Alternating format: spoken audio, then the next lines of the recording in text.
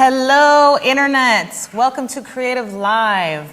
We are here with Roberto Valenzuela. We are so excited to have him we're not in the Creative Live studio. We're not in the Creative Live studio. We are on location, folks, and this is our pre-show banter, so we're going to be checking our audio and our video for just a few minutes before we get started.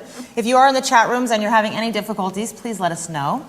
And my name is Susan Roderick. I'm going to be co-hosting with Miss Kenna Klosterman today. Good morning, everyone. How are you today, Kenna? I am great. We're at this beautiful, beautiful castle on the hill, quote unquote, is one of the things that they call it, south of Seattle.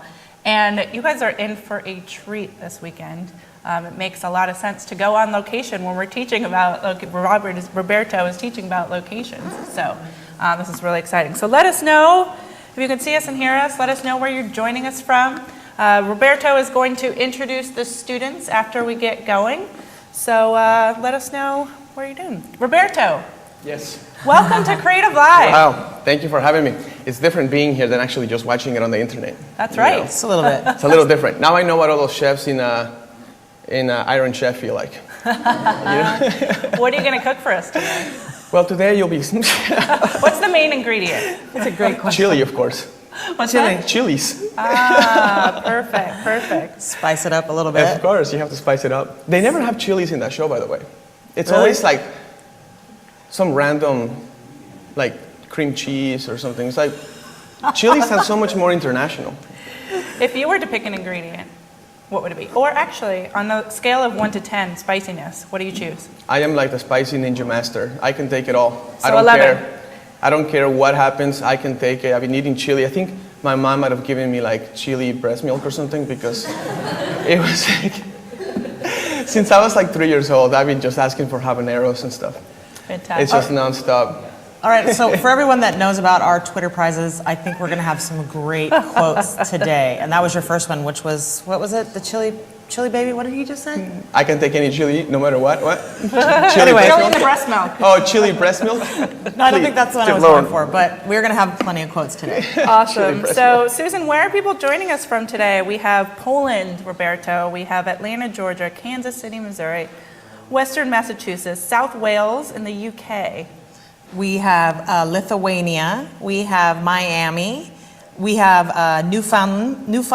Thank you. I never say that right. Newfoundland, Canada. Phoenix, Arizona. We have Nuremberg, Germany. And hello from San Diego. Wow. Cool. So It's like- all over the world. It's like the Olympic parade. That's right. And Except when- this time I was able to recognize all the countries. You know when they say in the Olympics these random names, you don't know anything, you've never heard them before, like... Just a few. Try pronouncing them when they Yeah, come up. You're like, that's right. this person is from... I'm going to Lithuania soon. You're going to Lithuania? I am. Wow. To teach a class. That's very cool. And Estonia. I would love to go to that part of the world. That's next. Actually, Brazil is next. That's later. Coming up. Whew. All right, if anyone's from Estonia out there, let us know. Yeah, Roberto yes. is coming your way. Exactly. All right, Roberto. Well, it sounds like people can see us and hear us, so we're going to get started. I'm going to do a little bit of an introduction. And first, I invite you to share your Creative Live classroom with us on our Facebook page. We'd love to feature students who are joining us, like we said, from Estonia, from wherever, all over the world. And so just post a photo of you watching Roberto this weekend, and we will feature students along the way. So I'm going to give you a quick tutorial about how to watch today's class, how to ask questions in chat, and how to purchase the course videos. There's one place to watch Creative Live, and that is creativelive.com/live. And you can actually take us on the go. You don't have to be tied down to your computer at work or at home. You can take us on your iPad, iPhone, Android device. Open up any browser, and again, creativelive.com/live. If you are in an area of the country or the world that has a slower internet speed, you can now control your own resolution of the video. So what you do is you go down to the bottom right-hand side of the page of the video and hover over the best and choose your resolution that is best for you at that given moment. And there we go.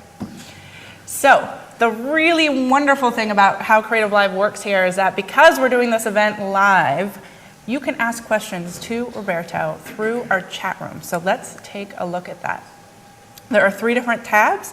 The first one is where we ask you to have your on-topic conversations with each other.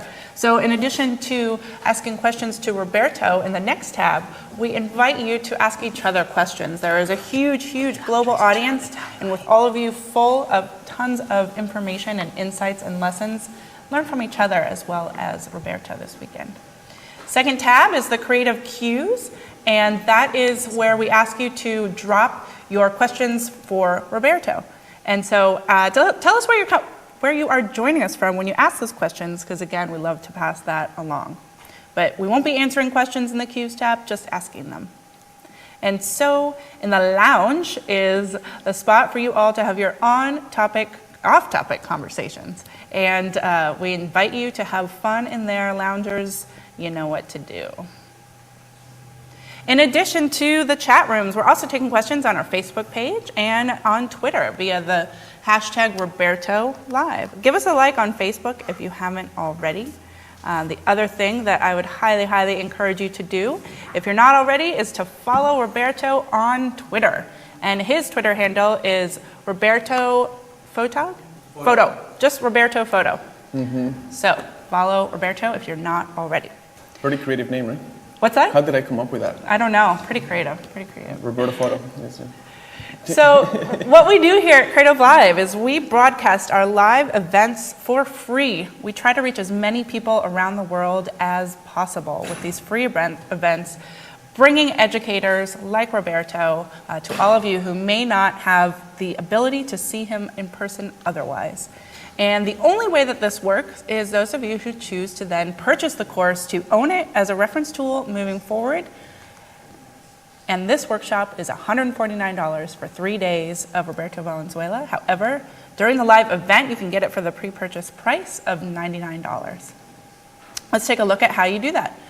Head on over to the course page for this workshop, and you can enroll. When you enroll, you'll continue to get the messages and updates on this workshop. You'll get the notifications about the rewatch and summary of the day. Next to that is where you can purchase the class. So again, $99, 3 days of Roberto Valenzuela. This is going to be an incredible workshop and an incredible resource tool. I think that I am so excited for today to see how Roberto teaches about how to learn. And that is going to be special. It's something that I haven't seen anybody do here on Creative Live before. And I'm fascinated by how the brain works and how we learn. And so looking forward to that. Okay, next up, scroll down the course page. Included in the purchase with the $99 price point right now are 2 things. One is the location, posing, and execution chart. This is truly the core of what Roberto will be teaching over the course of the next 3 days. And it is going to be, for those of you who purchase, an amazing resource to be able to have with you, so that when you go to, and you'll see what an amazing thing this is, but when you go to locations, when you land on something new, you'll be able to methodically go through and figure out what is going to get you the best shot. So that is a reference tool that you'll have to go with you, as well as the keynote slides when you purchase the course. So scroll on down the page and you will see the videos that we will be recording today. We turn those around as quickly as possible so that when you purchase, you can start downloading those and have them at your fingertips. So we are giving away some amazing prizes today. Thank you, Roberto, for all of the sponsors that have given us things for our audience. The way that you enter that contest is to pick out your favorite Roberto photo, quote, or tip. And I think there's going to be a ton of those, as Susan mentioned, throughout the day. And all you need to do in that is post that quote or tip and include the course page URL, which is what you see on the screen. That is how we search for your tweets. And also, we have new job openings at Creative Live here in Seattle. If you are living in Seattle area or you know somebody that is, really excited to announce these new positions: a social media assistant, email marketing person, content designer, and there are many more that are still on the course on the jobs page. So head on over to creativelive.com/jobs and let all your friends know who live in Seattle or you yourself that Creative Live is hiring, and it is an amazing, amazing place to work. If you are passionate about what we do here, we would love to hear from you. All right, that's all I've got this morning, Roberto. So let's get this party started. Let's get this party started. Woohoo! First of all, I wanted to thank Craig. Should I get that or? Yes. Sorry. Oh, I think I have my own actually. Oh, okay. Never mind. Thank you. First, I want to thank Mr. George Veronakis and Craig and everyone working here. It's an amazing production, very extensive. It feels like I'm at the Oprah Winfrey Show. You know, there's a lot of stuff going on. You don't see it, but it's going on. And I want to deeply, deeply thank them for inviting me to come and teach for you guys and share some knowledge. And my wish, my very, very biggest wish in the world is that after these 3 days, you guys feel so empowered and so ready to kick some butt. And I just want to expand knowledge and share it and help this whole community of photographers grow. I especially also want to thank my 6 awesome, super cool, super duper students in the live audience that came from all over the place. And you guys had to fly in, some of you just drove for 10 minutes. But thank you so much for being a part of this. As you know, I don't know if you guys know, when I'm teaching, I'm a little bit of a strict teacher, so having these guys as the live audience, they're very brave. So they're the brave ones. I wanted to basically start out quickly with an introduction of everybody so we can all get to know each other. Most importantly, when the live audience is telling you what their struggles are and what they just are tired of feeling this awful feeling in their stomach when they're about to photograph, or if you ever feel a sense of disappointment when you come back from a photo shoot, or do you ever look at somebody else's work and be like, why can't I get to that point? What do I have to do? I mean, I'm a human, I got arms, I got legs, I got eyes. Why can't I do that, right? And especially all of you out there who are struggling to pay bills or rent or mortgage or whatever, and photography is your job. That's the worst feeling in the world, and I have good news for you, which we'll expand on that later. But I feel like there's a solution to financial problems when it comes to photography. So I want to start with my good friend Fran, who I just met. And I wanted to basically ask you guys to tell me where you're from, tell me why you decided to do photography, what drew you into this crazy, crazy industry. By the way, I am from Mexico City, so I say crazy with an S, not crazy with a Z. Like, I can't even pronounce that word, so just bear with me, it's crazy, crazy. Okay. There's lots of stuff I can't pronounce, but I'll try. Okay. So tell me why you decided to be in this industry, and especially tell me what are your struggles, what are the things you want to achieve, what are the things that are inside of you just burning up and you're like frustrated about when it comes to your photography business. So this is Fran, everybody. Woo! Hi, I'm Fran. How's it going? Well, I started photography. My background's in counseling, and I was doing that for way too long, and I've been having a few conversations about that. Anyway, so I decided, where am I looking? I decided to get into photography because, you know when you're really passionate about something, but it's never at the forefront? I was sick and tired of putting what I was really passionate about in the back burner, so I decided that I was just going to step out and get into photography and just give it a shot, you know? You got to be in it to win it, so that's kind of how I started. In terms of struggling, I've been struggling a lot with the whole lighting aspect. I do a lot of on-location photography for the most part, and so your workshop's pretty spot on in that it's all about location and posing and so forth. And I don't work with a lot of models. I work with a lot of like aspiring models or just the everyday person. And so it's really hard to be able to direct people that don't have experience. And usually when it's like a first photo shoot, you find that they're really nervous in front of the camera. So the first like hour or so forth is usually nothing that you can use. And so I'm hoping that I can, you know, nail it and just learn from you. Yeah. That's really good. Thank you. Pepe. Hi, Roberto. From San Francisco area. Well, my name is Pepe Abarca, and I'm from California. I'm originally from Guadalajara, Mexico, which is the second largest city as opposed to the Mexico City. Yeah. And I've come from a criminal justice, sociology background, which I had been doing all my life. And about 4 years ago, I picked up a camera and started, just doing it as a hobby. And then I did my best friend's wedding. He asked me to his wedding. He was in a budget, so I said, why not? I'll give it a try. I wasn't charged, so I was like, if I messed up, I messed up. No pressure. And I fell in love with it, and I've been doing that ever since. I usually do wedding photography, on location photography. So, but I struggle a lot in posting. Most weddings are, photojournalism type of shooting, but when it comes to the formal portraits, where you have to, try to post them, I struggle a lot. So I'm glad I'm here with Roberto, which I met before, and I know he's a great teacher, so super excited to be here. We're happy to have you, Pepe. It's a good time. Yeah. We're happy to have you. Oh, thank you. Nikki. Hi. Hello. I'm Nikki Klosser, and I live here in Seattle, and I have been a social worker for the last 10 years, and I'm used to interacting with people and dealing with emotion. And what I was sort of finding is I'm passionate about working with people, but I was kind of starting to feel just down after 10 years of trying to solve people's problems. And I do quite a bit of traveling, and I would take photos, and I liked them, but I just thought I don't know, I just decided they weren't that great. And so one day I picked up my husband's camera, and I loved it, and I fell in love with it. So that was in December, and I was kicking myself for not doing this sooner.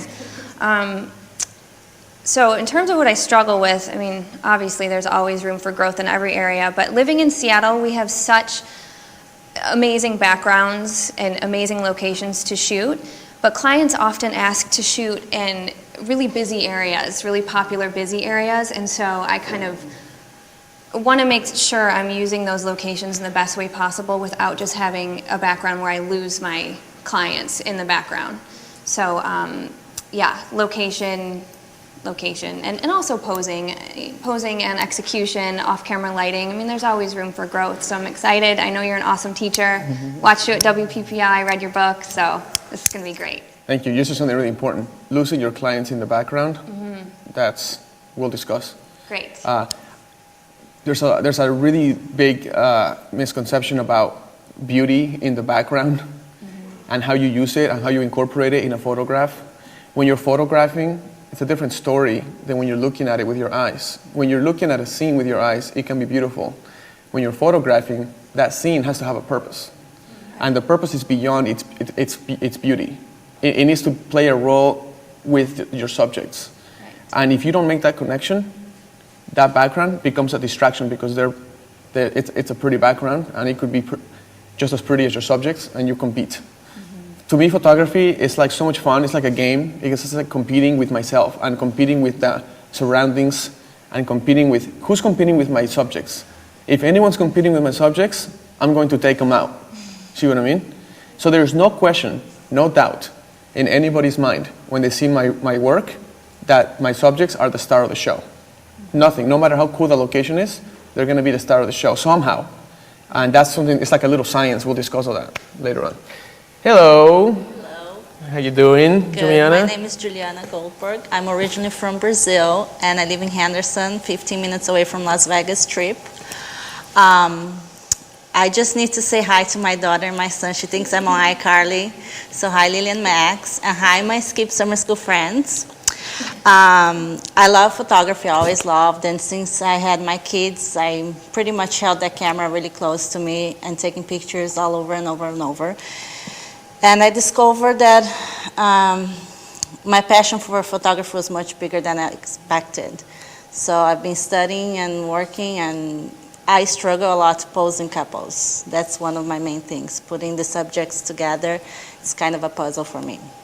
I met Roberto Skip, and I love your work, and I can't wait to go through these 3 days. So that's about it. That'd be good. Thank you. Hello, Valerie. Hi, I'm Mallory, and I have Mallory Renee Photography. I got into photography when I was watching my wedding photographer do her thing, and I just thought that was so cool. I'm like, how fun would that be to just go to weddings all the time and get paid for it? I'm like, that's a dream job. And so I went out and got my first camera and started practicing. And but what I struggle with, I'm from Southern Utah, and I have 3 kids, by the way. So it really helps me to kind of be able to do my own thing and have sort of a job, and but also be home with my children. But I think that the thing I'm struggling with the most is, every wedding location is different, obviously. And so it's kind of scary going into each wedding location and wondering, am I going to be able to pull this off? Is it going to be pretty? Whatever. And so I don't quite have the confidence yet to go into any location and feel like I can master it. And that's really what I want to come away with. So that's my goal. You have kids? I do have kids. You look like you're like super young. Well, I have 2 step-kids, so that's kind of how, so I have 1 of my own and 2 step-kids, so I didn't start very young. Why didn't you say that to me? You too, I don't know, it's like, wow, I need to get going on that department. Hi, my name is David Apeji. I'm based in Phoenix, Arizona, and I'm new to the exciting world of photography for a living. Well, exciting, terrifying, same difference. So I've More been shooting, terrifying sometimes. Yeah. I've been shooting for a little while. I've always had photography in my life, even though I come from an IT background. But in the past 7 years, it's become something of an addiction. If I don't shoot for a little while, I start getting withdrawal. And so I knew this is something I needed to do for a living. And I'm really passionate about it. I've made a lot of effort in terms of improving my lighting and trying to generally learn as much as I can. In that department, Creative Life has been extremely helpful. I've followed a lot of the courses online, and it's been fantastic. Now, I struggle with posing and locations. Posing in the sense that I learned a little from practice, but I need to have a method, a system, so I know I'm going to nail it every time. And in terms of location, I'll sometimes get to a location and see a nice design element, and I know there's a picture in there somewhere. There's something good if I can just incorporate this. But somehow it doesn't quite work out. Why is that? And so that's what I'm hoping to get out of this, and that's what I know I'm going to get out of this. And I'd like to thank Creative Life and Roberto for choosing me to be here. And like I said, thank you so much for coming. So thank you for that, David. Let me explain. First of all, this location stuff that we're talking about, it's going to be the most fun ever, because we're going to break down locations and we're going to make sense out of a very chaotic situation. So when you walk into any situation and it's like just chaotic, because you have about 2 million little stimuli going on at every location, right? It's like, how do you separate what you don't need from what you do need? How do you create the best photos from this place? I'll talk about what I'm going to teach about next, but I wanted to introduce a little bit about myself. I'm Roberto Valenzuela. I don't know. I'm sure you already know that.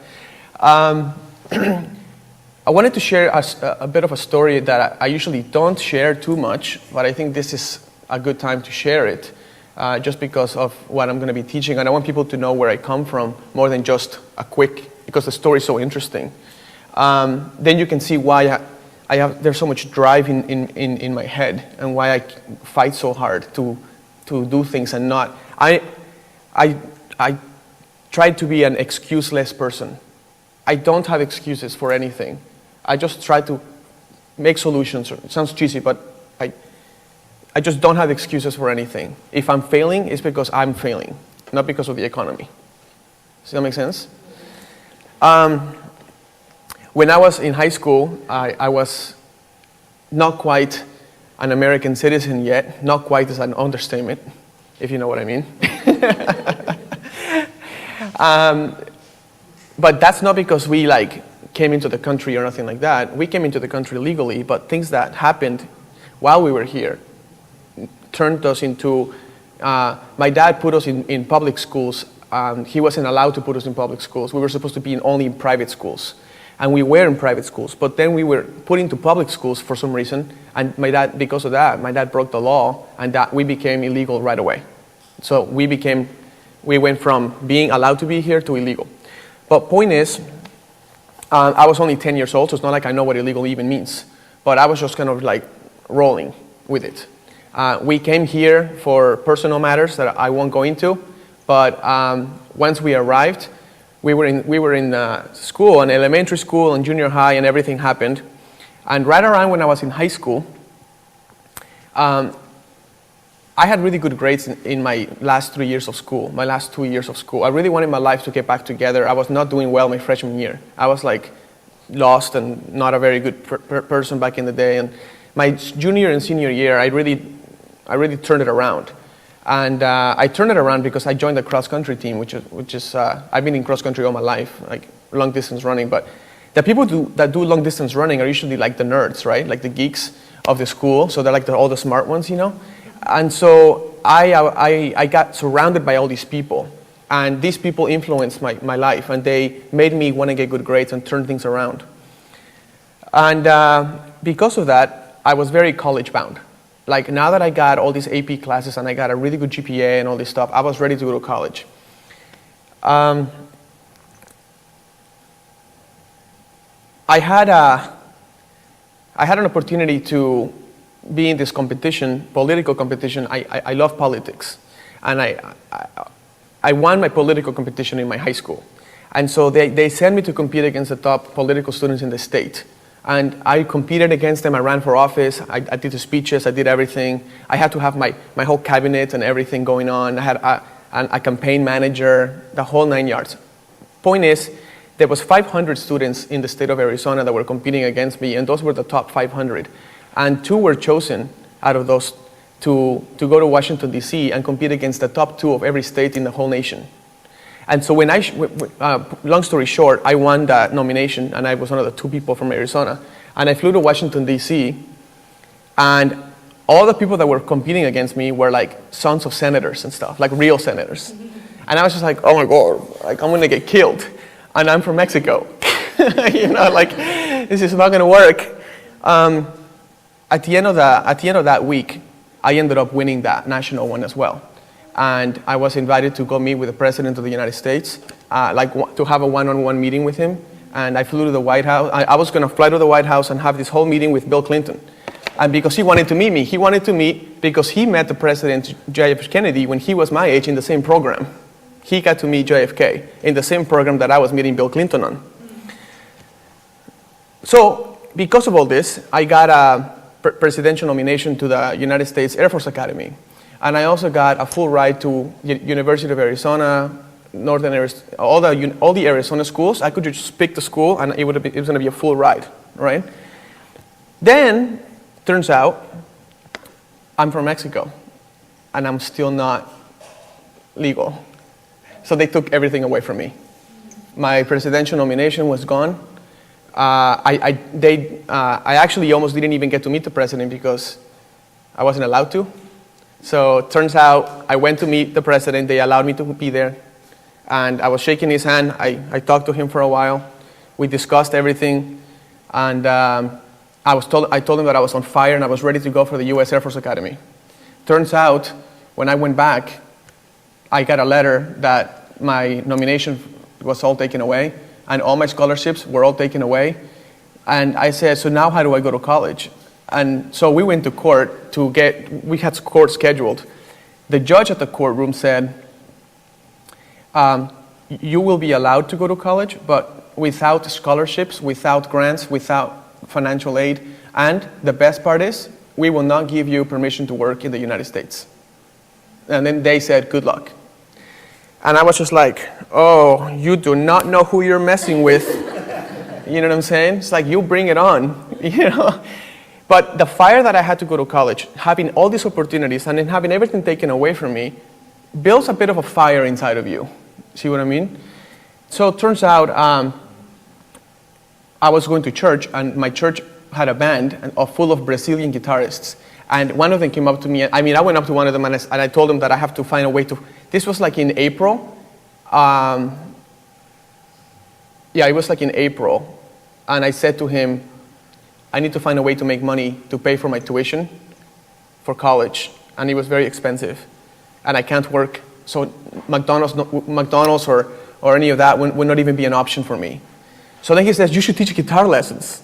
And I was like, that's true. And then he said, I charge like $10 an hour. And I was like, $10 an hour, that's $5 an hour more than McDonald's. So I said, oh my God, I was totally pumped up on fire. I'm gonna teach guitar lessons, but then I forgot I don't know how to play the guitar. And I don't even own a guitar.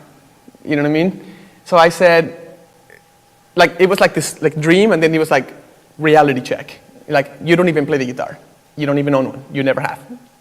So I had to figure out a way to, I got a small guitar. It was like $30, and it was a classical guitar, nylon strings. It was cheap.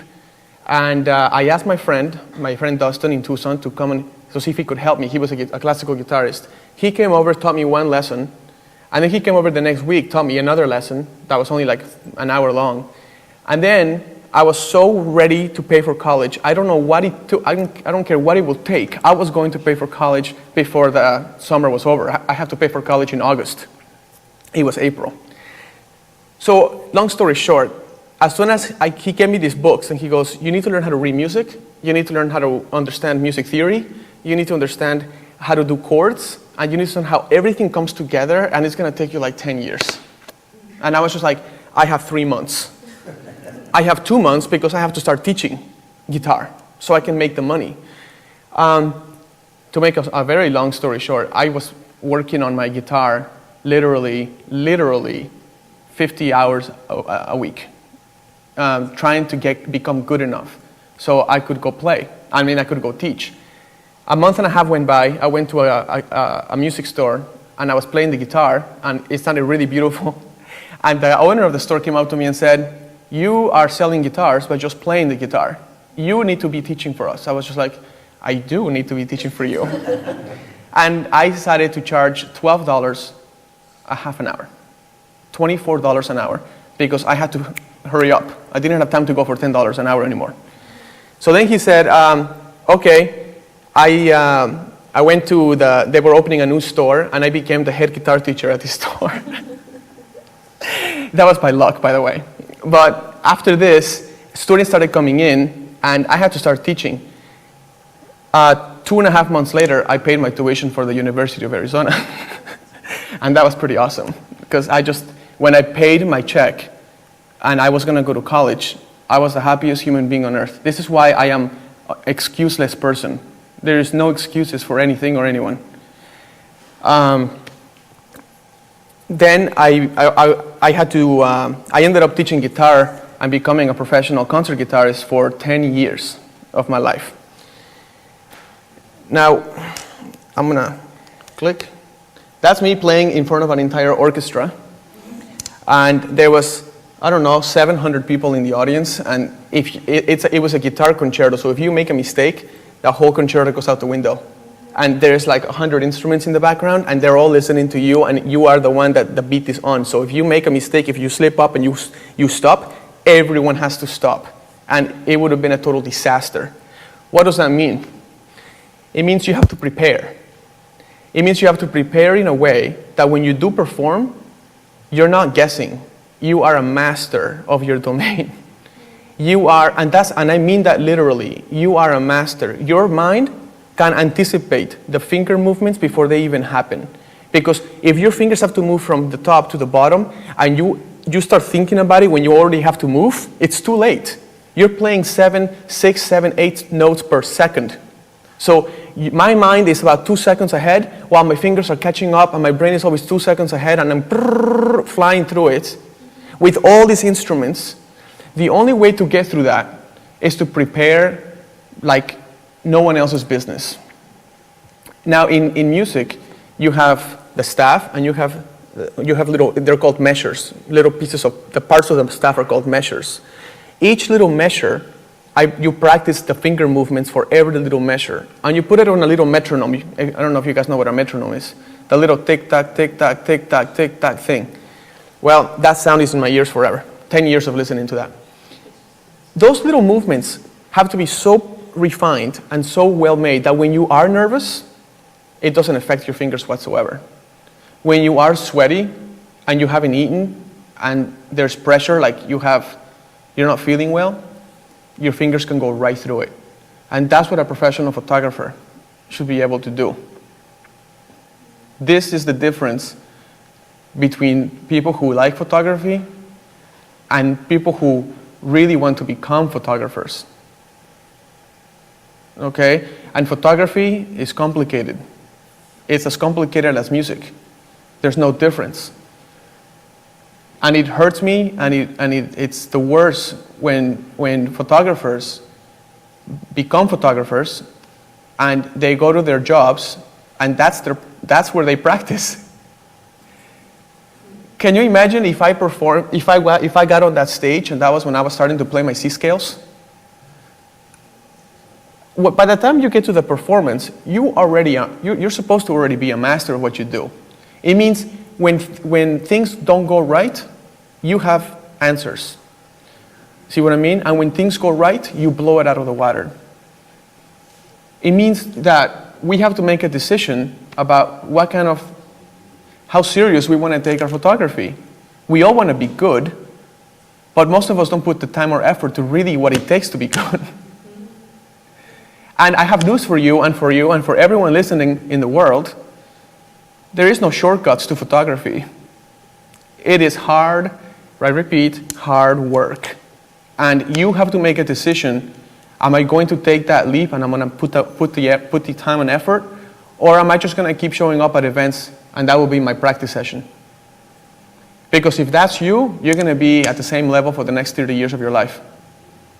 And when the economy tanks and stuff, and you can't separate yourself from the rest of the competition, you are going to go out of business and you will blame the economy because you don't blame yourself, right?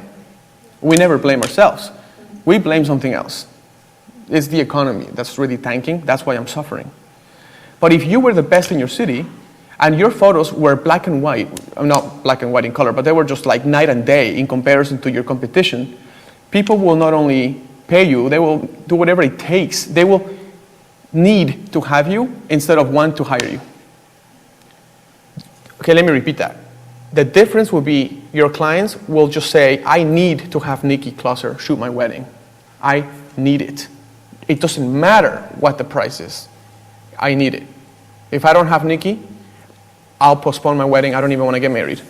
Or, by the way, this is not a wedding workshop. This is a posing workshop, right? It doesn't matter if you're shooting fashion, senior portraits, or anything. If your work stands out, clearly, you will continue to get hired regardless of the economy.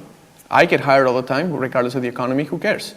And if people don't hire me in the US, well, maybe another country has a booming economy and people get married there too and they fly me there. When your work is so far out there, people will just hire you no matter what happens. But you got to put the time. Okay?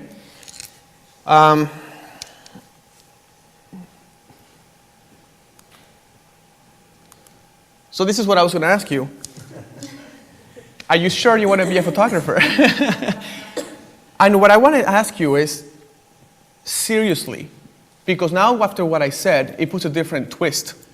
Photography is not buy cool equipment and go out there and have fun with your new lenses. It's not just playtime, even though it is fun. You know what's really fun is when you do have a camera and you're also really good at how to handle it, and how to handle the scene and how to handle people, then you can really play. You see what I mean? Seriously, it's because everyone out there listening, I want them to ask themselves, am I serious about this? Because if I am, I'm going to have to put the work. There are no shortcuts, and I don't believe in talent. I wasn't even a photographer when I was a guitarist. How come when I was a guitarist, nobody told me, you are such a naturally born photographer? You know why they didn't tell me that? Because I wasn't a photographer back then. And when I was a guitarist, people said like, oh, you are so naturally born at the guitar. I was like, did you know that I practice 50 hours a week with my little metronome, click, click, click, going crazy all day long? Did you know that talent wasn't even in the picture? Yes, I have fingers. That doesn't mean I have talent. You know, we all have cameras. That doesn't mean we have talent. Talent doesn't even exist in my mind. I think it's there. You have some tendencies that are some easier for people than others. But talent, to me, is an excuse we give ourselves to excuse ourselves for not being as good as somebody else. It's like we say, he's talented, that's why I'm never going to be as good as him, because that's why I don't have to work hard. Because that person's talented, I'll never get to that point. So, I don't believe in talent. I don't think talent exists. I think hard work exists. And if you want to really learn something, you can. And we're going to spend 3 days exponentially increasing your skill level in photography. Exponentially. Because it's going to be tough. And this is going to be the groundwork for when you all go home to continue doing what we did in these 3 days and blow your peers out of the water, blow yourself out of the water, and best of all, blow your expectations and your clients out of the water. Okay? What does a photography mean to you? So, Nikki, let me ask you, when you have a job, let's say you have a job in 2 weeks, what does that mean to you? Do you have a job? Does it mean money? I have money now, I have a job. Does it mean I have a pretty bride, I'm going to take some pretty pictures? Does it mean what? Go ahead. First time on the spot. The first of many. You know, I think it's a combination of things. It's a challenge to make sure that I am giving my clients the best possible photographs that capture their moments and their emotions, and it means money, absolutely. I have bills to pay. It means that I have a lot of work to do to prepare for the job. It means I'm excited and I'm having so much fun and I can't wait to do it. I mean, it's everything. I think that you have to throw your life into your job if you're going to be the best you can possibly be. Yeah. That's good. It is a combination of different feelings. To me, when I have a job, like right now it's the 3rd of September. What's the date? 6th. The 6th? The 6th of September, right? So let's say I have a job the 12th of September. A job to me means an opportunity to create new mistakes and learn from them. So I always push myself during the week, and then I test those things at the weekend, at the work, at the job, and then I'm ready to fail at those new things I'm trying to do. And then when I do fail, I will know what it takes to solve those issues. To me, every job I do is like another opportunity to try something new, create new mistakes, embrace them, learn from them, capitalize from them, and then keep going. And then the next job, have another set of mistakes I'm ready to make. What I try to avoid making is the same mistakes I made last week. That's why we have the weekdays. That's why we have Mondays through Fridays, to get rid of those mistakes. If you're having problems with posing, fix it Monday through Friday. Don't wait till Saturday when it's already another job, right? Here's one that, this is one of the things, going around kind of in the industry a little bit, and I wanted to kind of discuss it. I want to ask you, are you performing at a wedding or at a portrait shoot or a senior portrait or a fashion shoot? Are you performing or are you hoping? And by that I mean, a performance means it's something that you prepared for and you're performing it already. And hoping is when you're not prepared, but you just really hope something turns out okay, right? When you're just like, I have to do something, if I shoot enough frames per second, there will be 1 or 2 good ones in there.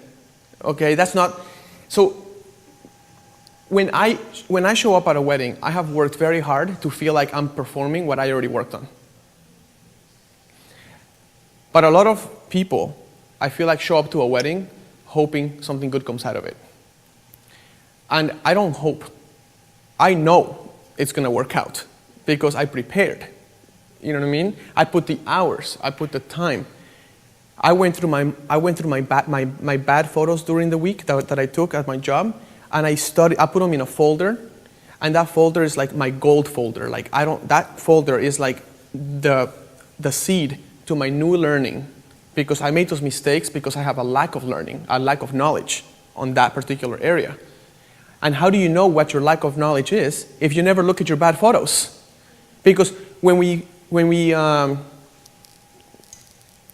pull the photos from a job, we look at the best ones, we pull them, we star them with 5 stars, we separate them, we Photoshop them, we clean them up, we straighten them, we color correct them, and then we send them to our clients, and we pat ourselves on the back, and we move on to the next job. And you missed out on the best part of the world. You missed out on all your bad photos, the photos where you screwed up on, because that's holds the key to your new knowledge. You do not want to let that go because new knowledge means bookings, means improvement, means money at the end of the day, means who cares if the economy tanks or not? Who cares if Mitt Romney wins or not? Who cares? Because you're going to be okay. See what I mean? So during Creative Life, which is awesome, woo, look at all you guys. It's so funny. We're going to solve the problems that most photographers have. We're going to look at a location, and we're going to basically train our eyes, and I'm going to pick on all of you, and you in the audience, you can do the same.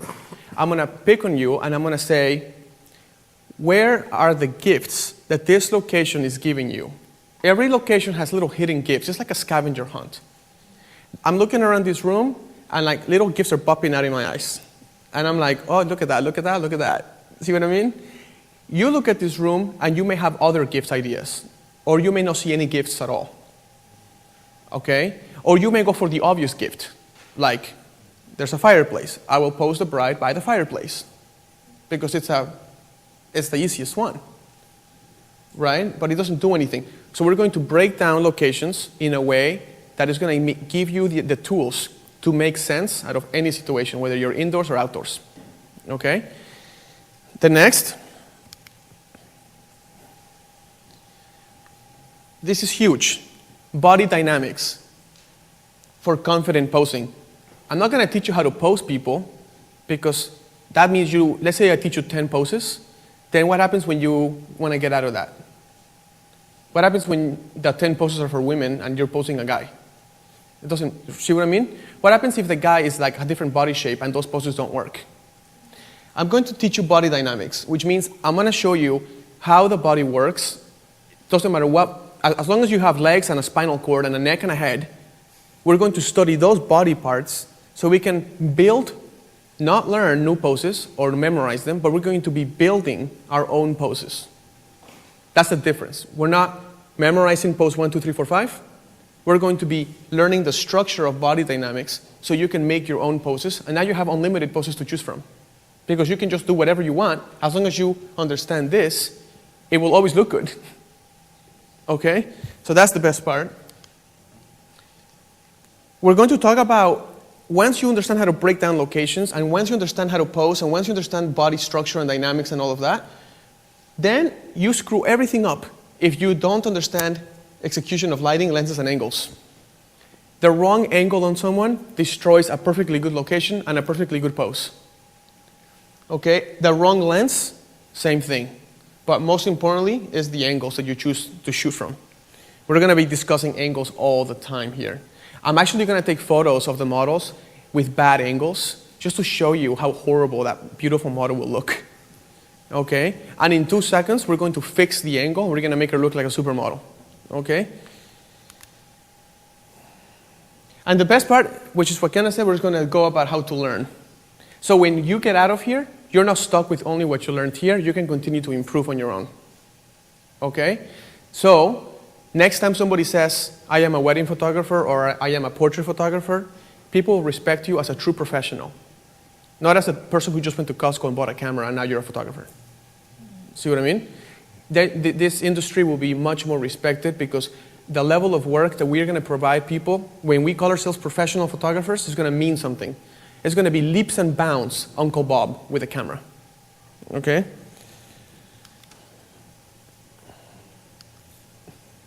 And of course, at the end, we're going to talk a little bit about the monetizing our skills. Okay? How to get all this and turn that into some sort of money to pay our bills and feed our kids. Okay, I wanted to add this because this is very important. The language of photography to convey what you want to say. I chose these words carefully. The language of photography because to me, posing is like vocabulary words. But without the grammar, you have no structure on how to use the poses. Does that make sense? So let's say, Pepe, you know 3 poses. It's like you knowing 3 words in Greek. And once somebody talks to you past those 3 words, you are now lost. When you have a person who you can, posing and stuff like that, memorizing poses is not going to help you. Because it's like memorizing 3 words in Greek. You want to be able to handle the language in a way that you can create your own conversations. Okay? So, my goal for you, and this is going to sound rough, my goal for you is, I don't want to inspire you. I could care less. Because inspiring means you're pumped up for like a short period of time, and then you go home, and everything goes out the window. But you were really pumped up for like 10 seconds, right? Like when I go to the WCPI and I see people get out of the room, they're like, I'm pumped! And I'm like, and then like at lunch, they don't even know why they were pumped for. They're totally like, they were inspired for like 2 seconds, they cry and everything, it's very inspirational. And then when they have a photo shoot in front of them, they're like, oh man, that didn't do me any good. What I don't want to inspire you. I don't want to inspire anyone watching online. I don't care. I want to encourage you to take action, to make something during your weekdays, to give you the encouragement, like just the heat in your heart that says, I want to do this. I want to go out and try this. I want to make new mistakes. I want to look at my bad photos and learn from them. I want to know where I can be in a year if I do this. That's encouragement. That's why I never care for inspiration stuff, okay?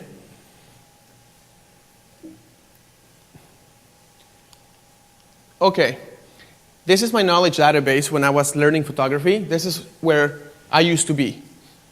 So I push myself, I try new techniques, right? Once you push yourself, I fail, because that's the next thing. If it's new, you're going to probably fail.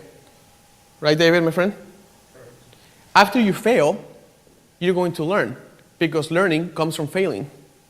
And after you learn, you're going to evolve yourself, and you're going to be expanding your database of knowledge. This circle should be never ending for you. Never ending.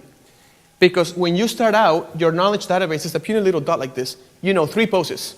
Kiss, hold hands, and kiss. Everybody, let's go to the fountain, because there's a fountain in the park. Let's kiss in front of the fountain. Everybody, there's a really pretty tree over there. It's coming to me. Wait, I see the bit. Let's kiss in front of that tree. Let's kiss. You know? How about we hold hands and walk? How about we just hold hands and then you look at each other and get lost in your eyes? Does that make sense? These are your 3 vocabulary words in Greek. This is where you go, this is when you freak out, you go to your comfort zone. You're like, comfort zone, kiss, hug, kiss. Right? This is what you gotta do. Where's the fountain? There's no fountain here, I'm lost. Like, I don't know what to do. If you do that, if you do this process, you push yourself throughout the week to create new techniques. Let's say off-camera flash, reflector. Oh my gosh, you guys are gonna have an overload of stuff by the end of 3 days. You fail. When you fail, you recognize where the failure is. And you write it down. You make a note. Why did I fail here? You're going to learn and you're going to evolve. And if you do that, your knowledge database is going to get bigger. And now you have kiss, hug, kiss, hold hands, walk, fountain, side, park, tree, dog, fireplace, piano. Go like this on top of the piano. Right? And then you're going to push yourself. You're going to fail. You're going to embrace the failure. You're going to learn. You're going to evolve. And then your knowledge database will be that big. Now this is your comfort zone. When you go shoot a wedding, whether it's an Indian wedding, a Persian wedding, whatever wedding, your knowledge database is so big, you will be able to just pull from 1,000 different things, build your own language of photography, and just speak to people in the language of photography, and your photos will look like poetry. Does that make sense? So we're going to embrace new mistakes and avoid repeating them. Today, I'm going to force you to make a mistake, and then I'm also going to try to push you to not make the mistake again. When you make another mistake, we're going to do that again. Okay, we're going to I'm also going to put you in a situation that's out of your comfort zone. And you're going to learn, you're going to fail, you're going to evolve. Okay? Kind of like the guy in South Park, Mr. Garrison. Okay, okay, right? I watch South Park all the time.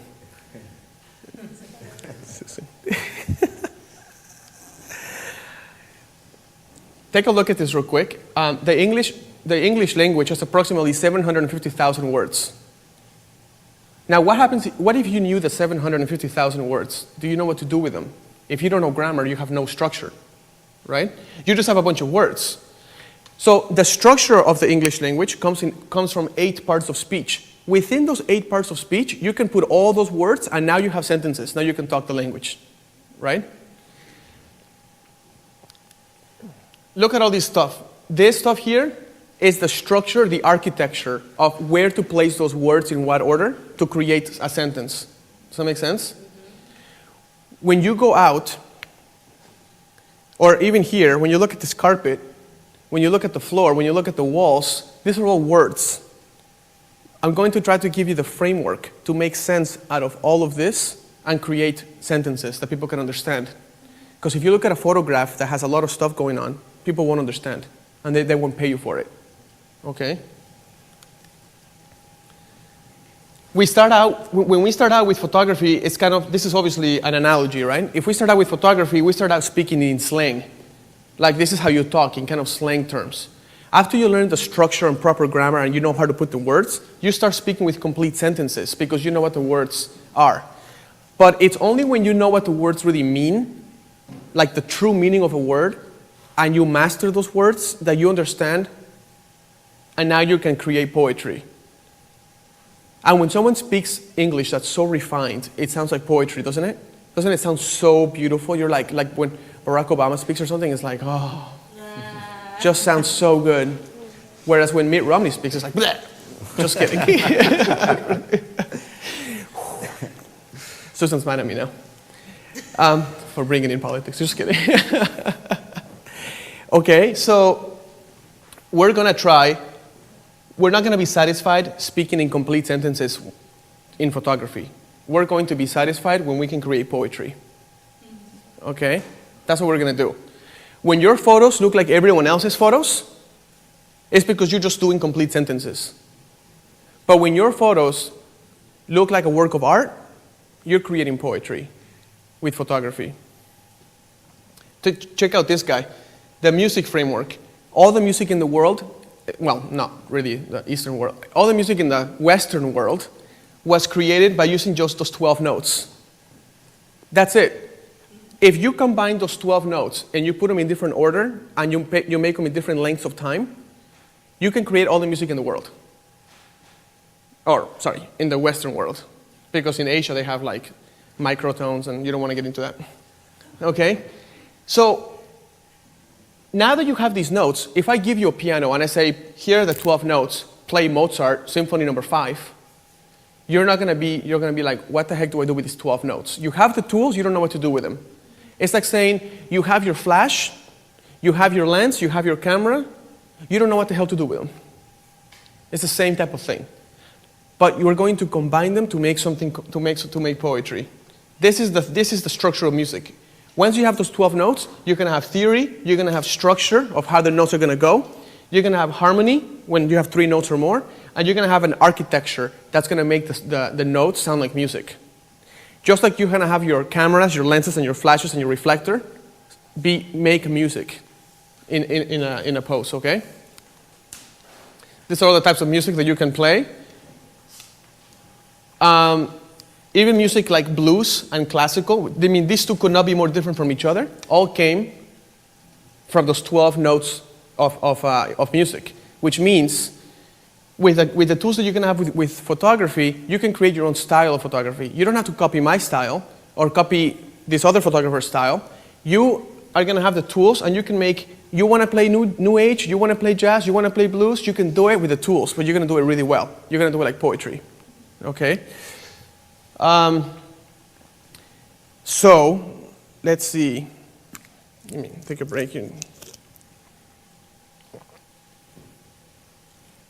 Okay, any questions so far, Kenneth? Let's check it out. Ooh. Any questions? Any questions in the audience, for starters? Everyone's mesmerized, Roberto. I'm mesmerized. Everyone's like, crap, what the heck? I just want to take good pictures. I don't want to have to work. There are a couple of, the couple of people, I'll just read you a quick comment. This is Jill Adams. This is fabulous. I bought your book several months ago, and it has been transformational. I've been practicing and rereading and loving my improvements. This is great. I will buy it at the first break. Oh, that's nice. I have a question from Thank Jackie. you for reminding me. What's that? Oh, sorry. I have a question from Jackie Photo in New Jersey, I think. What if you have another full-time job or go to school or volunteer? Would you say someone shouldn't be in the photography business if they don't have time to practice? No, of course not. When I was teaching guitar, I was also going to school. Like, you can make time. My little sessions that I do during the week sometimes last 5 to 10 minutes. It's just that I do them. That's the difference. There's no, people have kids, like you have like 20 kids, like you have 3 kids, right? You have 3 kids, like people have kids and everyone's busy. But we also waste time, no matter how busy we are. And I mean, you can go about this in so many angles. If you spend 3 hours editing your photos, maybe try taking them really well so you don't have to edit them so much. That will free up 1 hour that you could use for something else, for maybe working on something new, okay? Okay, do I have time to continue, or I have time to continue with this? Yep, we have Okay. about half an hour. Okay, so this is gonna take me a while. Okay. How are we feeling? Good. Water, everybody? Red Bulls? No? Okay, I need a Red Bull. Actually, yeah. Can I have a Red Bull? Someone? No, it's okay. When I was learning photography, I couldn't make sense of locations. Locations were all different. For example, Mallory, for example,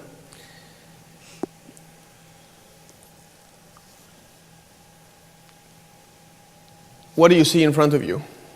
In front of me, a fireplace. A fireplace. Good. Pepe, what do you see underneath your feet? What is this called? A rug? What is this? It's a rug. Fantastic. What happens if you go to a new location and they don't have a rug? Improvise.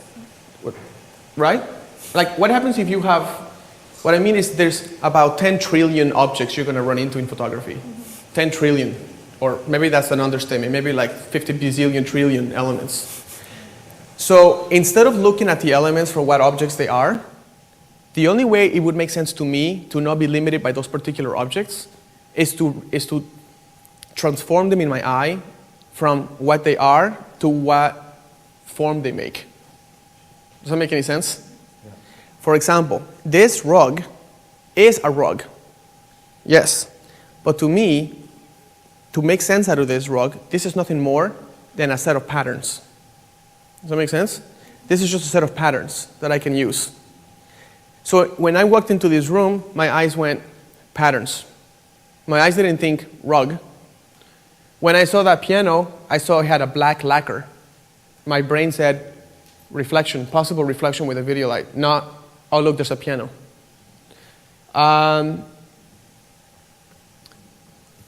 When I saw the fireplace, first of all, this is like a fake fire. Like, I'm not getting any heat from this whatsoever. Right, nothing. When I saw this fireplace, I saw a square, not just a fireplace. When I saw that mirror, it wasn't just a mirror. That mirror has a frame, and that frame is full of rectangles, and look at all the rectangles this mirror has. So what can I do with that mirror? Well, nothing, because it's too high. But if it was lower, I can do stuff with those rectangles to create something out of that mirror. Okay? You see that wall over there? That wall next to that curtain, that's not a wall. That's a single color background. It's monochromatic. If you have a single color behind your subjects, are you going to distract from your subjects? Absolutely not. So if you start thinking in terms of what the gifts are instead of what the objects actually are, you're starting your transformation and you're starting to evolve already. Okay? Let's see, Fran. Can you stand up here for a second? Sure. Okay, forget the fact that they're candles. What shape do they make? Like cylinders. Correct. Okay. You see this little tool here? The vase. The vase? You see that there's a shadow in the back of the vase? Yes. So now you have a white wall, you can cast a shadow on that white wall, can't you? Yeah. So now a wall not only is it a clean color background for your subjects, but now it's a potential shadow that you could create. Does that make sense? Yeah. Before you sat down in that couch, you probably would have thought that's just a vase and those are just candles. Yeah. But now you realize if I have a blank wall, I can do two things. Well, more than that, but I can do two things. I can make my subject stand out because there's no distraction because it's a seamless one single color background. Right. I can, do you see this? You see how this background has like a texture to it? Yeah, I noticed that. Okay. Is that a problem? Texture is distracting to your subject, so how do you fix it? Okay. You change your aperture. You go further away, So you put your subjects here, this becomes a creamy white because it's all blurry now. blurry. Does that make sense? Yeah. But the wall can also leave behind this shadow and it can leave behind its color, which is what you want because it's a seamless color, Right. right? You have a couch here. The Yes. couch is made out of a neutral pastel-y color.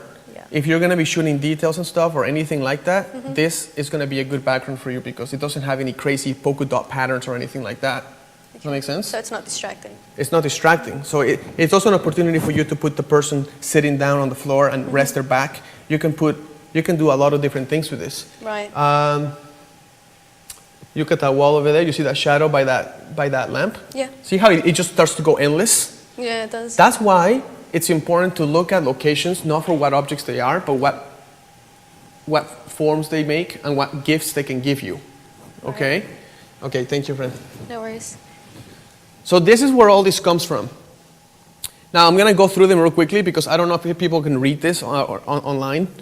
But this is talking about geometry of things. When I drove into this place, I saw there was like geometry everywhere. Okay? Now remember, don't look at the driveway as a driveway. Look at it as some sort of form, geometric form you can use. Okay? Balance is complicated.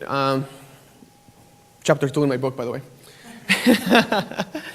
Balance with objects. There's balance with objects, and then there's balance with people. For example, I'm going to draw in my little whiteboard.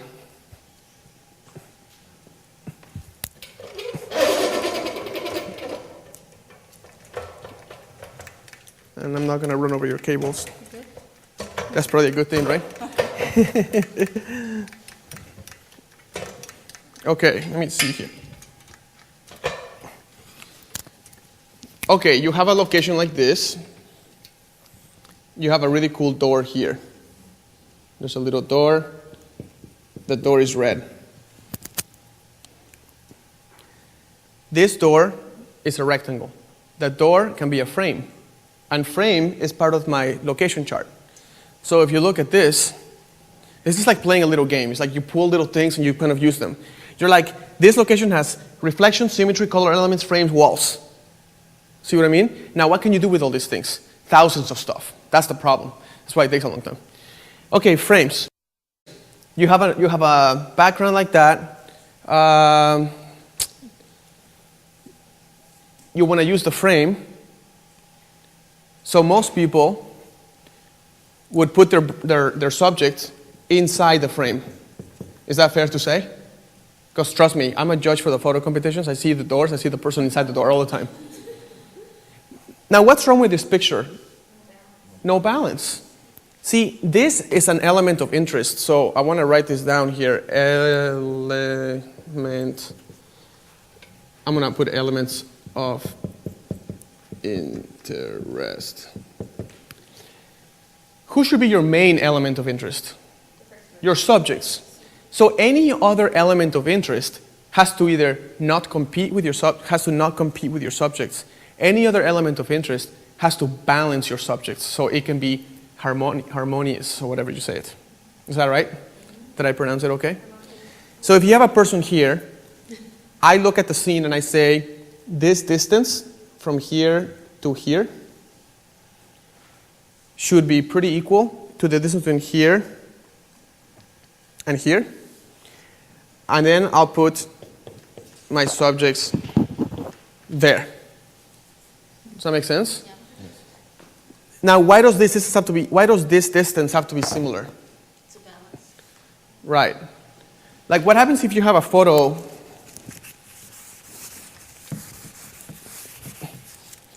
What happens if you have a photo like this, and this person is right here, and the other person is right here? Doesn't that look like you're claustrophobic? Like you're smashing the guy into a little box and he wants to get up, but you won't let him? Because he's stuck in the little box forever and ever, right? Yeah. So balance has a lot to do with these things. So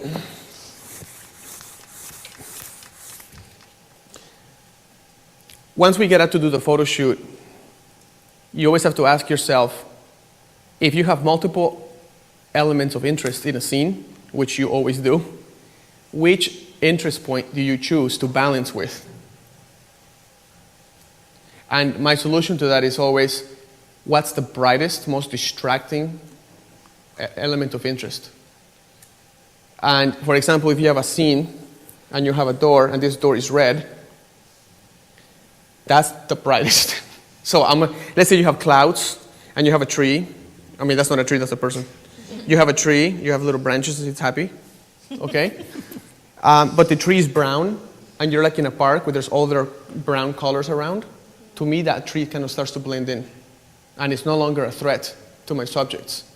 But that red door is screaming, look at me. Don't look at the subjects, look at me. I am the door, and I am red. I demand attention. See what I'm saying? So if you ever have that, ask yourself, what's the brightest, most distracting? If you don't have one that's really bright, then ask yourself, what's the biggest? Okay, and if you don't have a biggest, then you're in big trouble. Actually, the other one is, what is repetitive? Like, which one is the brightest, most distracting? The next one is, which one's the biggest element in the scene that's going to be distracting? And the third is, which parts of these elements are repetitive? They're repeating each other. And if you find, like, let's say you have some grass, and the grass is going to go on like this. Where do you put the person now? On the left. You have a tree here. Where do you put the person? On the left. If the tree's not distracting, then you would put it The tree's no longer, it's not the same distracting you distance. because it's the same kind of color. The same distance from the edge of the frame on This is the going to other side. distract, the viewer of your photo is going to be more attracted to the repetition. So you want to balance it with this, not with this. If you put your subjects here, because you were trying to balance with the tree, you're going to be screwing up your photo right away. By the way, that's just a little taste of one of them. That's just a taste of one square. I mean, this can go on for a long time. But when you go home, especially that person that has kids and stuff, you all have 5 minutes to go outside and walk around.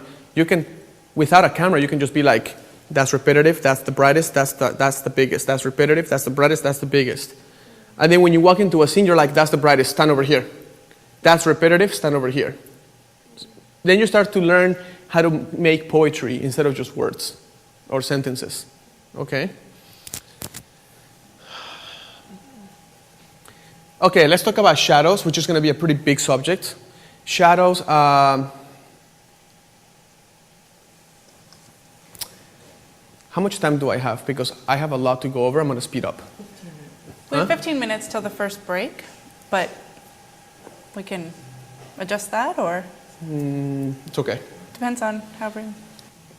Shadows, guys, are things, if you have shadows in your environment that are already there, then you can use the shadow. And the shadow will become the brightest because it's the most contrasting. It's the most distracting. So you can either put the person right there and don't balance it, or you can balance with the shadow. Does that make sense? You can create shadows, like you can use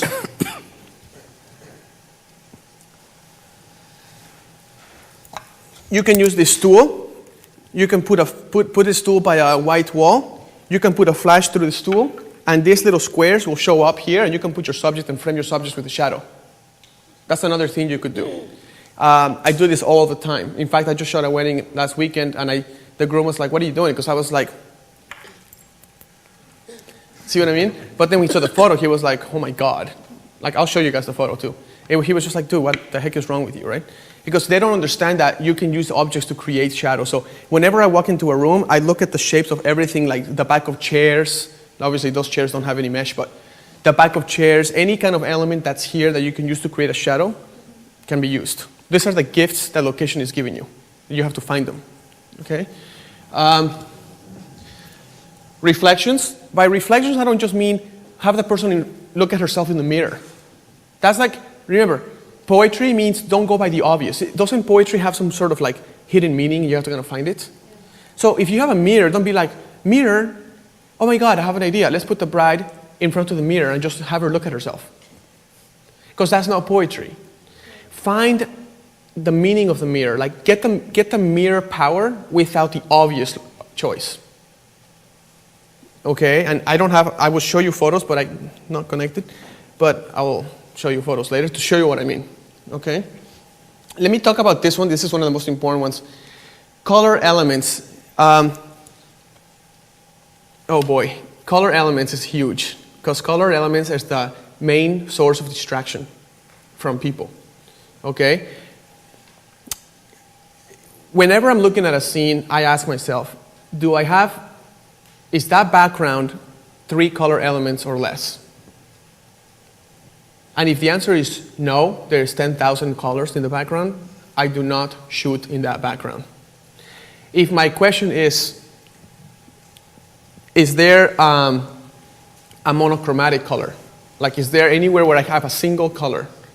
If the answer is yes, I'm going to be using it for a portrait somewhere. I don't care if it's got texture, little thingies, I don't care what it is, because with aperture you can get rid of all of that.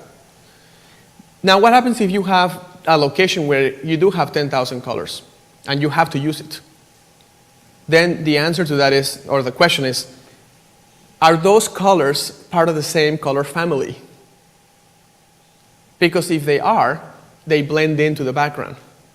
But if they don't, they create a contrast. Does that make sense?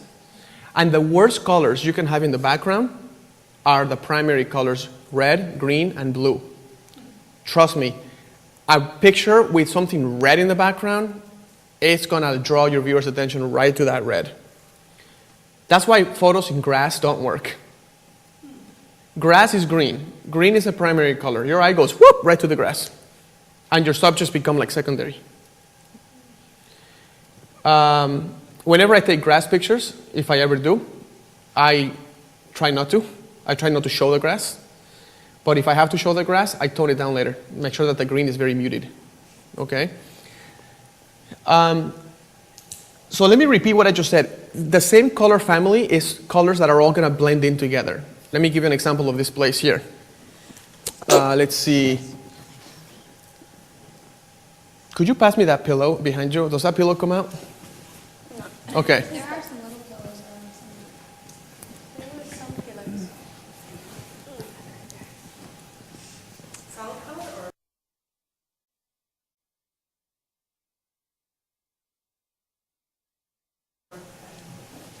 Here we go. Okay. If you went to Photoshop and you put your little eyedropper into this, there's going to be about 10,000 million colors here. Is that not right? Oh, even better. But are these colors all part of the same color family? Are they all different shades of brown? Therefore, when you take a picture, because it all will become part of like a mesh of neutral colors that don't distract, it's a good choice for a background. Now this one, same thing. This won't distract you, even though there's a lot of colors here, because they're all part of this crazy, whatever you call this type of color. What is this?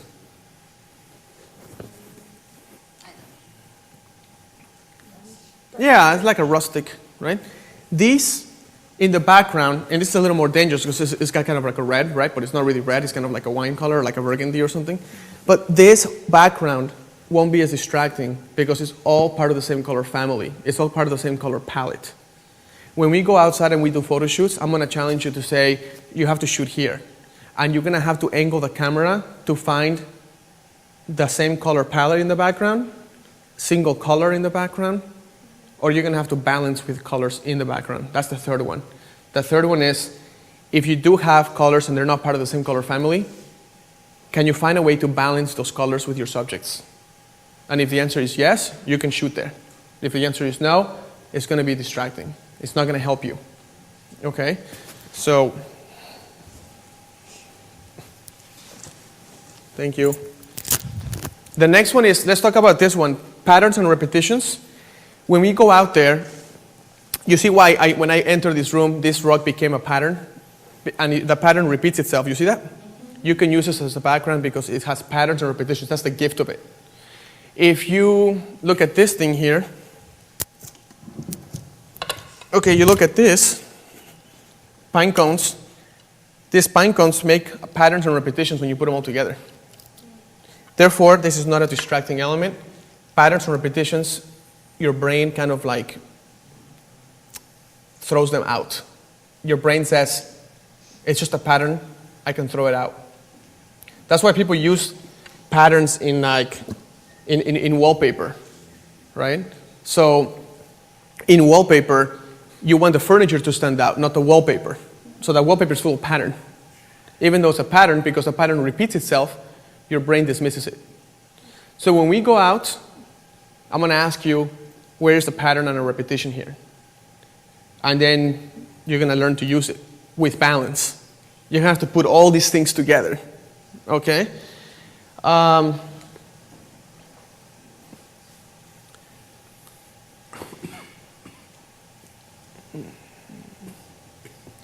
Let's talk about contrasts. Contrast, the most important contrast I like to discuss is contrast of light. When you have a dark room with a bright light outside. When you have anything that's dark and bright, it's going to be an exciting photograph for you, okay? If you do not look for contrasts, you're going to walk around these beautiful gifts and you'll totally dismiss them. You walk right by them because you'll be looking for the fountain in the park. Now you see how the fountain in the park is nothing? Fountain in the park is like the worst possible choice in the world. Unless, the bride asks you or they make you, right?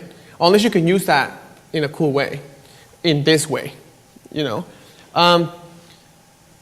Lens flare. Lens flare, I want to talk about that real quick. If you use the whole point of lens flare is to create romance in a photograph. But if that romance comes at a price of having the sun in the background, that sun becomes the brightest point and that's not going to help you. Remember, you want your subject's face to be the brightest point in the photograph all the time. So when you use lens flare, it's because you say, I want to create a romantic image. How do I do that? I use lens flare. I don't have the sun. The sun's at 12 o'clock. Use a flash. Put the flash behind them. That's the sun. Or I don't have a flash, but the sun is right there. Okay, I can use the sun now. Do you put the sun in the photo or do you crop the sun out? You have to crop the sun out. Because if you leave it there, yeah, it's going to look romantic and all, but then the sun is going to just grab your attention. Okay? We're going to go on break, and I talked about some of those most important ones, like the frames and the repetitions and all this stuff. When we come back, we're going to start doing the photo reviews by everybody. And I'm going to discuss these little anchor points for posing, which became like my grammar for posing. This, I call them my lucky sevens, because it's 7, 7, 7. This is what I do all the time. 7 points here, 7 points here, and 7 execution points. Those 21 points, if you know them, you memorize them, and you master them, you will not have 110, 1,000 poses in an hour. You will have 10 million to choose from for the rest of your life. You will not have 10 poses in 10 seconds. You will have unlimited poses for the rest of your life. Okay? So we'll discuss Can we jump to slide, I don't know. Can we jump to slide 20? It's on you. Yeah, but I have a, You have to just kind of go through them oh, I see. There's until you no, find the one you want. this is the 7. And we'll discuss them, okay? Straight spine, position head tilting by, this is gonna sound very complicated. We'll do this when we come back from the break. But you can take a look at them right now. Roberto, I'm so excited to have a million, billion Yeah. posing techniques. It's 1.25 million. Oh, okay. Yeah. Let me reel that back Yeah, in yeah. a little bit. We want to make sure we keep it understated. You know, it's 1.25. What I mean is it will be pretty hard for you to run out of ideas. Yeah. Okay. All That right, sounds guys. amazing. So you want we'll to take go on some break. Q&A Yeah, before we please. go to break? Yeah. All right, let's ask some questions. Do we have any questions in the audience? Before? Oh, we do? Earlier you said you could use this rug as a background. In general, how would you make a rug a background? Like just shooting from above, mostly? Yeah. Okay. I mean, if you cannot stand to get a good vantage point, then you can use a 16 to 35 millimeter, which is going to make it look like you're 20 feet up in the air. You know, if you zoom out to 60 millimeters, if you do point and shoot, you will develop this crazy depth. It's going to look like you're 20 feet up in the air. Of course, remember what I said. No matter what photo you take, no matter what you do, your subject's face has to be the brightest point of the photo. Like, fix that somehow. You know? I mean, we're going to be talking about how to create equal ratios of the body. I mean, it gets pretty heavy, which is why you can always review this, rewind and play it again, and rewind and play it again. You're going to need to. Practice. Okay? You're going to need to practice. Yeah, What just you're going to telling us. go over it a lot of times. We have a couple more more questions. questions. and Yeah. then we'll go to- Okay. Ask away. All right, a couple people have asked. This Elvis Say had asked how to balance the colors of the background with the color of clothes. Which ones are better? And Andy Martin had also asked, does this color theory apply to the clothing the client wears? No. The colors that your client wears doesn't have anything to do with what I was talking about. I was talking about the colors of the background. Whatever's going to be in your frame behind your subjects is what I was talking about. Okay? Remember, just red, green, and blues are dangerous colors to have in your background unless they are a single color. I did not know that. Yeah, it comes from watching. I get very obsessed with studying photography. I don't know if you can tell. But 10,000 bazillion photos afterwards, you start to realize, why does this photo not look very Right. good if everything is so nice about it? And then you realize you can't enjoy the photo because your eyes all over the place, because your brain won't let you. Right. It's like, here's red, here's green, here's blue. It's like, you know what I mean? Here's a frame. It's like the picture's very weighted on the right. You have a frame, you have a person, you have all this stuff happening on the right side, and there's like nothing on the left, and it's just like, oh, I hate it. You know what I mean? And you don't know what's wrong, but something's wrong. Right. One more question for you, maybe, before we go to break. No, yeah, ask away. Okay, yeah. cool. So a couple people asked this, Debbie and Cece Liz and Alana Damron, who's saying, how do you practice if you don't have a subject to shoot every day? And say if you are a wedding photographer, do you set up fake weddings or do you practice in other ways? Okay, if you make your practice sessions complicated, you're never going to do it. Like what I said earlier today, you don't have to have anyone except your eyes and take a 5-minute walk and try to identify these elements in the scene in front of you. Like you can say, there's a pattern, there's a circle, there's a wall. What can I do with a wall? I can make a shadow there. I can put her as a background for a single color. There's colors, but they're all part of the same family, so I could use that as a background. These colors here are not part of the same family. I'm not gonna go there. See what I mean? You can do it without a camera, and you can do it for 5 minutes. It's not really complicated. Some people say like, oh, I have to call the coordinator, and I have to get like a flower arrangement, and I have to get models. And by the time you do that, you'll never do it, or you'll do it once in your career. You know. You use a teddy bear. I use bananas, teddy bears. Yeah. You know, everybody knows. Remember when I did that? Were you there At where? when I showed all my sessions that I practiced with bananas and stuff? The teddy bear, yeah. Yeah. Banana skin is good because it resembles human skin. So when I was trying to practice with like the ice light, or when I tried to see how we will behave on a person, I just bust out the fruits, you know, and I kind of like take a look. You'll be surprised how many poses came out of straight fruit shots. Like I even tell my clients when they come to meet with me, sometimes when we have 2 glasses of wine and stuff, sometimes they're like, this photo's amazing, how did you come up with it? And I actually show them the photo of like the apple and stuff. And I'm like, well, this photo came from this. I've practiced balance a lot with different fruits. Like I put 2 apples and then I try to find balance instinctively. Because what happens is when you get nervous and you're in the middle of a shoot, yeah, you know you're supposed to balance, but your brain forgets all about that because you're so nervous and you're in the middle of a shoot. So this way your brain is instinctive. Like you look at it and you're like, and your brain like goes back to your little workout session that you had, and it like pulls information and you're like, oh yeah, and you take a picture, you know? And then you can concentrate in your job, in creating cool photos instead of just like messing around with the buttons and stuff. Roberto, I love what you said about if it's too difficult, you won't do it. Because It that's is, so yeah. true. If you make things way too complicated, you'll procrastinate even more. So I really appreciate that. And also do it step by step. Like some guy came up to me one time at a workshop and said, well, I practiced with like 10 flash setup, and I'm like, I never got anywhere. I'm like, well, yeah. Like I don't even get anywhere with 10 flash setup. Like who the heck does that? Like start out with 1, get to know that one, add another one, see what you can do with 2, and maybe do 3 if you really need to, but you don't really need to do that. And do it very systematically so your brain remembers. And try to pull 2 or 3 main points from each session that your brain can remember. You try to do 35 points in one session, you'll forget all 35. You know? What else do we have? Well, I think we're going to take a 15-minute break. Okay. So folks, we'll be back in 15 minutes. I love the way that you're teaching. It's fascinating because you're covering things that we don't usually talk about or hear about. So I really appreciate the Thanks, things Susan. that you're teaching us. Yay, I'm it'll excited. be fun. I think it'll be good. The next part gets pretty crazy. Well, I'm fascinated already, so I Oh, appreciate thank it. I appreciate it. So I have a couple quotes to read you. Yeah. TW Photo said, "This is definitely a message that I needed to hear. I was lamenting my lack of talent, but I did not equate that to my lack of practice." Ooh, that's good. Great. Thank you very Holy much smokes. for that, TW Photos. And Dusty Rhodes says, "Awesome, an instructor who will teach me how to learn," Right. which is Oh, this that's is sweet. so absolutely important. Right. Because, I mean, yeah, the goal is to not teach you 20 things and you get out of here with 20 things. The goal is to teach you how to give unlimited things because you're creating them yourself. Nice. You know what I mean? And that's what I want. So, Yeah, yay. the building blocks. Building, really. yeah. Cool. Grammar. Sounds awful, but.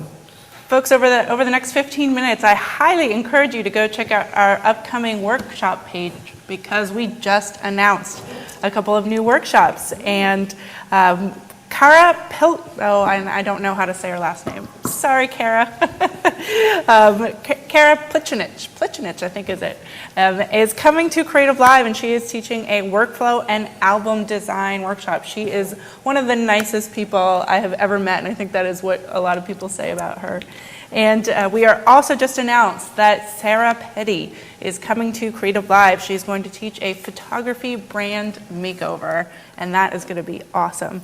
And we said it before, but Laura Jade is coming to Creative Live, and that is very exciting as well. We have a ton of workshops between now and the end of October that are up on the course page. So go check those out, and we will see you back in 15 minutes. Yay.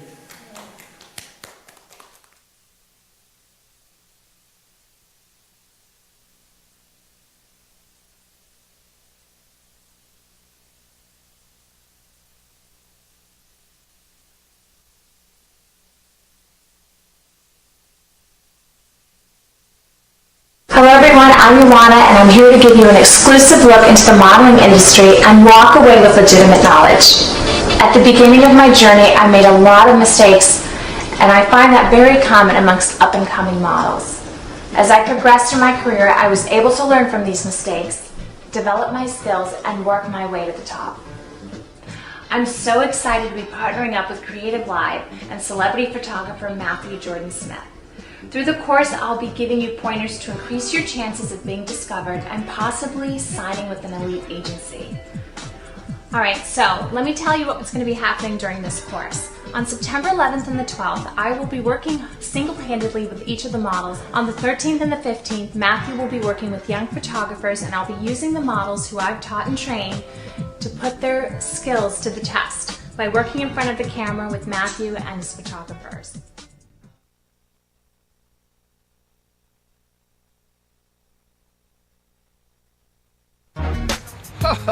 Creative Live, how you guys doing? I gotta tell you what's happening in Seattle. I'm coming back to Creative Live, and this time I'm bringing a friend with me. I'm bringing supermodel Joanna House with me, and together we'll teach a two-part workshop. I'm teaching photographers the whole industry of fashion and beauty, and working with models, how you cast models, work with models, the whole 9 yards, and a lot more. So join us in Seattle on September the 11th through the 15th. We're teaching you guys some great stuff. Well, I gotta get back to work, so. I hope to see you soon. I'm Matthew Jordan Smith, signing out.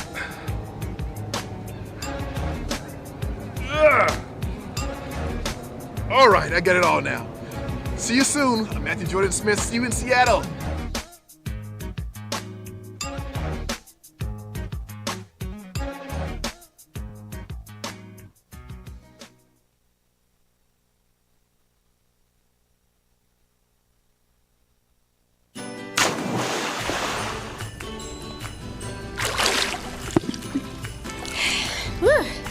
Hi, my name is Lisa Snyder. I'm the author of the Photoshop series of Missing Manuals, and I would like to invite you to join me for a deep dive into Photoshop on September 17th, 18th, and 19th. We'll spend a full day on selections, a full day on adjustment layers, and a full day on smart objects. Whether you've been using the program 10 days or 10 years, you're going to learn a slew of time-saving and practical techniques in this workshop. You can tune in anywhere in the world completely free while the workshop is live. All you have to do is enroll on the course page. So I hope you'll join me September 17th, 18th, and 19th as we dive deep into Photoshop.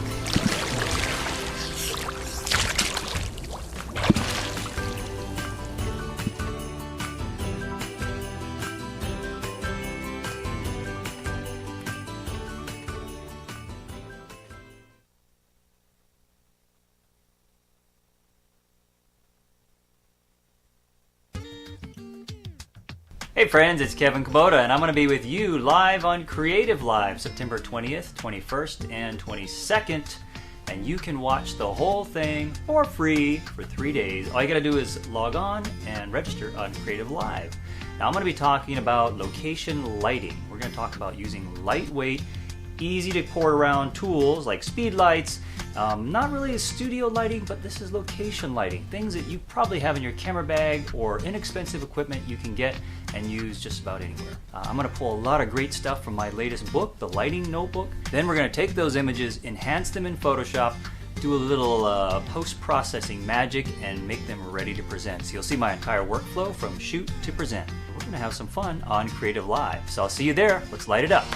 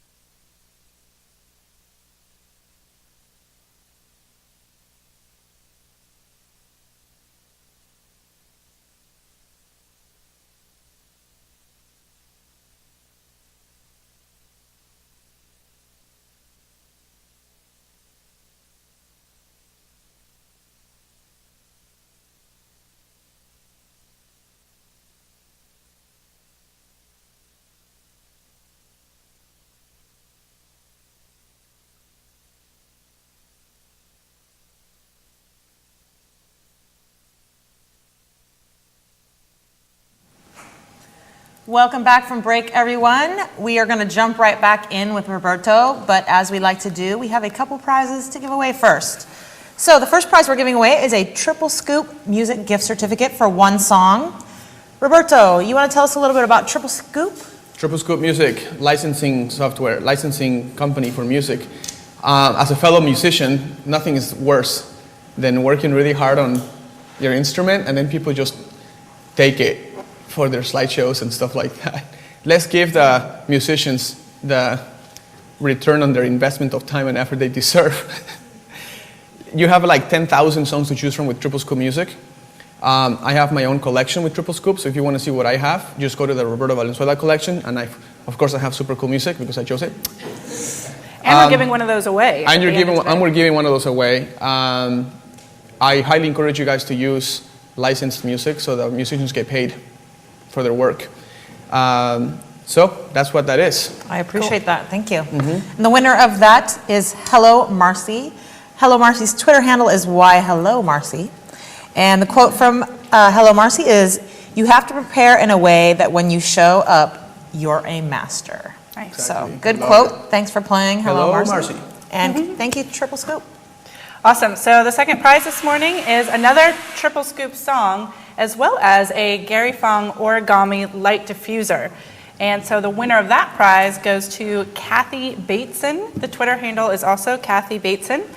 Another great quote, "Learn the language of photography to convey what you want to say." So thank you again, Gary Fong and Triple Scoop. Keep tweeting away, folks. And back to you, Roberto. All right. Thank you guys. Welcome back. Welcome back. Hope you all had Red Bulls or something. Drinks. Anyway, let's go ahead and continue. This is going to be the fun, really interesting section. We're going to go, and I'm going to be teaching the lucky 7 points, 777, based on photographs that I asked you to bring. Now, for everyone in the audience, let me just make it very clear.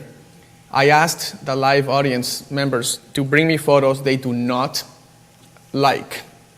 Okay? Let me repeat. I asked them to bring me photos they do not like. This is not by any means their top work or their best work. This is photos that they feel that they're struggling with and they will like help with. Okay? I'm going to be talking about all these 777 points through these photographs. So this is where a lot of attention should probably be paid and notes and stuff like that because it gets pretty heavy here. Okay? Before I start, I'm going to go over some of these simple points. Because once I start talking about the photos, I want to start repeating these 777 elements. Okay? Before I start, I also want to say this is my interpretation of how I pose and how it has been successful for me. This is, after all, artwork, and it's open for interpretation. You can feel free to agree or disagree with me. I'm just giving you what has worked for me. Okay? So I hope that's really, really clear. I by no means think this is like the way it should be. It's just really good stuff that has worked for me. When you're posing someone, and when you judge photos all over the world, I noticed that the person's spinal cord is never straight or partially bent, which means that if you are posing, no matter if you're laying, sitting, or standing, keep eyes on that spinal cord. If they are at all like this, you got nothing. But if they are like this, you got everything. Does that make sense? Another thing is the color, and I'll explain this later, that when you do have your couple or your groom or your senior portrait or whatever you're photographing, and you have them look down with tilting the head, tilting the foreground of the forehead, tilting it straight to the ground. So you're pivoting around the top spinal cord point. Do not by any means have you have like a short bride and you have a groom, don't have the guy go like, if you hunch your back, it's over. Okay? If you do have to have him look down, it has to be through a pivot of the bone of the head. You pivot this way, not this way. Okay? So that's what I mean. Position head by tilting, not by slouching. Also, if you want the energy to be mutual, you need to magnetize their head towards each other. So if you have a boy and a girl, they magnetize their heads towards each other. Avoid, this is a big one. Avoid 90-degree angles on the arms, on the wrists, and on the legs. You have a question? I was just going to ask what you mean by magnetize heads. So if you have a boy and a girl, if their heads magnetize towards each other, it looks more believable that they're actually feeling something, love, whatever. If the girl is tilting towards her and the guy's kind of like tilting away, there's some sort of negative energy going on, which could be a good thing. Doesn't necessarily mean a bad thing. You can create tension in a photo. But in general terms, magnetize the heads towards each other. Avoid 90-degree angles on the arms, wrists, and legs. Now, why the heck did I choose 90 degrees? Exactly. Do you know why 90 degrees are so bad? Because when you're trying to hold up something or give something strength and structure, you use 90-degree angles. Like in architecture, you have the floor and then the columns create a 90-degree angle. When you're flexing for a muscle company or something, you do 90-degree angles. When you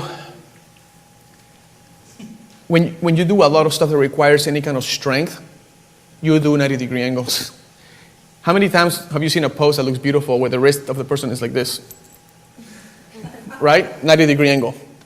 Or the leg of the person is not, see, when I'm sitting, I look kind of like relaxed and chilled. But what if I was in a 90-degree angle? Does that look natural to you? Does that make sense? And also the arms. And now, this is what brings us to the very big point. When people pose, especially girls, they do this. Right? This is getting really close to a 90-degree angle. So it looks like you're trying too hard, and you are, because it's a 90-degree angle. Turn it down a little bit, you fix everything. You can go up on a person, so if you have a... Can I bring the models out, please? Matt and Kisia. Everybody. Master Kisia and Master Matt. If you have models and they are... can I just move things around? Yeah. Here, get close. If you have this 90-degree angle, okay? 90-degree angle symbolizes strength and structure. It's not flawless, romantic, beautiful, delicate. Okay? All you have to do is change it to a sharper angle and you fix the problem. Okay? Or you can do something like that, and that's a longer angle, you fix the problem. So, does that help a little bit? Avoid 90-degree angles. The wrist, if the wrist is like this, which happens when people get nervous, 90-degree angle, photo's ruined. Doesn't work. Okay? So, thank you. Next one. Oh, you guys, I'm going to need you like the whole time. Sorry. Come back. Soften fingers. So you have your senior portrait, your fashion model, or your bride. It doesn't matter. This applies to everybody. And the fingers are, go like that. How does that look to you? Does that look really cool? So a lot of times you have, just keep this up like that. Sometimes you have things where if you don't pay attention carefully to delicate parts of the pose, you end up with a finger kind of sticking out by itself like that because people are nervous. Or there's 90-degree angles going on the fingers, like they're kind of bent in a 90-degree angle and it looks like you're about to claw them. See what I mean? All you have to do is soften them. Now, by using the word soften the fingers, your brain just like releases all the tension out of them. If you say smooth out the fingers or something, it's kind of like, they are smooth, I put cream on. See what I mean? So you want to be like, soften the fingers. If there's any kind of tension and you say soften the fingers, it just softens up, just like that. That make sense? Okay. Give the hands something to do. Let's pretend you have a pose and the bride is standing like that. What are the hands doing? Nothing. Now, right now she's standing in a cool, like she's shifting her body weight and all that, so obviously that looks nicer. But trust me, the arms just hanging down like this, it's not going to help your pose. So give your arms something to do. Put them somewhere. Sometimes I see them like together.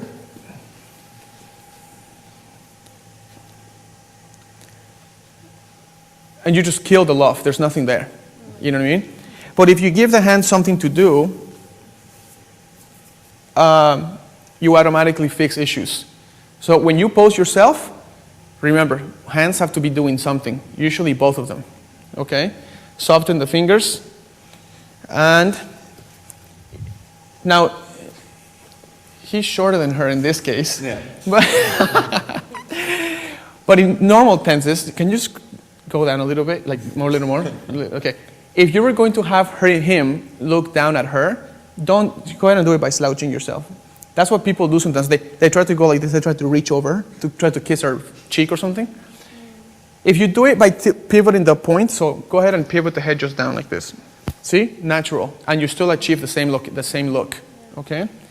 Okay, let me see what else here. Okay, origin of hands must be visible. If you have, I don't know where the camera is, right there. If you have this kind of thing, and you see the hand, but you don't see where the origin of the hand comes from, you just have a creepy hand kind of creeping at the guy. So kind of like one of those weird movies, you know. Do you know what I mean? So if you have a hand, where is the origin of that hand? It doesn't, you don't know, right? But you can do this. You can grab the arm. Let me support your arm for a second. If you do need to have the arm somewhere, try to show at least part of the wrist and a few inches of the arm. So you have, the arm is coming from somewhere, okay? Which reminds me of the next point. If the guy's wearing a black suit, let's pretend this is a black suit. Don't put the hand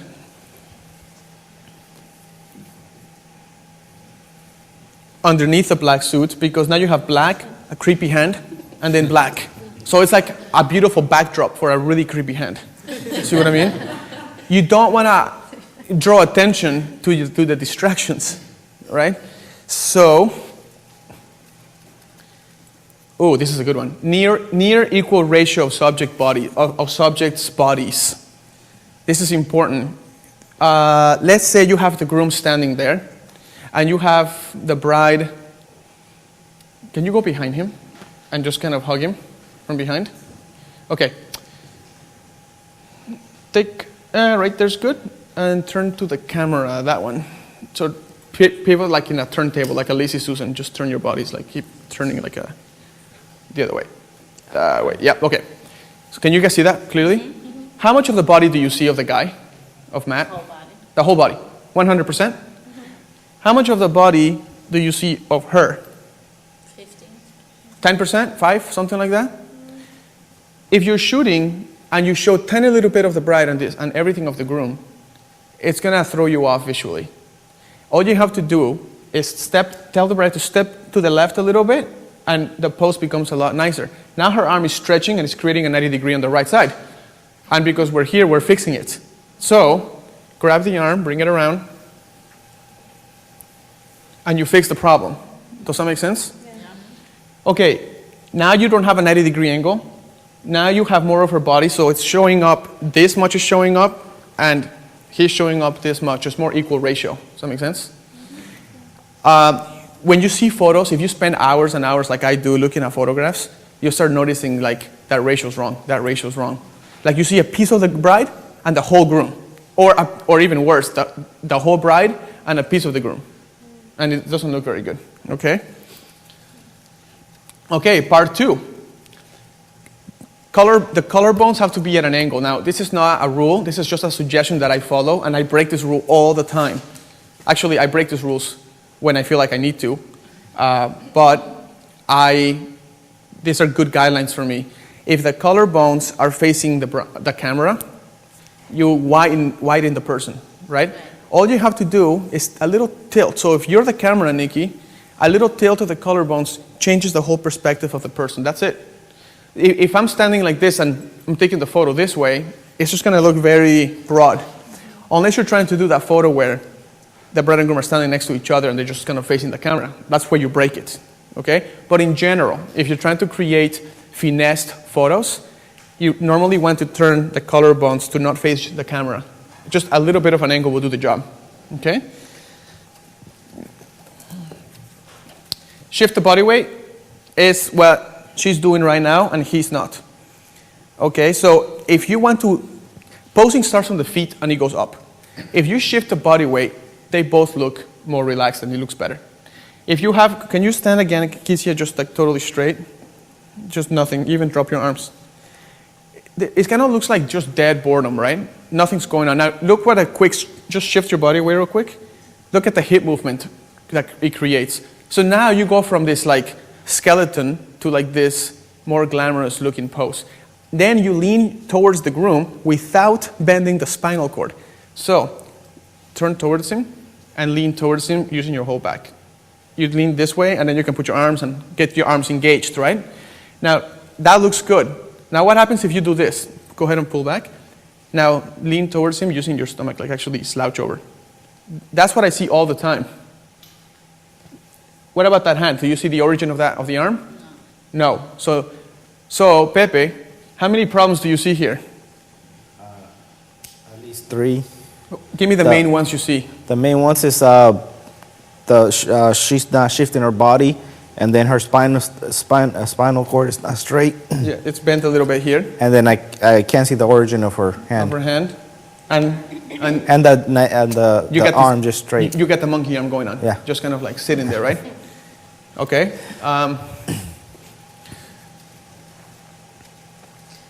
Create gaps against walls with lower back and elbows. In other words, if you have a wall and you're going to use it, let's pretend there's a wall here. Now what you want to do, let's come this real quick, face the camera this way. You don't want to have the lower back to be flat against the wall. You want the lower back to have a gap. So you basically enhance the chest, the bust or whatever.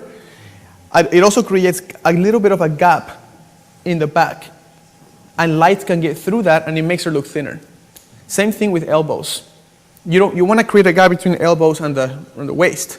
Because if Kizia's looking at you this way, of course she's got like the perfect waist, but okay, right there. You just gave her 3 inches each side of her body, right? A little bit of a gap, now light can get through and it makes her a lot thinner. So when you're posing, you're like, how can I keep track of all this? Well, that's why you have to do it a little bit at a time. Like, bring some friends over and just pose and just concentrate on the gaps of the elbows and the gaps of the lower back. And little by little, it will become second nature to you. Okay? When I'm posing people, these little red flags just come up, and I know exactly where the red flag is. So I just fix it. That's why you can have unlimited poses. Okay? I have a question. Yeah. About shifting body weight for a man. I know how to shift the body weight for a woman, but how can I shift the body weight for a man without looking feminine? You don't have to, because if the guy is just sitting, let's say you're trying to pose him in front of a wall. If he just shifts his body weight, leans his back against the wall, he's going to look good. Okay. The only problem is in a guy, if you tilt the head towards the high shoulder, you're going to make him look feminine. Yeah. Very feminine. I mean, look at this. I'm going to stand this way, right? I'm going to tilt my head towards my lower shoulder. I look like a man. Now I'm going to go like this, and I look very girly. Does that make sense? Yeah. So these are the kinds of structure. This is like the grammar of the English language. This is what I'm talking about. You put all these things into this little grammar, and you can do anything you want. Okay? Thank you. One hand higher than the other, avoid mirroring. So, let's say they're facing each other, and she's got her arms around his waist, and he's got his arms around her, okay? How many of us have done this pose? Like freaking everybody, right? If you do this, you're creating a mirror between each other. So the girl is mirroring herself, and it doesn't look very realistic. If you're trying to hug, keep turning like pivot table, it looks very prom pose, like it looks very contrived, like you're trying very hard to just put them together. It looks very forced. To soften it, put one hand, get closer to each other, put one hand higher than the other, and it turns the whole photo around. You see that? Now all you gotta do is keep rotating. Put her body this way, yep, this way, this way. The reason why I pulled her arm more is so I could see the origin of the hand. If I would have done this, Now you have a perfect backdrop for a creepy hand, okay? So I pulled her arm just to show a little bit of that wrist. A few inches will do the trick. But look how much more romantic this looks than just stand like a skeleton and hold them together like a mirror. Like this is mirroring this side, okay? Try to create contrasts with the body, with the hands and stuff. So one hand is low, put the other one hand high. When the girl has the hands over his shoulder, the groom has the hands in his pockets. So you have this up and down thing going on. Okay? Thank you. Oh, question. Yeah. And in this post that you just had here, with the hands, it worked really good. But I could only see like her face. Do all these points, do you have to put them in every pose, or can you pick and choose which ones you're working with? These are going to be little pieces of knowledge that you can throw in and implement in poses. There are times where you want to break these rules. Okay. They're not rules, they're guidelines. There are times where you break it. Rarely do I break these because it has been so good for me not to. When I've done this a billion times, and like the poses look very, just looks like seamless, natural, like a movie still. Like you were watching a romantic movie and you just push the pause button and everyone's in their element. And you do that by creating realistic, believable poses. Having the bride go like this, it's just not realistic, believable. Having the bride go like this and turning his body towards her with the whole back instead of just by slouching, you create a more believable body energy. Okay? Symmetrical posing, single person strong. This one right here. So if you want to pose the guy, works better for the guy, but you can do it for the bride too. Symmetrical posing means everything about them is totally symmetrical. So if his arm is bent this way, this arm needs to, your arm? This arm should not be like that. This arm is going to be doing exactly the same type of thing. Okay? Or if you have a bride and she's got a long veil or something, you can have the veil lift up the veil, and you do it all in a symmetrical way. It looks very strong.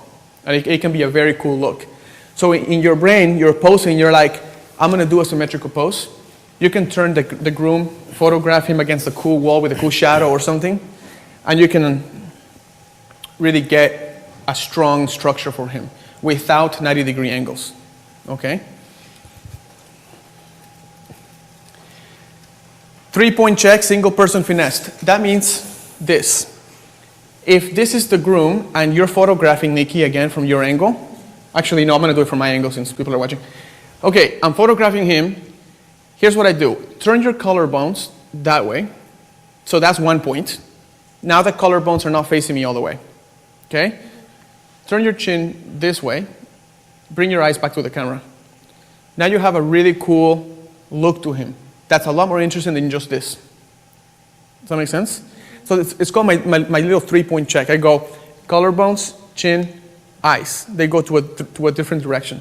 You can try it with Kissia too. Turn your collarbones this way, turn your chin this way, turn your eyes this way. Bam, you freaking rock it, you know what I mean? And you can create all kinds of photos this way. Shift her body weight, which is already done. Her arms are not at a 90-degree angle. She starts to look very good. See what I mean?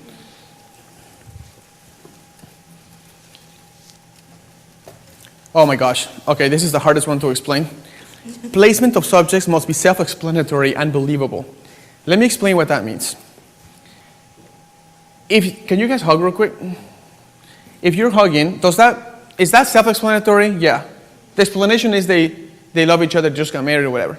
If you're shooting a fashion shoot, you can do like separate yourselves and just look that way and keep your. So now they're kind of like doing this fashion thing going on, right? There's an explanation to it. You can your reaction as a human body just reacts and says like, that makes sense to me. They're hugging because they love each other. But what happens when the bride is like, come take 3 steps forward, the bride is over here, and you're kind of crossing your arms and looking at her, which, we've all done this pose a million times, right? Why is he there?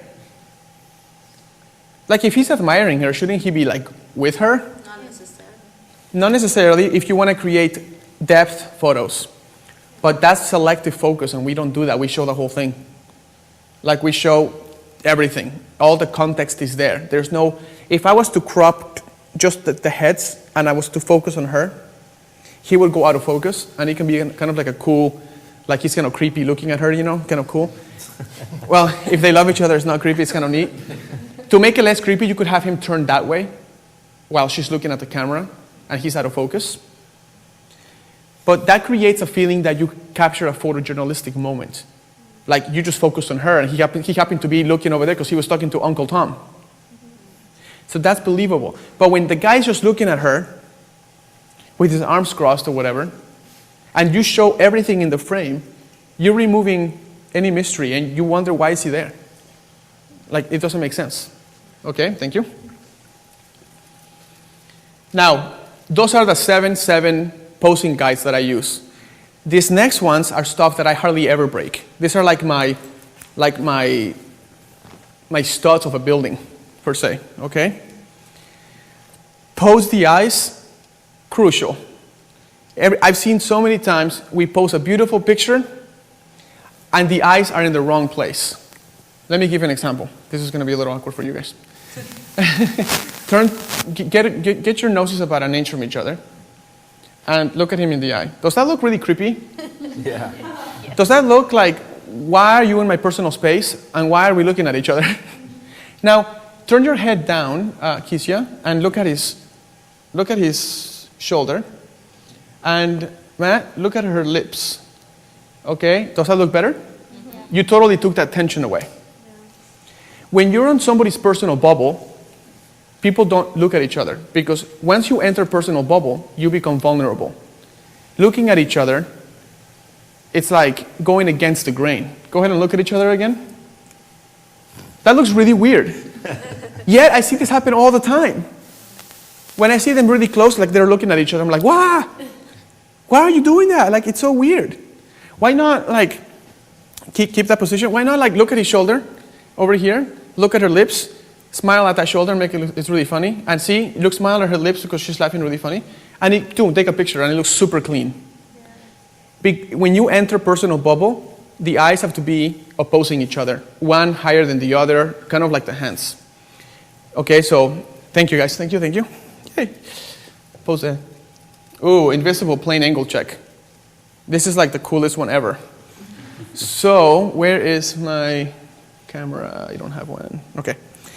So here's my camera. And I'm going to take a picture. Can you turn sideways to me? Can you lean your body like this against me? The other way. So back to, that way. There you go. Okay, here's my camera. And I'm going to shoot this invisible plane. And this plane's going to shoot out of my lens. The goal of this invisible plane when it shoots out of my camera is to hit the person's eyes first. Okay? Don't hit the person's knees and shoulders and love handles and all these other things. Like, the goal, and by the way, you can't always do this, but you can try your hardest. That when here's your camera, here's your lens. So you take a picture, click, and you go boom, and you're shooting, and this invisible plane comes out, and it shoots, and it hits the groom. And it's about 9 inches away from his eyes. 9 inches is a lot of inches. You want to fix that right away. You want to make it like 4 inches or less. So turn your body towards me, and then turn that shoulder this way, just a tad. Right there, not that much. Right there. Now look at this. Camera, shoot, shoot, boom, boom, boom, boom, boom, boom, boom, boom, boom, boom, boom, boom, boom, boom, boom, boom, bam. Right on the chin, I'm about 2.5 inches from the eyes. Now let's mess this up. Bring your chin up like you're a gangster. Totally gangster. There you go. Okay? Take your camera, shoot, boom, boom, boom, boom, boom, boom, come on. And you hit the groom. Now you are 4 or 5 inches from his eyes. You made him look like a gangster by separating. He's like mad dogging you or something.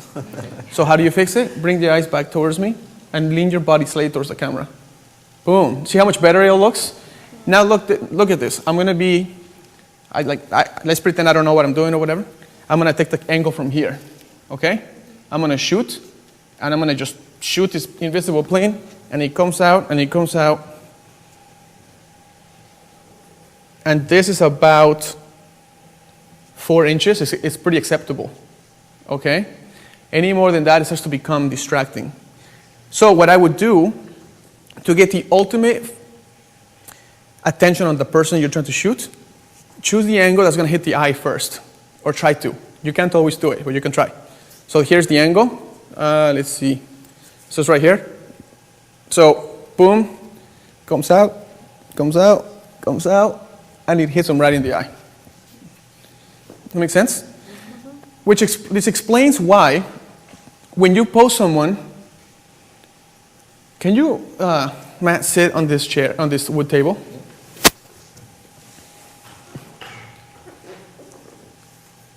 See how they're sitting back and they're kind of chilling, leaning? Yeah. Go ahead and do that. Just lean back. Okay, like that. Okay. You're photographing, you're becoming an expert photographer. You're going to know how to pose everything you want. What angles do you choose for this? He's leaning against the camera. So if I was to shoot from here, and I was going to shoot it this way, I'm going to launch this little invisible plane, and look, it's going to hit his knee. How many inches from his eyes is his knee? Like 30 inches now? That's a horrible angle. So what you want to do, come this way, shoot it, and now you get rid of the knee, and you hit him in the eye, and his knee is now out of focus. So it's no longer the center of attention. That makes sense? Now lean forward. Now that he leaned forward, now you can lower your angle. You don't have to shoot it from up here anymore. You can keep it this way, and I can now stand here, lean forward a little bit more, just like that, chill. Shoot, and success. Don't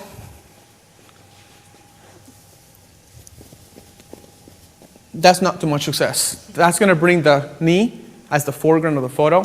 That's not the eyes. That's not that interesting. That make sense? Okay, thank you. This is the one we're all going to work on today, pretty heavily. The face of your subject should be the brightest part of the photo. You can't always achieve that, but you can always try to at least match the brightness level. If you have a cool background and it's really bright and you put your subjects in there and you don't light them up separately, they become equally lit as your background. You're giving no separation whatsoever. Does that make sense? The face of your subjects should be the brightest point. When we photograph today, we're going to take photos. We're going to light up their faces first. We're going to think about that first. Okay? Nose. The X factor for the nose. Pretend that Kizia here has like a little pointy, like 10 feet long nose, okay? So the nose, imagine this little point that comes out. If you look at the groom again, and face each other again, totally next to each other, that little point is actually matching his point. That little invisible line is matching his invisible line. And they're going against each other. They're kind of hitting each other. You want to change the noses so the little line and his line creates and connect somewhere. It creates like an X. So, Mallory, try this. Come up here. Just change the direction of their heads to make sure that the little invisible line out of the noses become a cross. You can touch them all you want. You can also instruct them and they can probably... Oh, yeah. And then tilt your head the opposite way. Okay, there you go. Looks a lot better, doesn't it? So whenever you have the noses pointing, it's going to be better. Now here's another one that comes up a lot. You try to get the noses to be crisscross each other at some point. If you do this pose, it might look a little on the cheesy side. Let me explain. Bring your nose, Matt, and point your nose towards that light. Now, let's make the nose lines parallel to each other, and you'll see how cheesy it looks. And I love cheese, don't get me wrong. All kinds of cheese, especially the Spanish oily ones. But this is like blue cheese. It's like too much. You know what I mean? Turn your nose towards that light again. More? It's like, oh, it's like looking at your unborn children together or something. See what I mean? Doesn't that look a little bit kind of like too contrived and kind of like you're trying to pose too much. So if he's looking that way, maybe she can look down at his collarbone. Maybe she can tilt her forehead against his upper cheekbone. Maybe he can tilt his chin down a little bit. Maybe he can magnetize his head towards her just a tad. And you start to create energies that match. Thank you, thank you.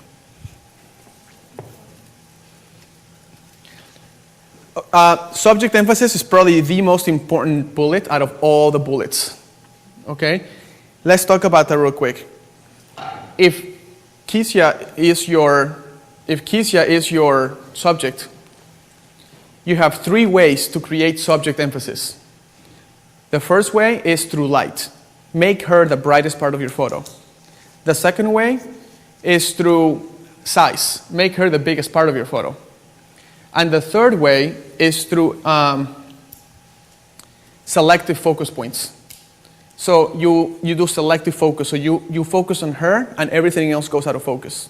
So 3 ways. When we do the photo shoot today, I'm going to ask you, which of the 3 ways are you using to create subject emphasis? Okay, thank you. Be specific when you pose. Don't say things like, can you look out the window and look happy? Like, can you, be specific. Like, say, look at that car and love that car. Just love that car. Just kidding.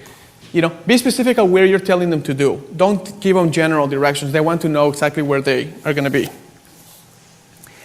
After you're done with all this, you're going to be injecting feeling, expression, and multiple points of interaction. The multiple points of interaction is where you place the hands, where you place the heads. That's multiple points of touch, of interaction. The feeling and expression is how you talk to them to create them to laugh or smile. Okay? Thank you. I would encourage you guys to, you know what? I'm going to do this more. I'm going to go more into this detail tomorrow. But I will do this.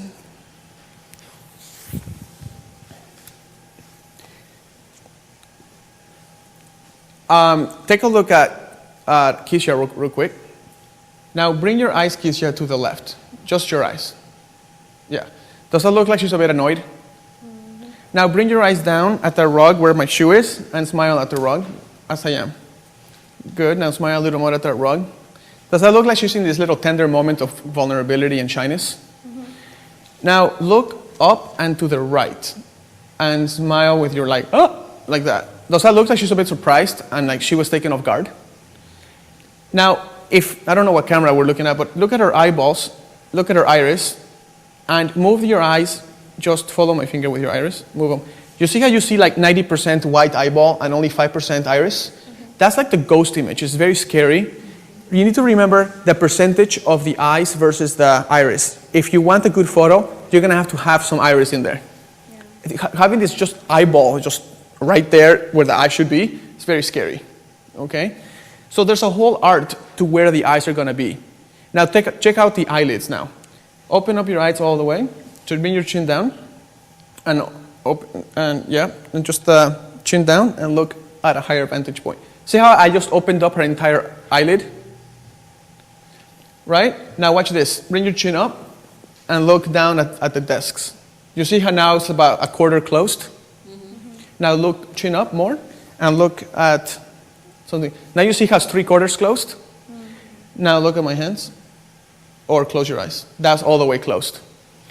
All of this is going to give you hundreds or thousands of combinations of feelings. If you want the girl to look romantic, like she's feeling the moment, you're going to have to show more eyelid. If you want her to look surprised because he kissed her on the cheek and it's like a fun, energetic pose, you're going to have to open up the eyelid and turn the eyeball to the top right or top left. This is the problem. We have a pose and we don't think about the eyes. We cannot let the eyes fall wherever they may be. Okay? We'll go more over this tomorrow, okay? At the end of the day, you want to know if your pose is believable or not. Thank you, guys. I will get you in a bit. Now that we know all this, let's go through these photos real quick. We're not going to be able to do all of them, but we're going to go through some, okay? I want to remind the audience that these are photos that they are not happy with and they need help with. So, by no means think that this is the work that they're proud of. Okay. Now that we saw this, let's start to put this together. Let me open this.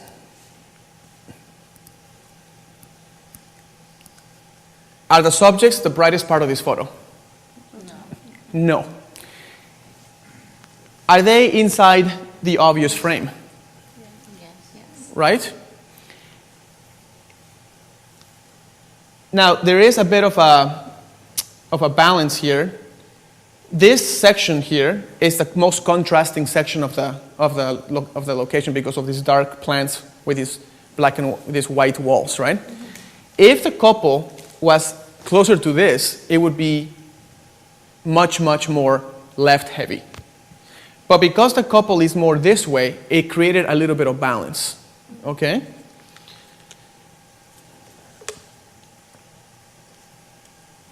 If you're gonna have the couple look at the camera, you're not gonna create that flawless romantic type of, it's more like, here we are. That's the feeling, it's here we are. If you wanna get your work to look more like it just happened, this beautiful moment just happened, you're gonna have to get their eyes away from the camera. Like looking towards each other or some part of each other, okay? Another thing is, how many distracting elements do you see in the background here? Do you see how, even though the wall has a cool texture to it, it's actually working against you? You want a piece, you want to choose a part, like how about choosing this part? This part is a seamless color. There is no distractions. How about getting closer and photographing them in just this clean background right here? Then you will remove all doubt that your bride and groom are the most important part of the photo. So you have a major problem here with subject emphasis. And you do that in 3 ways. Do you remember the 3 ways? Light. They have to be the brightest, Size. the biggest, or Focus selection. or they have to be the one in focus. Okay?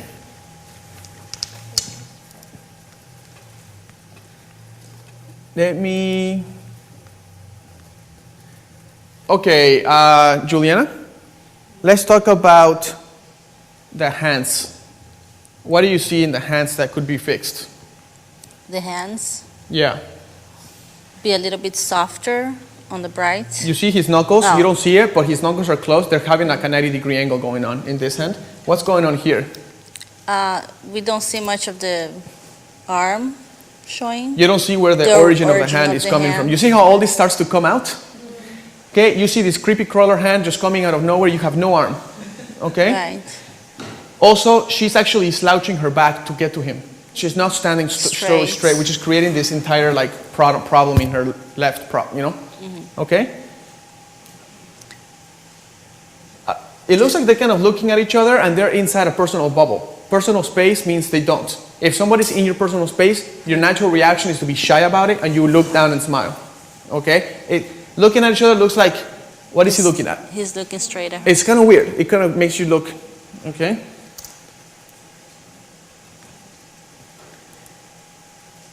This is actually something that's pretty well done, except it's not the brightest part. This photo has subject emphasis again problem, in the sense that all of this is just a lot brighter than they are. However, this is well done in the sense that this frame actually kind of blurs into the foreground and it draws your eye into the bride and groom. But when you use frames that are very obvious, it actually takes away from your bride and groom. This one kind of goes out of focus. You see that? It kind of goes out of focus. Now the arms are at a 90-degree angle, except her right shoulder, it dominates. So you need to lower that shoulder down and bring it back. So to not get this big bulge coming out of her shoulder, okay?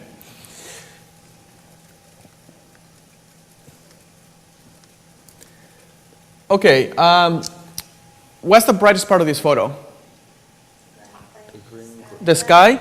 Also, do you notice all of these little spotches of sun and shadow?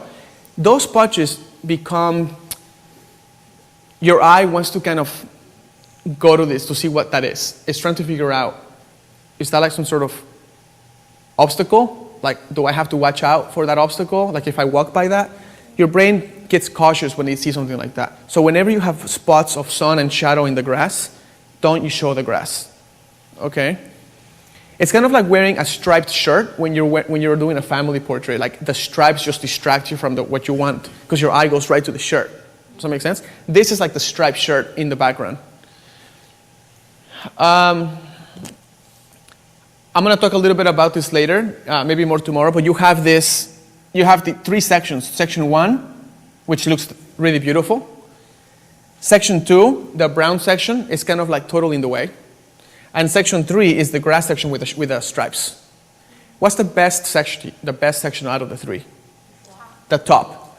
So if you were to make them taller, just pretend you can make them, or lower your angle, right? If you were to lower your angle,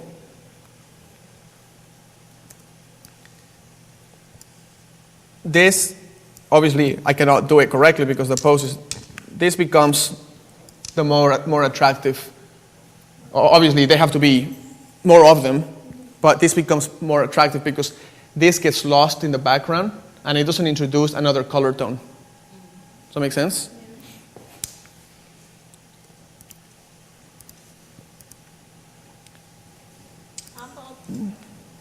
Can you go back on that one? No, I can't. I have to move on. Okay. Give me a second.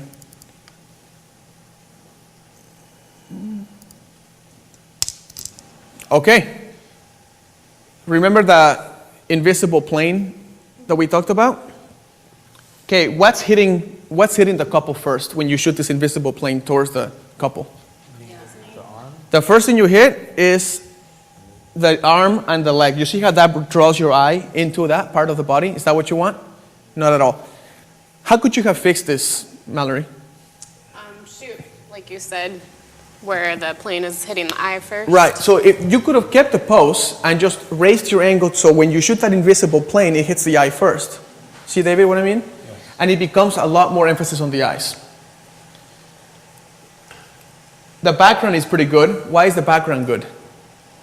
3 colors. 1 color. It's same color family. It's all greens and yellows and dark greens. So it turns out okay.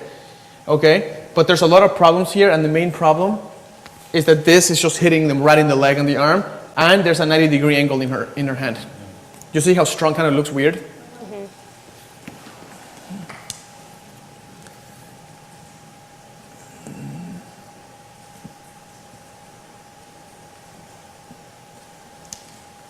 Oh, look at this one. What colors pop out at you? Red. Green and blue. Red, green, and blue. Do you even, it's almost, because this photographer chose the angle properly, you can still see her eyes, right? But if this angle wasn't properly done, it would just be a big smudge of red, green, and blue. Okay? One thing that helps me understand how this works, I open the photos in Photoshop, or I blur the photos. I go to filter, I go to, bless you, I go to blur, and then I go to Gaussian blur. Now you can see how distracting the colors really become in the frame. So now you see the green just dominates, right? And the person is just kind of there.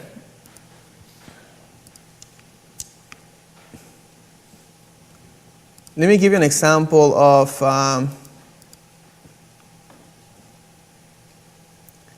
let's look at this is a pretty good one.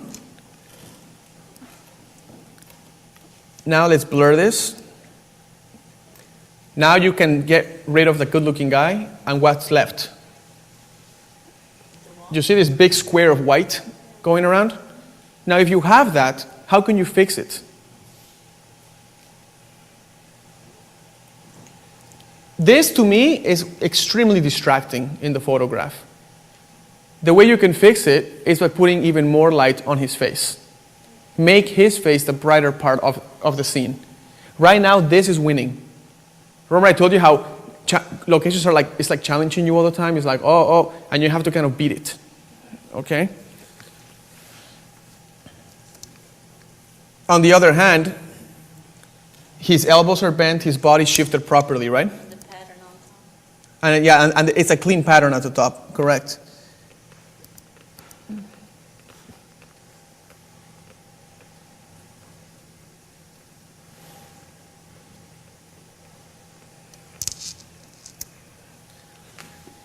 Okay. They're inside their personal bubble, aren't they? And they're looking at each other. First problem, it looks too forced. Second problem is, because he's so much taller than her, for her to look at him, she has to basically like break her neck to do so. She's kind of like really, that's not natural and finessed and elegant. So work with your weaknesses and turn them into strengths. If she is shorter, have her embrace his chest and have a moment where she's kind of looking down. Does that make sense? So you have him going this way instead of trying to look at his eyes. If you're this close to each other, you don't have to have them look at each other. It looks really weird.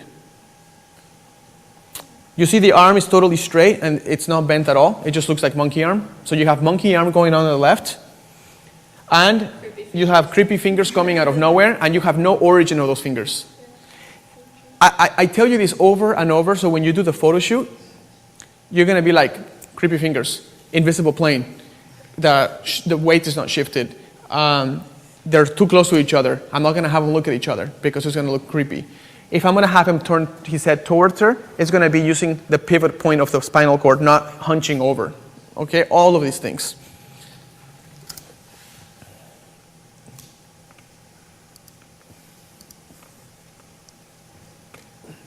Okay, remember I talked about mirroring each other, creating mirrors? Remember I talked about mirrors?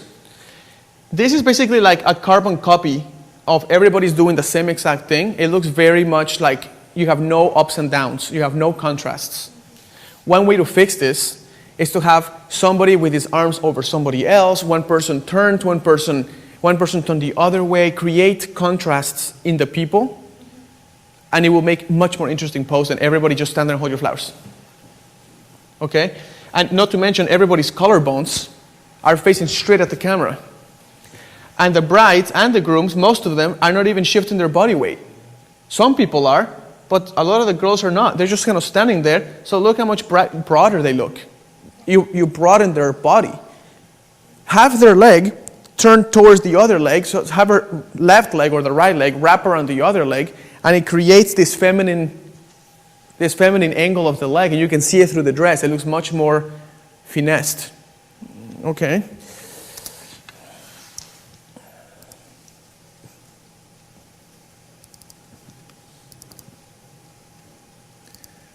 All right, here we go. Does this pose make sense? What is he doing? You know he's kind of looking in her direction, but why is he there? Is he behind? Has he not walked towards her fast enough? Like, is he falling behind? What's he doing? Most importantly is, are they the brightest part of the photo? Are they what's in focus? Or is everything in focus? Everything. See, subject emphasis. They have to be the brightest, they have to be the biggest, or they have to be the ones in focus. Right now, it's like a big parade of everything's in focus. We love everybody. See what I mean?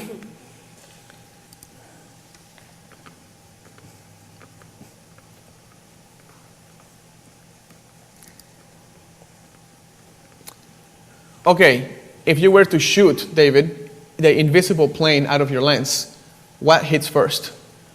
Their elbows. The elbows. Do you see that? How would you fix this? I shoot from a higher angle. Amen. Good job. I like it.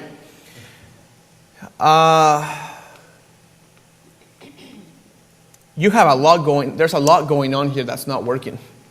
This whole arm is taken away from where it should be. See what I mean? She's just way too tucked in there. You gotta separate her, have them separate, create.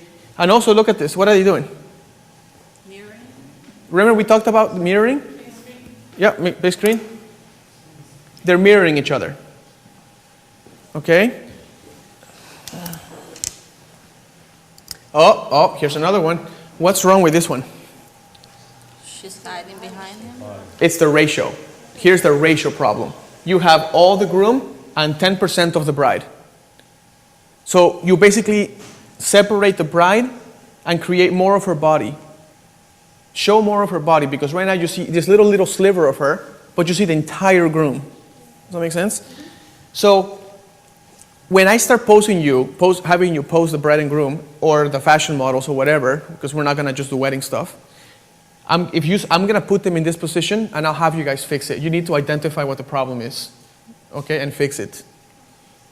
Not to mention, she's slouching forward with her spine, not with her pivoting. She's actually going like this towards him. Okay?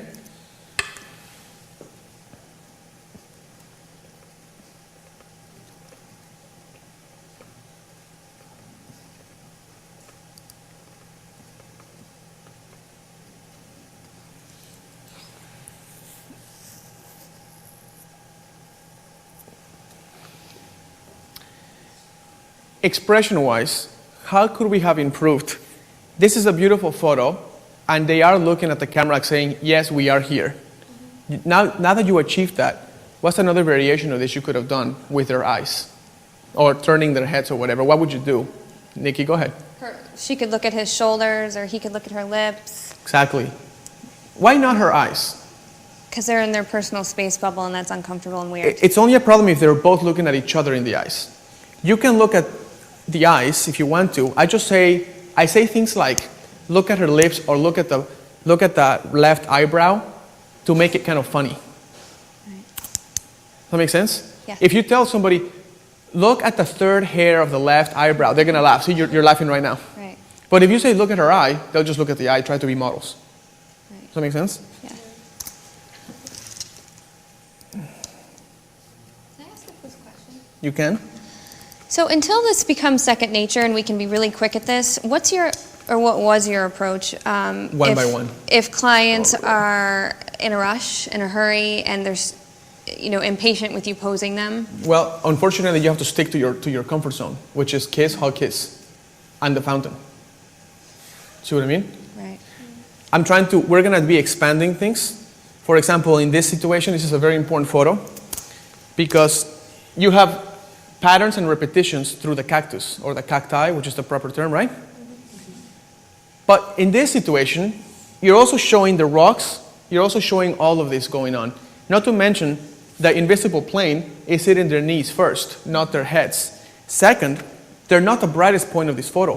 Third, whenever you have a pattern, it's a gift from the location. That location is telling you, you have a gift here. The gift is a pattern of cacti. That means your pose, whatever you do, has to only cover that pattern. Don't introduce sections that are not part of the pattern, because then you ruin the pattern. So the photo should have looked something like this. The photo should have been cropped something, obviously that's not the way I would crop it, but if I was shooting, this is what you want to introduce. You only want to introduce the pattern, and you want to make that more out of focus. So choose a more shallow depth of field, but this is a cleaner image. Like, they stand out against the green a lot better than with all of this going on. Especially because now your attention kind of goes to this area, not to their eyes. Okay? Is this helping you guys a lot at all? Okay, if you're gonna have someone sit on someone's lap or do a sitting pose, remove context. Let me repeat that. Oh my gosh, let me write this down. Remove context, okay?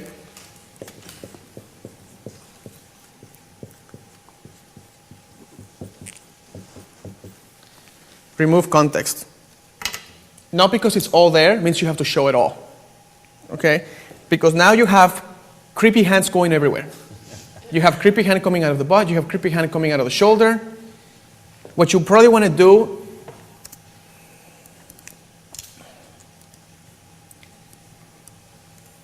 you can have her not look at the camera, you can have a moment with each other, and crop it all out so the attention's right on their expression, right on their face.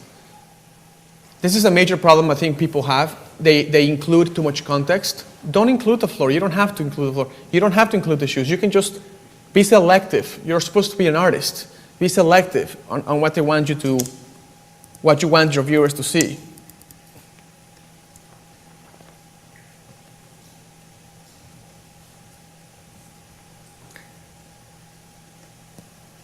Okay.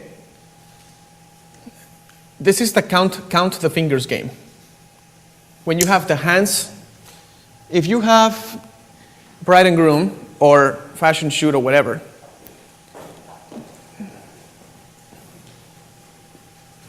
can you come right over here? Okay, go ahead and wrap your arms around him from the back. So go all the way back behind him and all the way back. Yeah. Uh-huh. How many fingers do you see right now? You can kind of handle it, right? But now how many fingers do you see? It's like, you need like a computer, right? So how do you fix it? Remove some oh, sorry, that's the guy's hand. Remove, remove,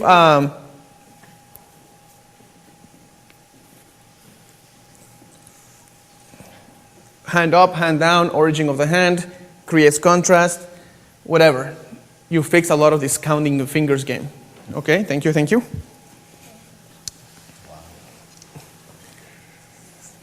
Okay, guys, in this pose, you can see some framing going on. Do you see the framing? Yes. But the frame is in focus, and so is the couple, and so is the background. Now, where is the gift of this pose? Let's look at the gifts of this pose, of this location. Go ahead, Mallory, give me a shot. The framing. You got framing, right? Fran, give me another one. The background, the color. The background is single family of colors. Yeah. That's colors. excellent.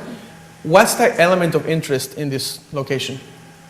There's the framing is one, but there's another one that's very obvious. Just the door. Oh, the door. Right? The door's right there. So should they be in front of the only and the main element of interest? No. You want to use the door on the left and put them on the right to balance it. Does that make sense? Yeah. Are we showing too much context? It's like the floor showing, the shoes are showing, like everything is showing. Okay?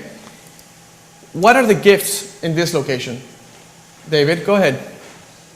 Repetitive background. Can you come up and show where's the repetitive stuff that you see?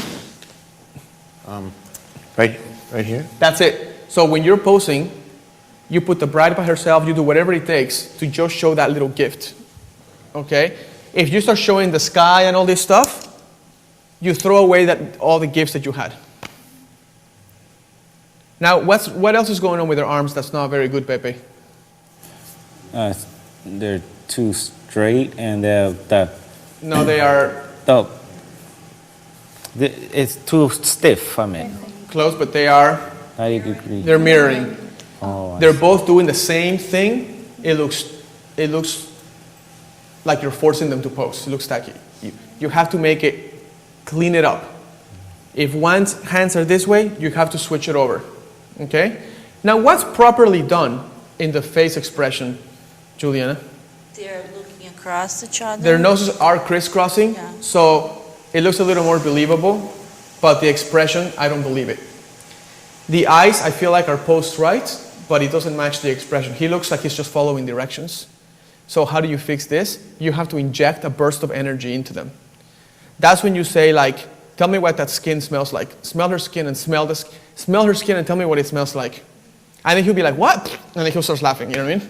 And then she'll be all shy because he's smelling her skin. So then you create this, the position of the heads are perfect, but then you have no injection of energy here. Like you almost finished the poem or the little poetry, and then you just kind of chopped it right there and there's no end to it. Okay?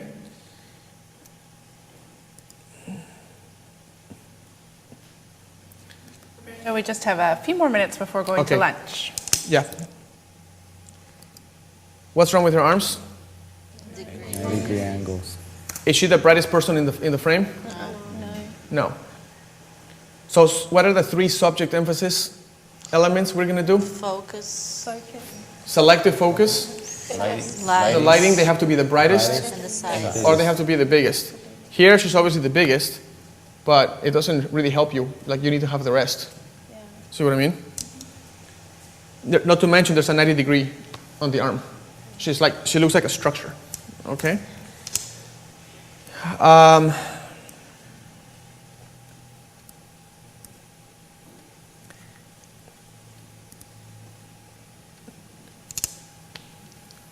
What are the gifts in this location? Color elements. Color. Do you see a single color there?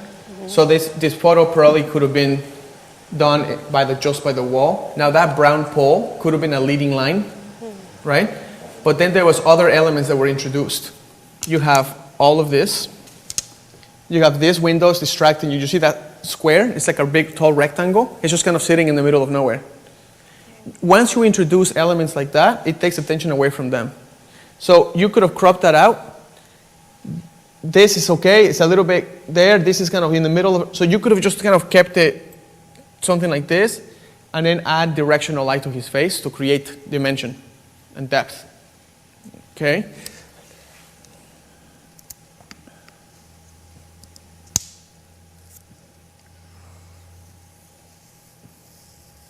What's wrong with her arms?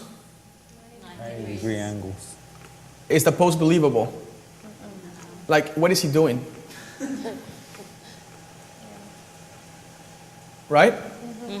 Now, if you look at the background of this scene, there are plenty of places. Is that the most obvious frame, the one in the middle? The green.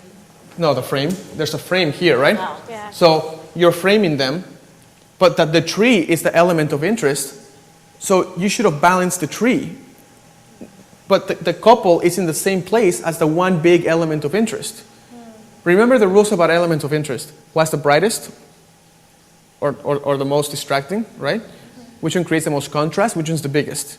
This one's big and distracting, right? So the couple should have currently gone on this side. Okay.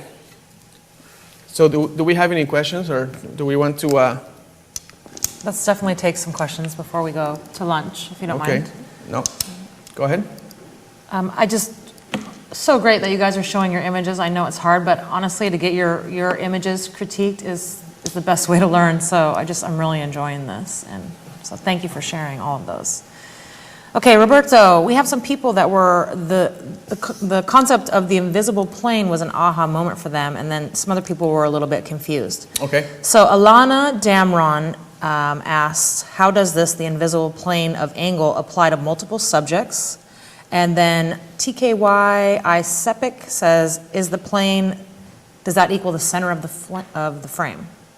Oh, no. Can Can you I borrow your camera? Can I? Can you clarify for peeps at home? That invisible plane idea is an invisible thing you have to just imagine that comes out of the camera. If I was going to take a picture of Pepe here, I would choose an angle that would hit him in the eye first. If I can't, let's say you're leaning back, like you're slouching back.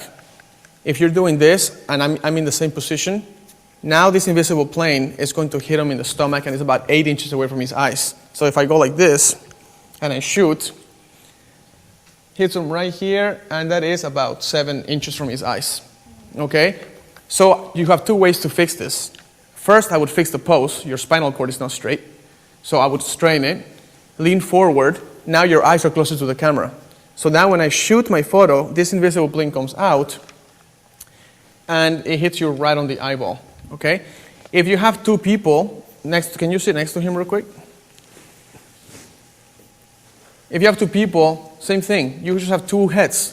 So you're not going to shoot from here because you're just going to get the knee first, and that's going to be the center point. It's going to be what the viewer sees first. So same thing.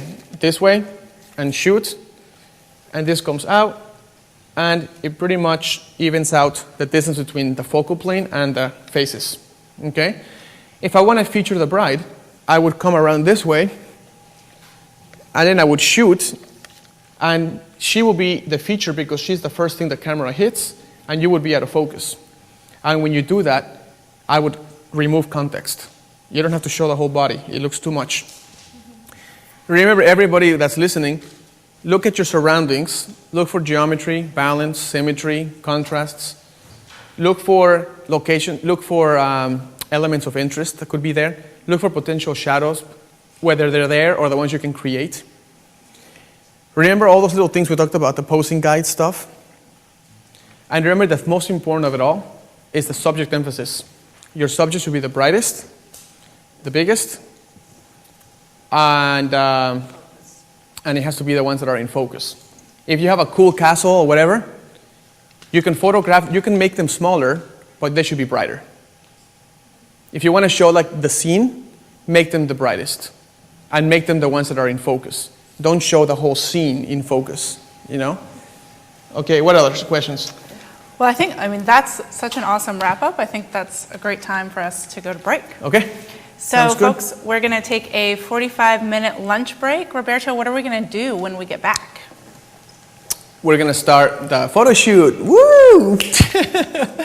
We're going to go around with our awesome models, and we're going to start doing the photo shoot. Students are going to be I'm going to be challenging students. They're going to be going through problem solving. They're going to be shooting. I'll be helping.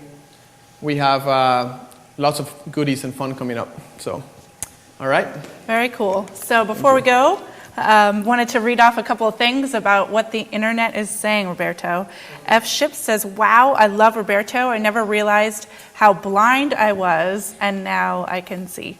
Ooh. And Alana Dameron says, and the tip of composing your shot to just have whatever pattern your location gives to you, and then making it blurry and darker compared to your main subject is brilliant and doable. And it's the doable part that I love, because these are all things that once you practice and learn them, will be there.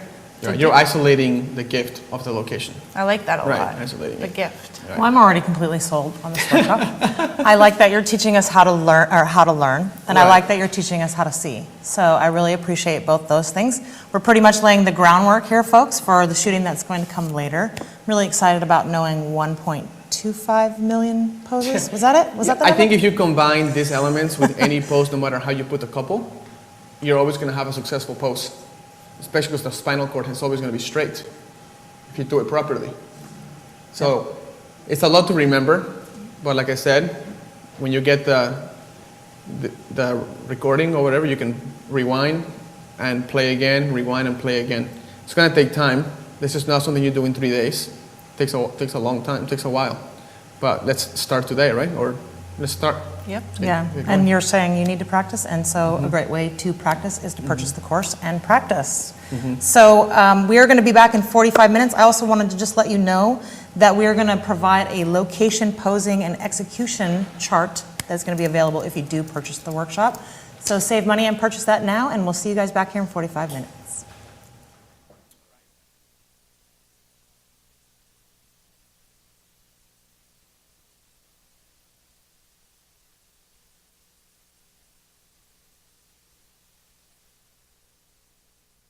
Hello everyone, I'm Ioana, and I'm here to give you an exclusive look into the modeling industry and walk away with legitimate knowledge. At the beginning of my journey, I made a lot of mistakes, and I find that very common amongst up-and-coming models.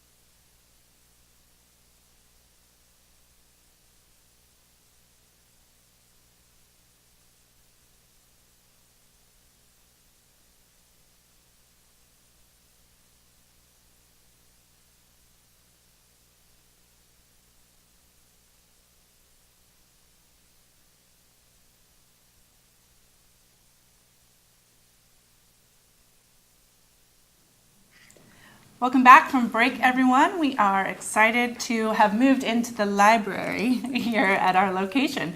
So before we start shooting, we are going to give away a couple of prizes. And the first prize is a $250 gift certificate from Graphy Studio. And so, Roberto, would you talk a little bit about them? Sure. Graphy's been my album company of choice since I started my photography career. And they are fantastic flush mount albums. And they just recently came out with really neat types of paper that looks really sophisticated, even, and the covers are just really solid and it just looks really beautiful. So we're giving out $250 whether you are a current customer or you are not. So it doesn't really matter. We're just gonna pick somebody out, which you can apply to any order from them, okay? Cool, Good luck. awesome. So the winner of that prize is Ana Graniela Rivera, and the Twitter handle is Ana Graniela, and the quote is push, fail, learn, evolve. Oh, very nice. Awesome. I like that one as well. Okay, and the next prize, folks, is going to be a Triple Scoop Music gift certificate for one song, plus a White House custom color image box, and that's a $110 value. The winner of that prize is Michael Novoselinsky, and Michael's Twitter handle is Michael Novosel. And his quote today is, "I don't want to inspire you, I want to encourage you to take action to make something." Oh man, I love it. You have great quotes. People are really going at it. They Like, really this is are. great. They don't mess around when it comes I to love quotes. it. They're totally paying attention. That's great. They are. So congratulations.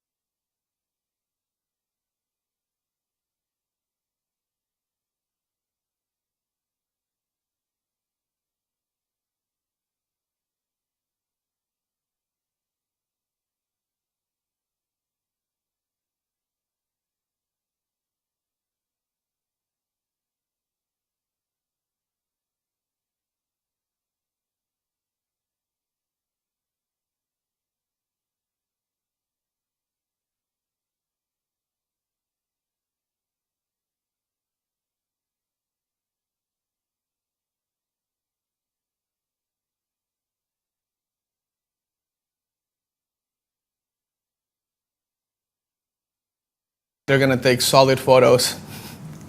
Nothing where they blend in with the environment. The bride and groom or the fashion model, whatever, are gonna stand out, and there will be no doubt.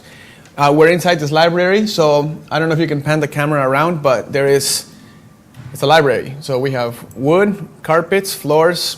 We have a couple of windows. We have some paintings with some glass, with some frames. We have these stools to lay on or sit on. We have all these chairs. We have a bunch of books. We have small little lamps, windows, chairs, and this little dome light going on in the ceiling. The reason why I say that is because if you're listening at home, I want you to start looking around the scene and try to see if you can find 3 color elements or less, seamless colors. If you try to find balance, symmetry, if you try to find a way to make shadows, find patterns, repetitions, balance, symmetry, you name it. And especially the lighting tools we have, our window light. We have my Canon 600 flashes. We have Jerry Gionis' ice lights available for us to light up the models. And we have reflectors and diffusers. So to my awesome audience members, your tools to create subject emphasis is going to be your window light, the diffuser, and you're gonna have to use it creatively somehow, and I'll help you. Reflector, ice lights, and flashes. Okay, so we'll go ahead and get started. Do you guys have any questions? Nope. No? All right, we have Matt coming out. So, here's Matt. We're gonna have Keisha come out and join us in a little bit. She's still putting on makeup. So I'm going to basically pick on my very first student is going to be David.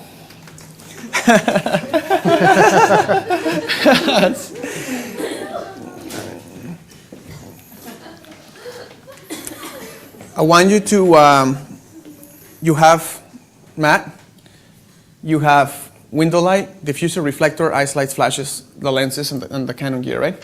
Okay. I want you to start by using the room's items to create a photo that has contrast. Okay. Contrast.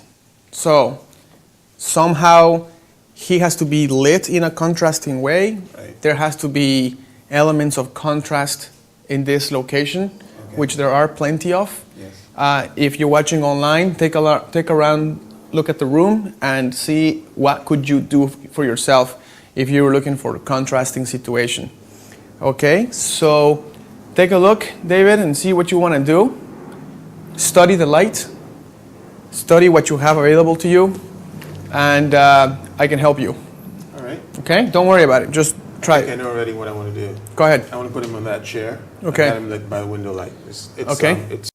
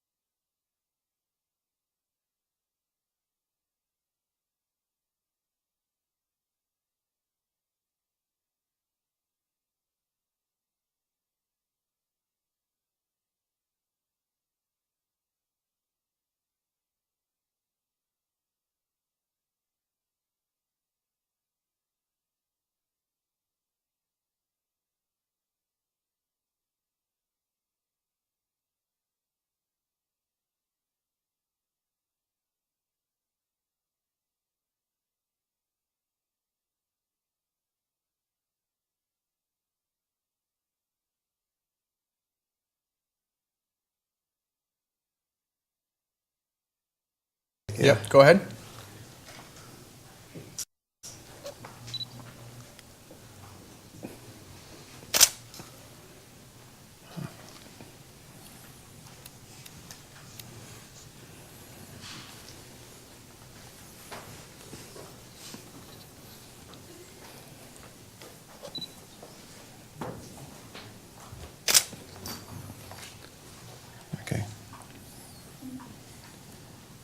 Okay, so you can go ahead and put the camera down. That sounds great. Okay. Thank you so much. Okay. Let's go ahead and discuss how we can arrange, how we could have turned this into a more dynamic, cleaner background, okay? The first thing is, if you're gonna go for the contrast, that fill light was good, but it evens out the light. Okay. Right? It would just even it out, which is fine. My biggest concern is the back of the chair is completely, pretty much almost blown out by the sun, which would compete with his face. See what I mean? The body positioning is a little bit awkward because he's sitting too far back on the chair. Yeah. So your angle that you shot it from was right on the money, but this time try to bring his body on the edge of the chair. So go ahead and sit on the edge of the chair. All right.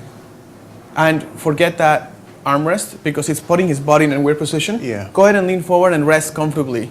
There you go. Now he looks more confident. He doesn't have this side view going on. Right. Now the challenge is there's a stripe of sun going right through his face. Right? And we have these tools. This is the tool of choice that would have really helped you out. Is this guy right here. Yeah. Put this guy, could you do me a favor? Put this guy, look at the way he cleans up that light on him. So light right there. And try to make sure, I don't know if you can get that chair there too. And let's see what he looks like. So what we just did, we just evened out the scene in terms of luminance levels, in terms of light. His face, if you bring that diffuser closer to him, he's gonna get brighter and brighter. You see how it gets brighter and brighter? Yeah. And the chair's still pretty bright, but it's not full of sun. Okay? So now, this is the short side of the face. This is the part that I'm going to illuminate. This is the longer side of the face. This is the broad side of the face. Yeah. I'm probably gonna shoot from this angle and the same angle that you were. Right. And see if we can fix it. So, one thing, let me see here.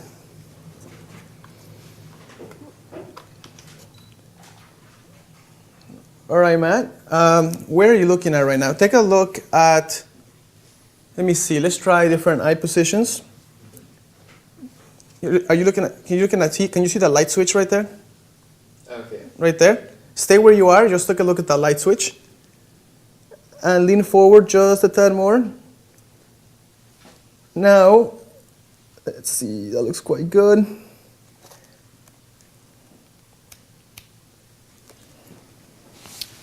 Lean forward just a tad more.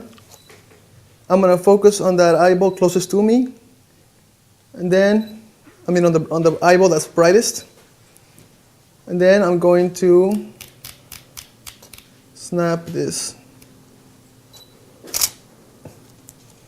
Good, let's try one more time.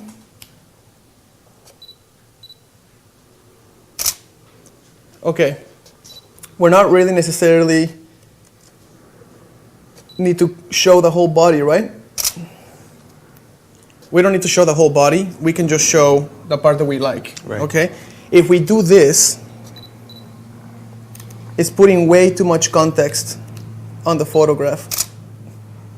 See that? It's just putting way too much context. Now you have bright spots all over the place. Right. It's just not gonna work. But I will actually like to see that the back of the chair has got that wooden frame. Yeah. That's gonna be a problem because it's going right, it's like a horizon line and it's going right over his head. Okay. Does that make sense? So if you do stand up to try to get a higher vantage point, you can eliminate that issue.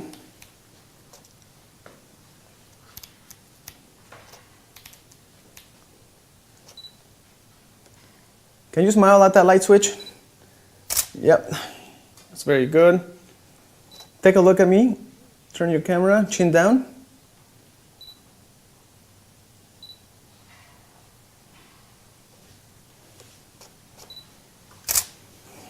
Very good. Now go ahead and look at the diffuser. A little less. Right there, right there.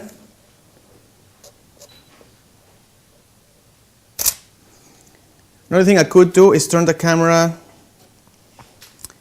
to a monochrome, put it in black and white, and then you can really get a reading of what the light looks like, which is pretty cool. And create a really cool photograph. See that portrait? Now you see that sunspot right there? Right. That's causing me problems. So you don't want to show that anymore, so I'm going to crop that sunspot out. And then you have something like this going on. Can you bring your nose slightly to the right? That way the nose doesn't cross over the cheek, and it doesn't elongate it. Tilt your head, your forehead down a little. Right there is good. One more time. And last one.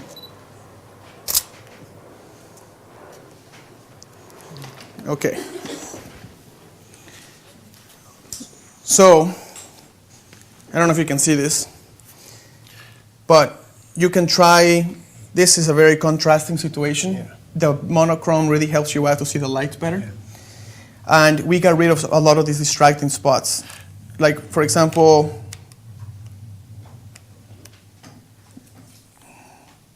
you see all these competing elements? You're gonna get rid of this. All this is competing with your groom. Right. See what I'm saying? You just wanna get something more like that, along those lines. And kind of fill from the other side. You can do that, but if you want to remove the contrast, right now this is like a contrasting situation. The only thing that's not helping is the wood part of the chair is going right over them, right over him. But that's why we switched angles by getting a higher vantage point, and you can put that above his head. Right. You see what I mean? Yes. And it looks a lot interesting. So, good job. Thank you. Let me see. Next.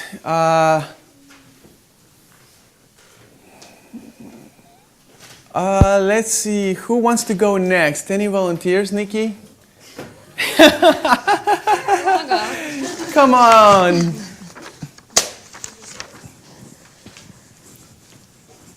Nikki, take a look around the room.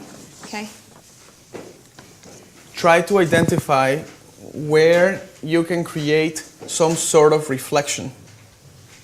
Okay? Reflection. You're going to create some sort of reflection with the elements that you have. Okay. To help you, you have ice light, reflector, Okay. kind of thing, okay? I mean, I'm seeing reflection we could use here in the glass, or even, I don't know if the artwork, if it would be bright enough. I might need your help with this. Where would you go first if you were going to go for a reflection? I mean, the most obvious would be the glass. But what's wrong with that glass? It's not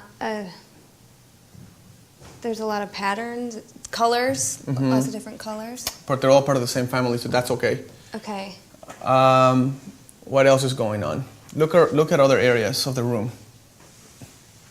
It's darker? There's really not a lot of places, right? Yeah. You have two choices. You can do this bookcase, or you can use, which is what I would do, you can use the painting, right? Okay. Now, the painting's not going to cause a very good reflection, but that's only if you point at the painting directly on. Right. So what I mean is, if you put Matt here and you point at it, it's going to give you the boat. Right. Right? But if you point this way,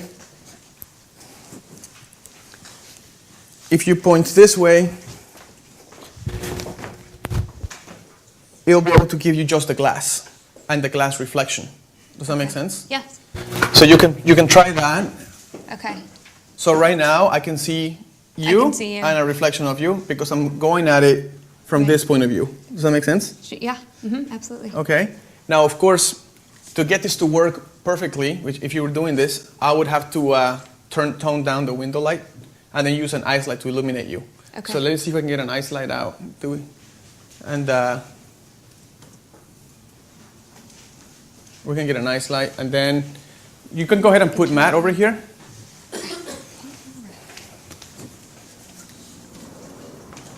So, well, I'll have you, well, yeah, I guess that works.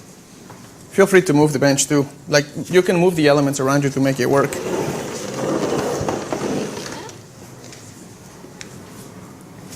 Okay. Can you see the reflection there? Yep, so come a little bit closer. Okay, so relax your hands. Thank you. Yeah, that actually looks really nice right now. You can illuminate me. His weight's on one foot. Do you want the light? The problem now is I can see the reflection of the light, so we'd have to move it around. So you just have to go at Or a higher just vantage point, Yeah, right? right. And I wonder if we could turn that light off, because I can still see the reflection of that light. Would it be possible if you do this, would that help it? No. Would you remove Well- that background? Oh, yeah, if I cropped him just You can do right whatever you need here. to do to make it work. Yes, Does that that would work? work. So this needs to be a little bit higher. Can you hold that for me for a second? Let me see something. Exactly. Exactly. Okay.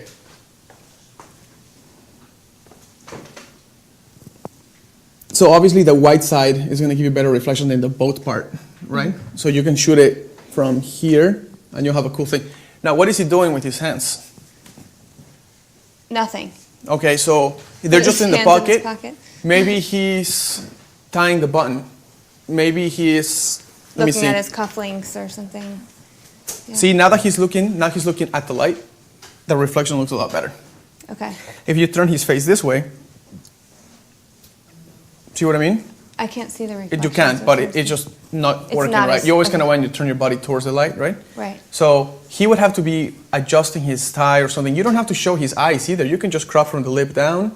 You can be creative on your crops. You don't have to say, here's Matt, I'm going to show the whole Matt. Right. You know, we don't need to show the feet because this is the only place we can actually get the reflection. Right. Okay?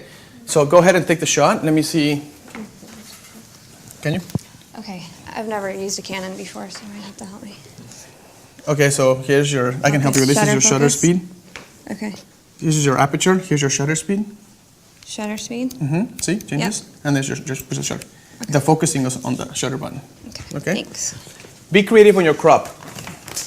Make sure there's nothing brighter than him Right. in the background. And I'm going to turn this around because of this little flap. You see this? So right there. Okay. Just tell me how you want to pose. So foreign, it's on my camera. Okay, so look towards the light. Hold on, I need to tell you something. If you say look towards the light, they're going to look at the light. And that's going to Okay. hurt their eyes. Okay. Tell them to look in the direction of the light. So tell them to look at the bears or something. So then Okay. his eyes go through the light, but they're not looking at the light. Okay. And yeah, that's perfect with your hand. Actually, you could relax your fingers a little bit and bring it up about 2 inches. Yeah, about right there. Just a 90-degree angle on the arm, almost. Oh yeah, that's Lower true. his arm. So actually tell him to button his jacket with one hand. Just with use one. Okay, use so the one one hand. hand button, yeah. See how he looks all GQ now? You think? Yeah. Just he looks like he's got this. Try it out. Crop from the lip down. Okay.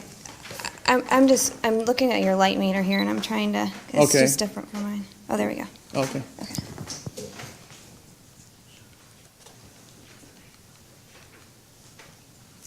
I'm sorry, it's just so foreign because it's not my It's okay. camera. If you don't like the hand, put it down in the pocket. That's fine. The other one. Yeah. Okay, I'm sorry, bear with me with this camera. Okay. Okay, can you tilt your, actually we'll just try it. I kind of cut off his face. Can you tilt your chin down just a tiny bit?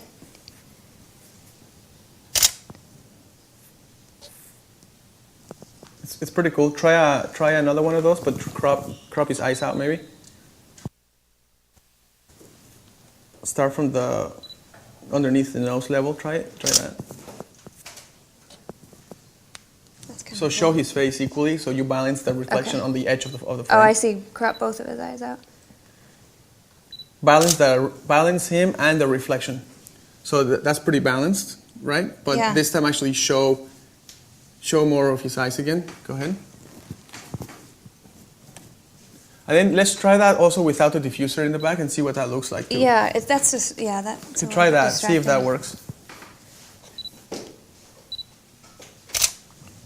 Oh, that's not very balanced.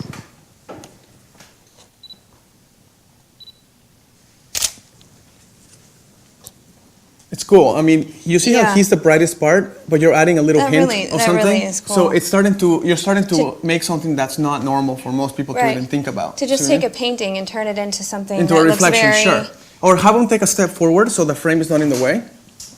Now you can try that again. Yep, and you can lean your shoulder all the way against. But don't put too much weight on that shoulder, otherwise, yeah.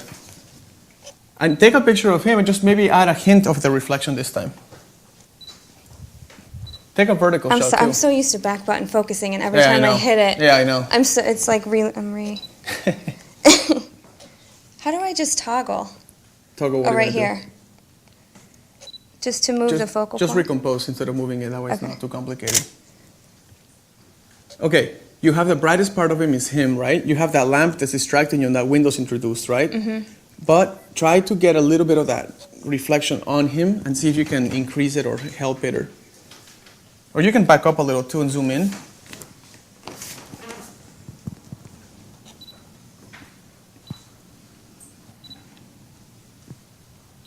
Oh my gosh. Okay, so at one of the first shots you had a little bit of his reflection, but it was more like a portrait of him, right? And that looked really good. You're using the painting, which to people is just a painting, and you turned it into an element to create interest in the photograph. Right. Okay, and with some finessing, that can look really neat. See what I mean? So absolutely, that's awesome. Let's go ahead and step down. Let me see. We have Kisia now, right? Look at her. Oh my goodness, transformation. Awesome. Yeah. Before we move on, could we just, a lot of people are not familiar with the ice light. Oh, sure. Could you just talk about that for a minute? So, thank you. By the way,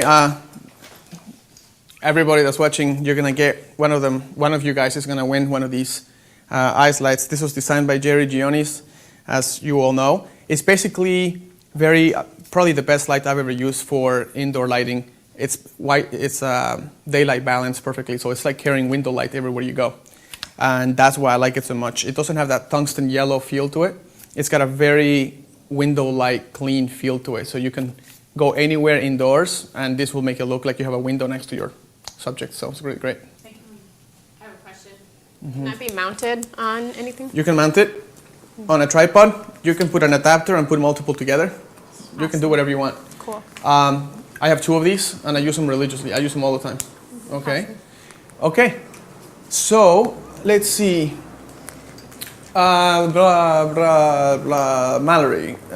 come over here for a sec.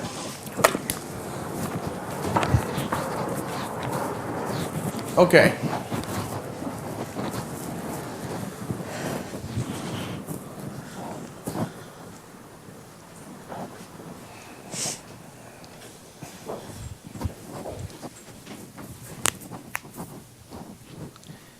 We're going to transform this room a little bit for you. Okay. We're going to turn this into a moody night shot. Okay? Do you still have your necklace? Yeah, you do. Okay. A moody night shot. So what I'm going to do is I'm going to use the element of this little lamp. I'm going to make the audience members, the viewer of the photo, think that this lamp is the light source for her. But it won't be. It will be the ice light. Okay? So, could you help me clean? Can we close these blinds a little bit? Can we close them or not really? Yeah, we can. So, let's see.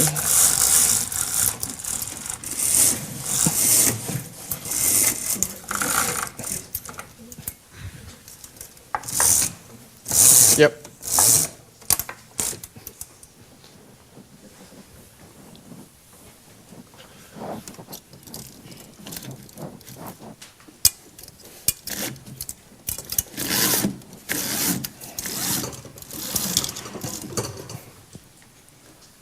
Okay, so basically now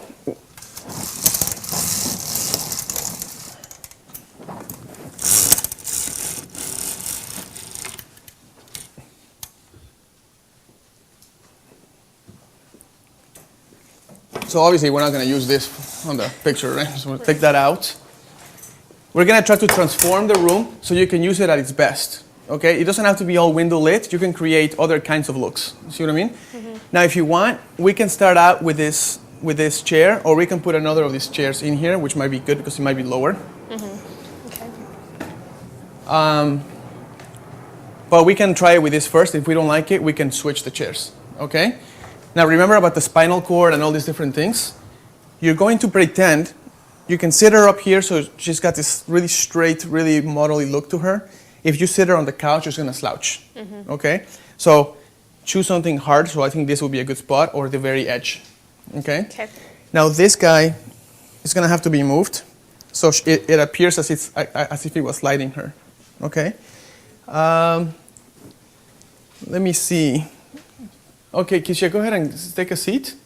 Now, we can have the ice light to pose, to light her up. But right now, that light's obviously not doing anything, but we're going to help it, okay? And you might want to maybe even turn that seat that way so she can angle herself from the camera. Can I move it back? Yeah, also? of course.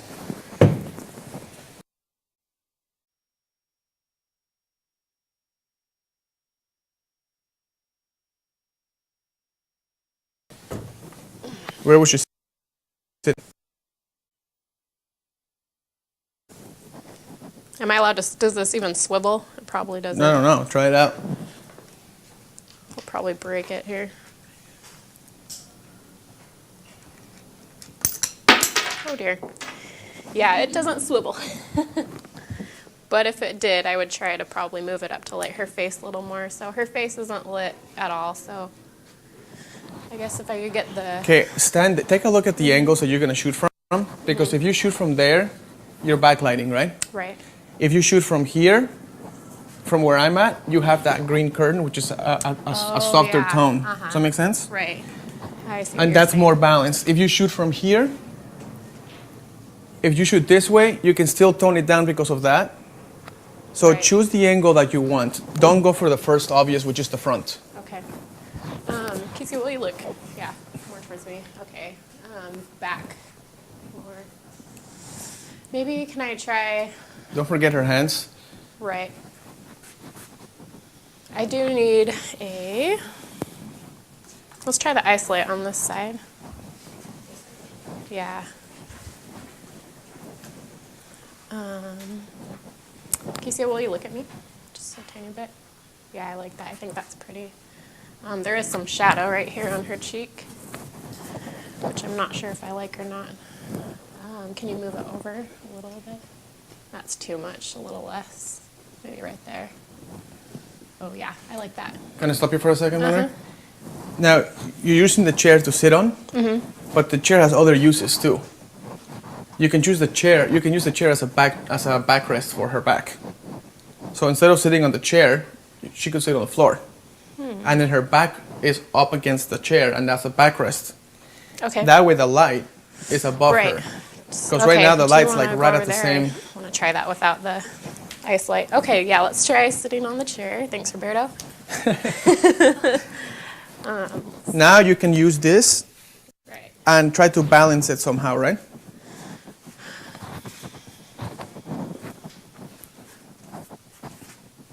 Can I see that ice light real quick? So it will look like that, and people will think that this is what's lighting her up. Oh, I see. Does So that make instead sense? of having it on the Right. side. You see how you can really get into it? Okay. Here you go. Okay. All right. Can I get the camera? I'll let you Yeah, borrow that's it. where he was. Okay. Maybe up a tiny bit higher, and yeah, right there, over a little bit. Yeah, that's good.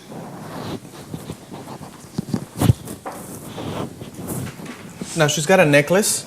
Just want to mention it, and that necklace could also be used to give her hand something to do that looks more natural. Will you take your right hand and kind of hold your necklace? Yeah, so we can see the charm a little bit. And I want to stop you one more time. She's facing against the light. She should be facing towards the light. So if you want the light to be this way, I would photograph her either from here, or you would have to stand over there. So go ahead. See, because you want her nose to be pointed towards the light, right? Right. You want her face to be the brightest point. Can we turn up the volume on this? Now her fingers are not soft, so we can work on all of that. It's probably because the angle that she's sitting at is too straight for the arm to be so far back. I see. Does that make sense?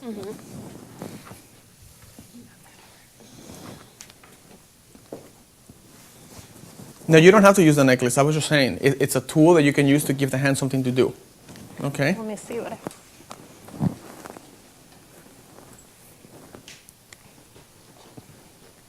Will you try looking down at your necklace? I just want to see. No, I don't like that as much. Okay. And then try putting your left arm down. Yeah, just perfect. Actually, will you kind of like lay it on the ground like that? There you go.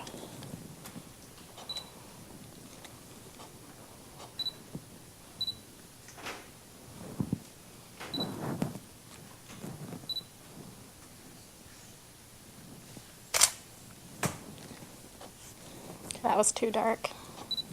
You use Canon or Nikon? I use Nikon, so this is all Okay. backwards to me. So here, you can, here's your shutter speed, it's slowing down, see that? Oh, okay. And here's your aperture, you can make it go to 2.8.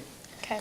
And if you want, we can make your ISO 1250, that was a lot brighter. That'd be good. Okay, go ahead. You might want to speed up the shutter speed, that's going to be too bright. Yeah.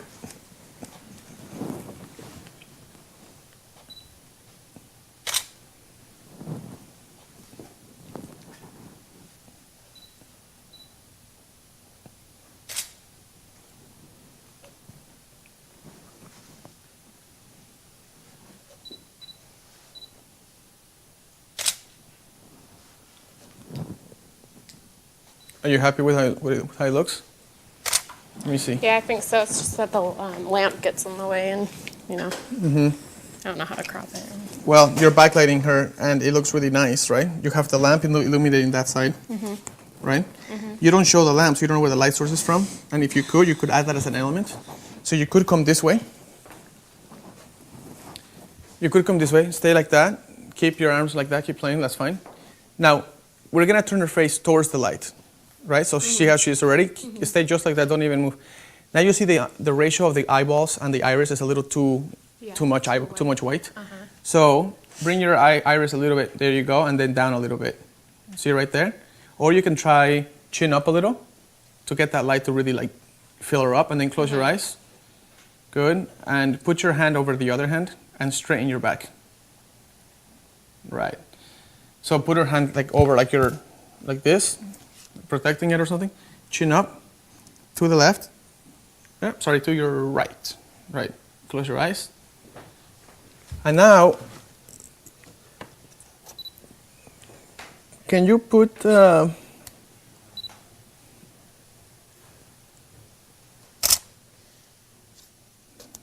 me see something here.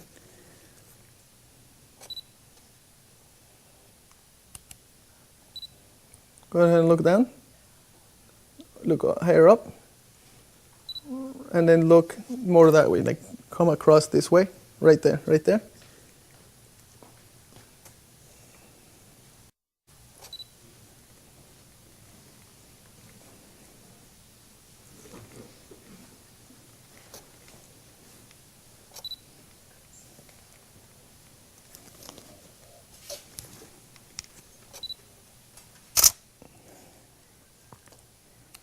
Can we put more light on this side of her?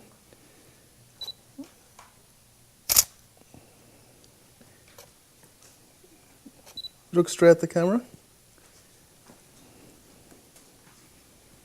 Straight at it, yeah. Chin down.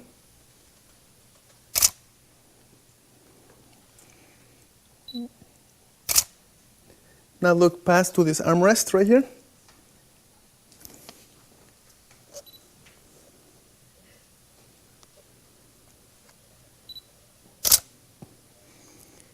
Kind of bring your hands down, slightly soften them. And with your hand, grab the left side of your hair and just straighten it a little bit. The other side, I'm sorry. Yeah, that's it. Yeah, that's it. Slowly. Chin up. And turn your chin this way a little more. There you go. Just keep looking in that direction. Okay. Let's see. Okay, that's very nice. I'm going to probably do one more here. Okay, let's look at this real quick. When I introduced So first, she's definitely the brightest person in the thing, in the place, right? Mm-hmm. Did you see the chair is distracting? I don't know. How should I point this?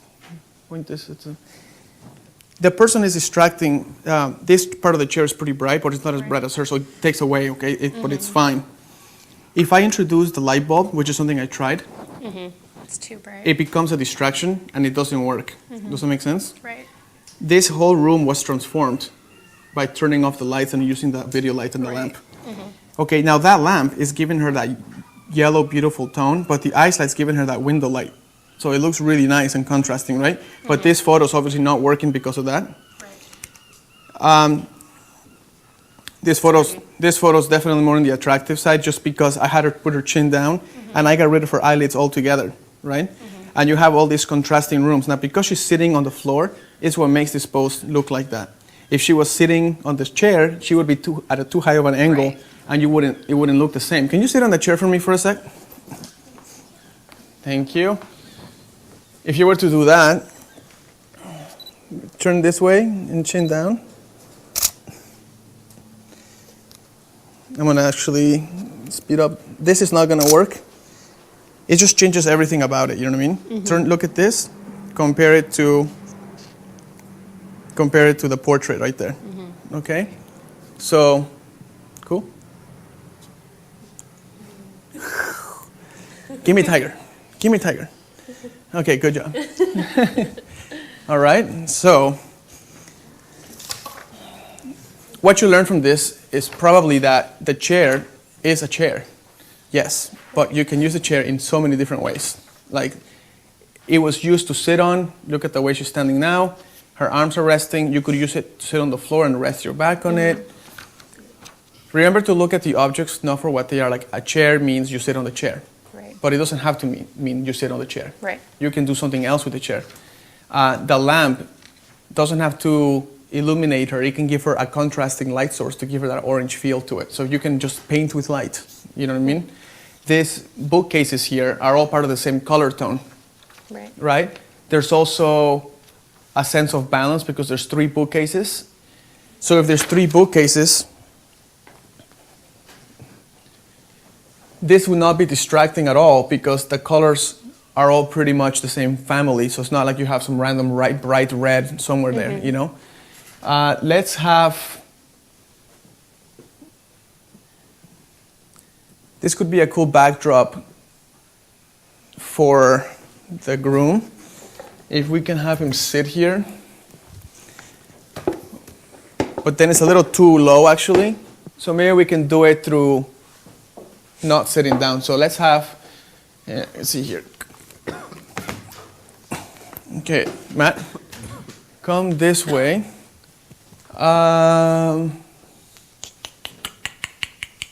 All right, Juliana, come over. I know you want to come over. I want it. I've been like, why didn't he call me first? Hi. Okay, you have Matt. Yeah. You have books. Yeah. You have bookshelves. Yeah. You want him to be the focus point, right? Right. You do not put everything in focus because it's going to throw off the whole photograph. Right. What do you think you should do? You have reflector, you have diffuser, you have ice light. Huh. I think it should be. Could I come like on this angle? Of course, any angle. And just like take a picture Yes. with all the bookcase. Exactly. And just focus on him. Good job. Does he have to be facing you? He could be facing that way. That way, right? Right. Okay, so that's it's good. more like a. Okay, go ahead and try it. There's the camera. We have ice light. It's not back button, right? No. It's not a back button. Just tell me how you want to go.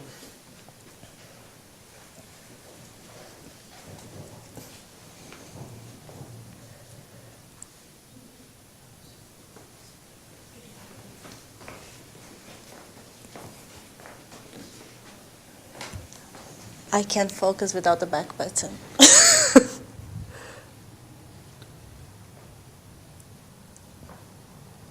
Why is it not working? Just push the button. I'm Halfway. pushing the button. I'm really pushing the button, Roberto. Okay. Check the connection in the camera. Let me grab that. So, No, but the camera itself, it's... Yep, it's just this cable, so watch out for that cable right there. just keep it tight in there, I don't know.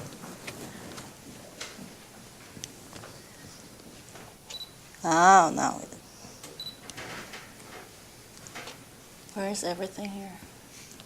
You don't use Canon? I do, but is it the same? Yeah.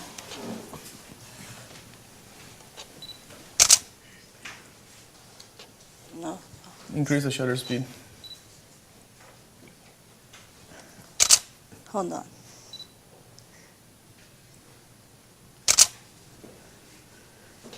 You're a little slow on the shutter speed. Okay. Try that.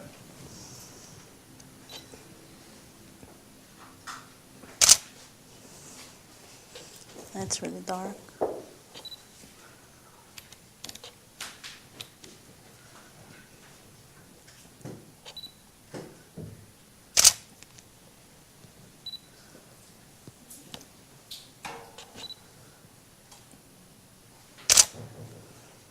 Super dark. Okay, that's fine. Let's take that real quick. That looks really good. So you notice that he's the brightest part of the photo. So Right. there's subject emphasis through light. The background is not distracting because all the colors of the books are part of the same color palette. They're not like some crazy yellow, red, green, blue or something. It's all pretty toned down. Right. Let's try to finesse that pose a little bit. Okay. We can try a symmetrical pose, which will look pretty cool. Do we have 2 ice lights? Asymmetrical? Symmetrical posing? No, symmetrical. So, standing from the middle of this bookcase right here, actually, let's stand in the middle of this one. Let me move this. Now, I don't want the books in focus, right? No. The books are just going to be like this dark, rustic colors that are going to be appearing. So I need him to come forward about right there. And then I'll go ahead and do the 85 millimeter. Let me see, 85 millimeter lens here.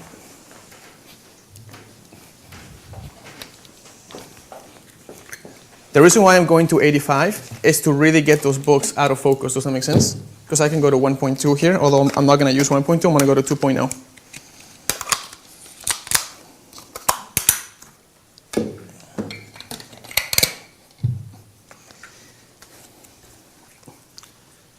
Okay, so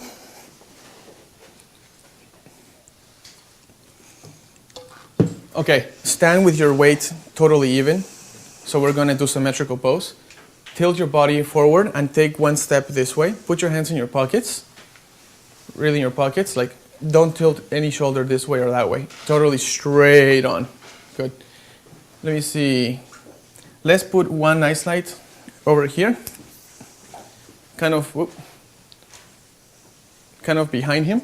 And then another ice light over there. I don't know, Juliana, can you help with one of them? Yeah. You can help do this one. So now, by putting the light behind him, I'm actually taking light away from the books again and into his face. Does that make sense? Yes. But you need to actually go behind him, really behind him. So it's going to illuminate that side only. Those books are not going to be illuminated, so turn the light so you don't hit the books at all.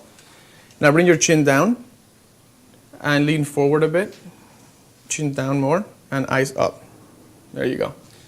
Let me see.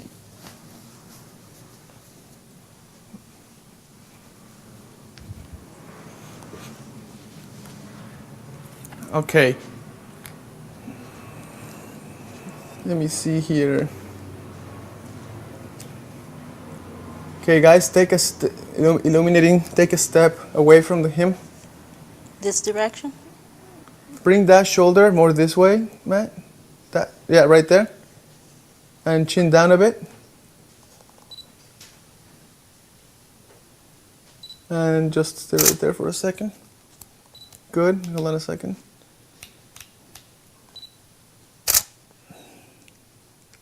And one more.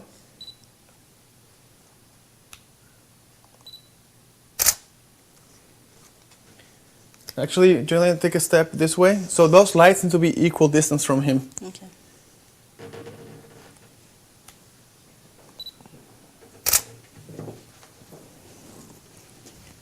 And almost. Chin down just a tad more, right there. And we can do a black and white version of this.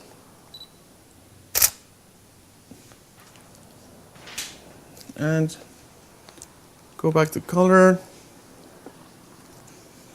And I'm going to come in a little closer. Chin down a bit.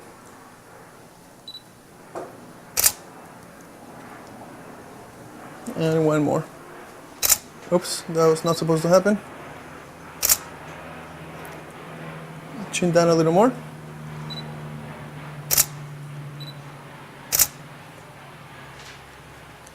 Let's see, his nose is illuminated on this side, but not on that side. So what do you want?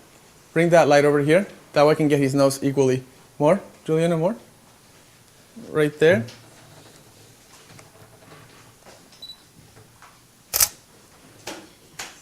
Bring that light further back. More. And closer to him. Now do the same. Further back, closer to him. Right there, and is there there isn't, that's fine. Very nice, stay right there. Chin down a bit. And bring that light just a little bit back, more. Right there, just a little more. A little more, right there. Now that one too, back a little bit, right there, stop. A little more, back that way, there you go. I'll explain what I'm doing here. I'm gonna bring the light closer to him, but same distance, there you go. So keep it further back by the books and closer to him. Okay, there's too close, I'm sorry, too close now. Okay, thanks. I want a nice light. Okay, come here, if you guys, I don't know how we look at this, but I did a bunch of photos that were making his nose look bigger, some photos that make his nose look smaller. I tilted his chin down to give it that real intimate look into the eyes. I didn't want his eyes to be further back from the invisible focal plane. So come and take a look at this photo real quick. It's nice. So you see all this balance and stuff, it's just like really working. And even those crossing his head, it's so far in the background and it's so continuous that you see it as a pattern. If that was the only line over his head and you wouldn't see the other ones, Right. it would be a problem. So then you have the pattern. You have a pattern, so it's okay. Look what happens if you illuminate too close to his nose. Now you look at his nose, it looks humongous. Right. Okay? Guys, go ahead and take a look at this real quick, if you're an audience member.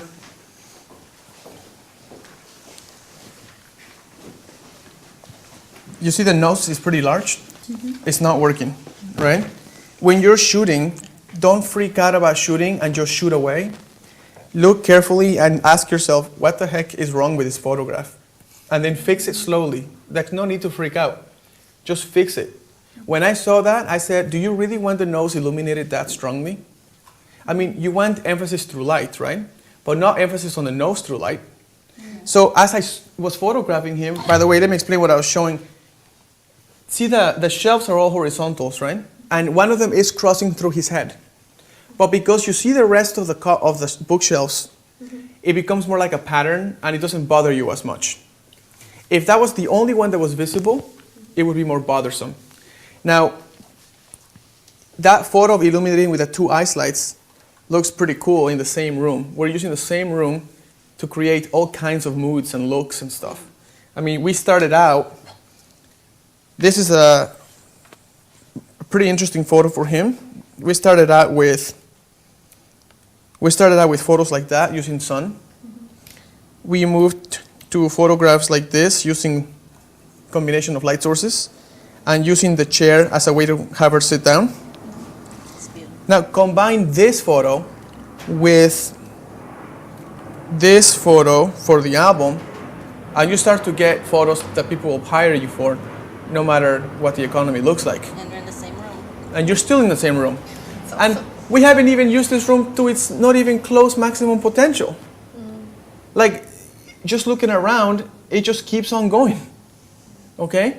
let's take a step outside and let's see what we can do with that.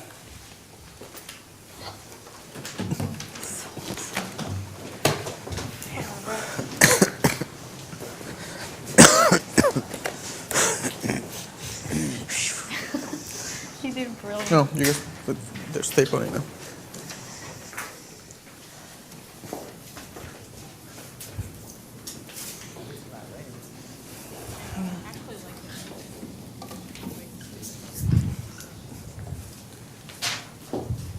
Okay, guys, if you're an audience member, come over here.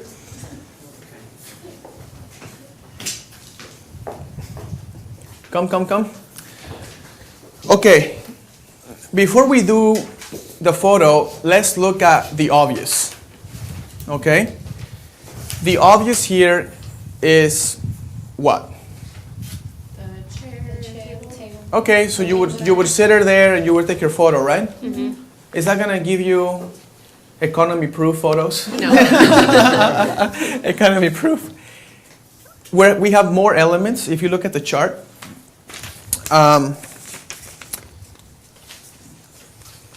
we can have her sit.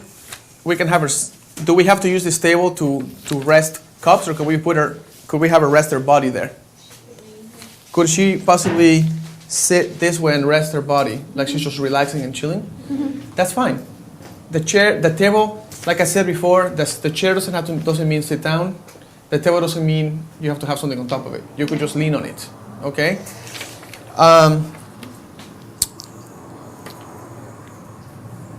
We have frames. Do you see them? Mm-hmm. Where is it? There. Where else? There, over there. Right here. You see this frame? Yeah. Now, we can try to add depth to the photo. So we could have her sit, the lighting here is pretty good. Their light's coming from there, right? Yeah. But it's not good enough. We can always make it better. Okay? So we will have Kisia sit there, or lean here, or put the table there. We can have her look towards the light. We can put a nice light there, or a flash, or whatever you want to do. And we can shoot this photo from the inside out.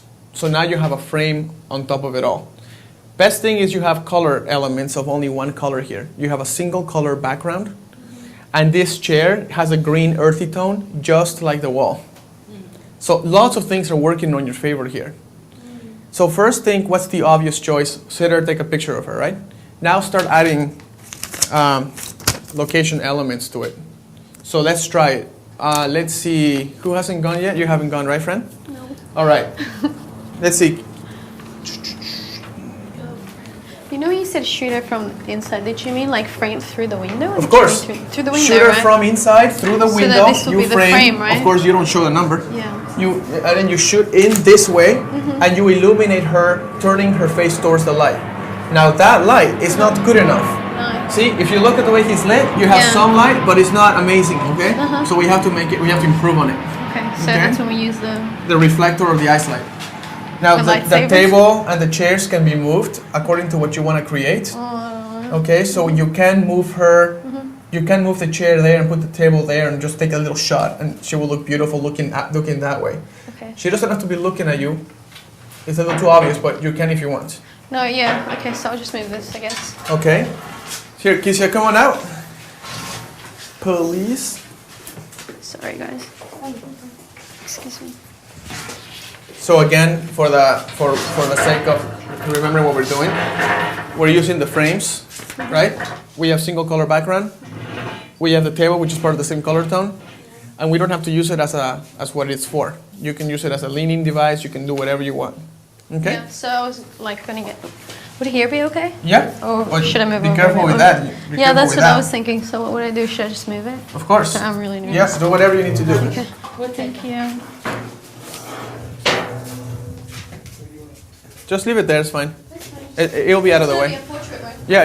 That's what I'm intending on anyway. It'll be out of the way. Hey, baby, I'll get you. Okay, Kisia, go ahead and do whatever Just lean. friend you want to do. Oh God, I'm so nervous. Yeah. Uh-huh. Okay. Excuse me. I'm just gonna fix you. Can I shoot your hair? Yeah. Sorry. Can't help it. All right, there you go. Okay. I kind of wanted her to look at look that way, Because she's got really nice eyes and I like how the hair is. Okay. Is that a bad idea? Beautiful. Okay. You want to use the frame to add some depth, Yeah. right? If you take the normal photo, here, take this one. If you take the normal photo here, Sorry. Yeah, from that side. You okay? if you take a photo, it just looks just like what it normal. is. Like, ooh, Yeah. if the economy hits hard, you're going bankrupt. You see what I'm saying? Yeah. That's a Okay. good way of putting it. If you come over here, you want to choose the angle that's going to, here, take this. Choose an angle that's going to give you the frame. So,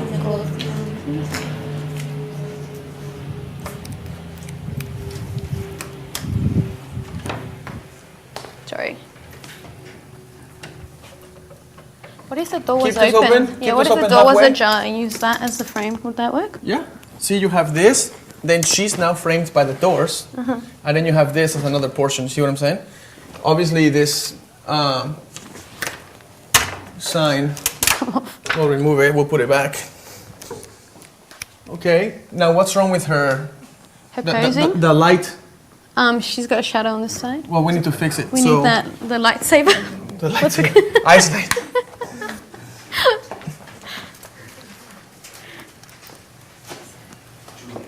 Sorry, that's my shutter speed, right? How do I, 2.8 Shutter is speed? okay? Yeah, 2.8. Yeah. Shutter speed is at 8, so you want to make it a lot faster than that. Aperture. Okay? Oh. Now use this as the frame. And let's go ahead. Here. Yeah, so, whoa, sorry. Maybe from here. Like at the top, from the top? Now she doesn't, No? I wouldn't, No? you can still show her eyes without her looking at you, That's true. right? So go ahead and go inside. And now try the photo so it looks like it just happens to be framed Should by that the light doors. still be on? Yeah. See, her eyes are still showing. Look, she looks a little post though. She does, Try horizontal frame, horizontal landscape this? orientation, yeah. oh, okay, I see what you, sorry. I have no idea if this is gonna work. Where are you? Okay, this is obviously too bright, right? Yeah, So you don't want to show that. So So- change your angle. Okay. Oh. You did notice that yourself, right? I did. That was Okay. the first thing I noticed. And I just didn't know how to fix it. Should I, you know how her arm's hanging? Does it look funny? So bend it. Yeah.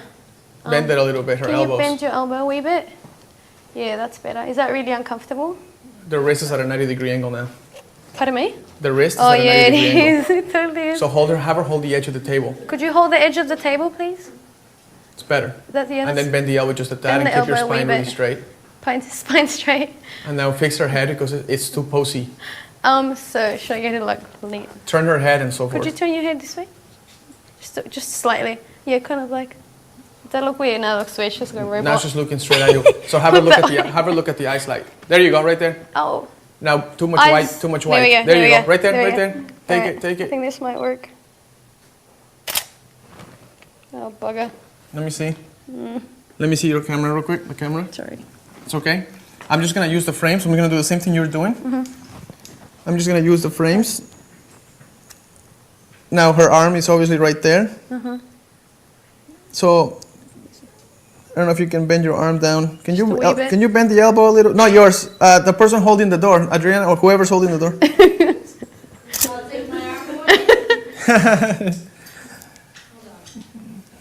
There? Yeah, Quite uncomfortable. Dude, this is that's fine. I'm right behind you. Can we move? Okay. Eyes light, more on her face. Closer to her eyes. Not too close though.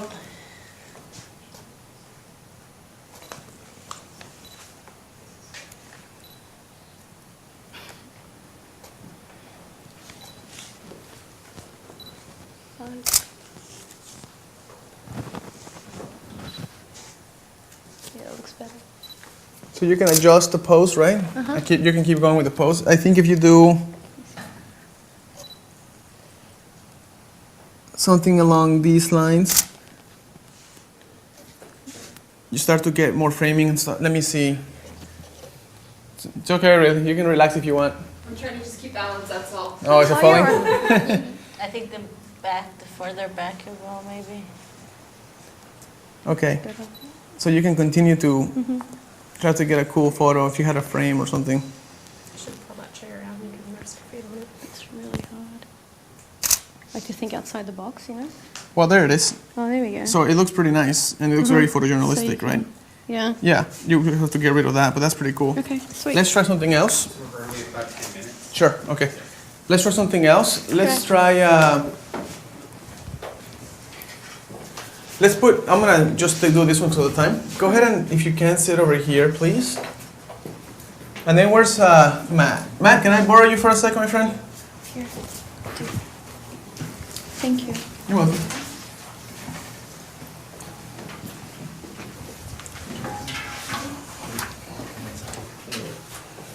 Do we need the reflectors to get some Okay. light? Take, we're gonna stay out here, okay? Give me a second.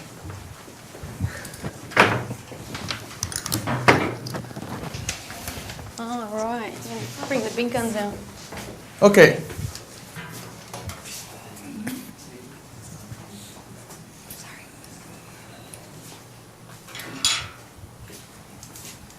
So let's try to build this, and as long as we have the elements that I talked about, should be good to go. So let's go ahead and move this back.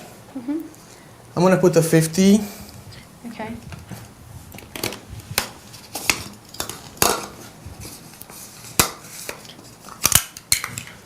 Now let me explain why am I doing this. First of Okay. all, if you look at the scene, you have a place for her to sit, right? Yeah.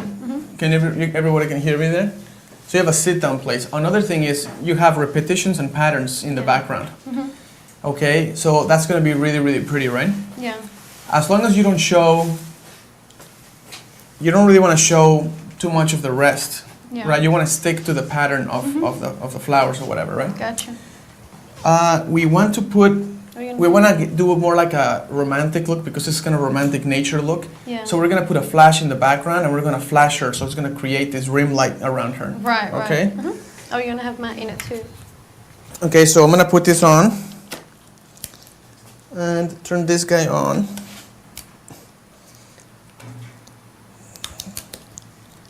Okay, so first of all, this is going to go to master. It's also not going to fire. I don't really want this to fire. Okay. It's just going to be the trigger, okay? This one is going to be the slave, and this one will fire. The terminology is crazy, isn't Okay, now we're going to test it, make sure this fires. it? So Yep. it does. Now we're going to put this flash in this little doodle stand, right? We're going to take out this little white card. Yep.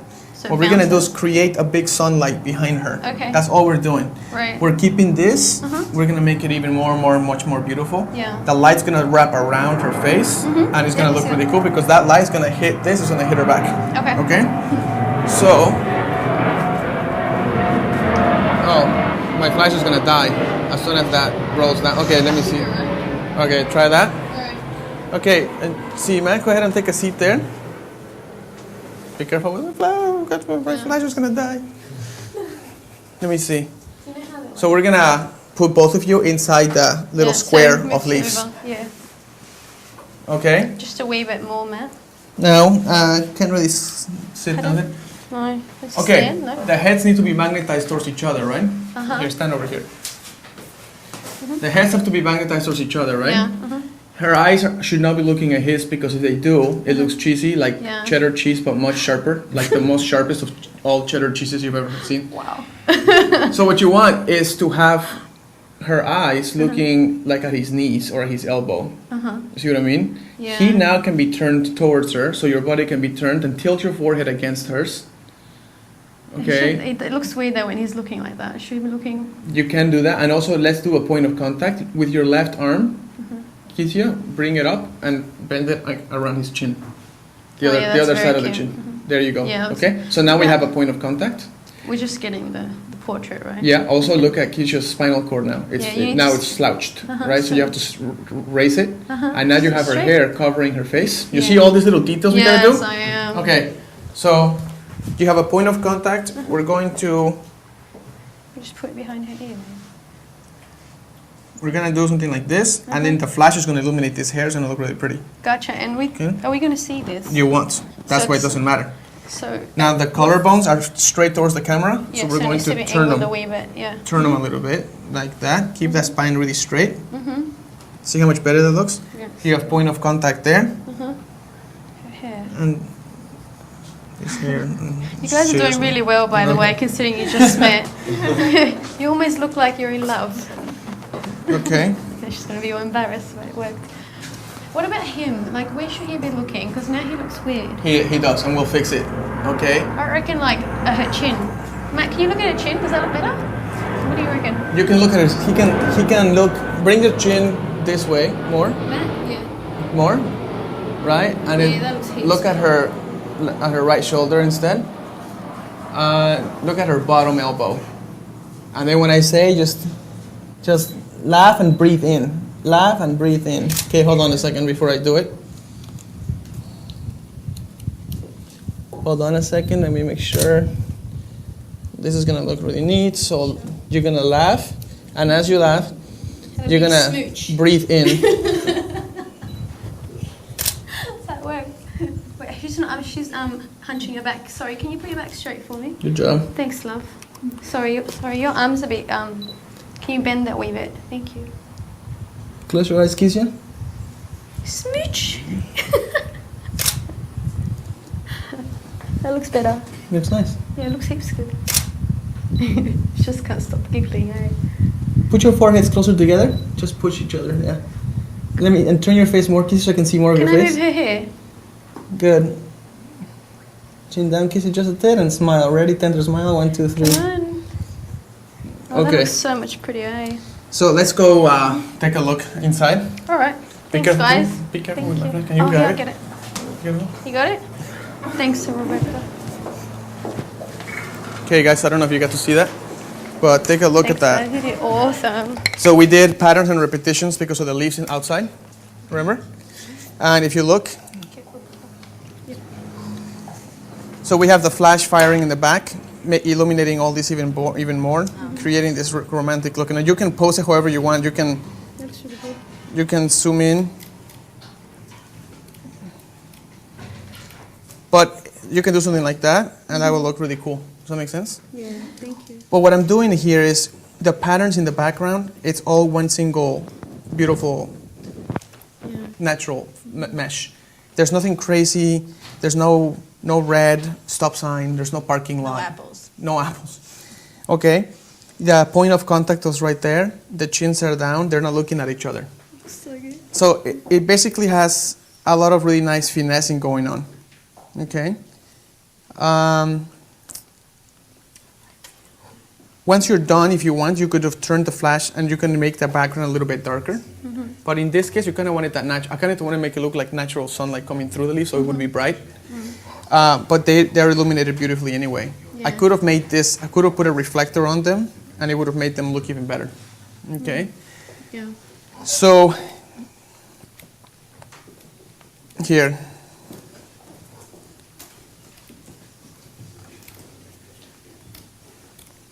Oh, sorry. I need to go You're right.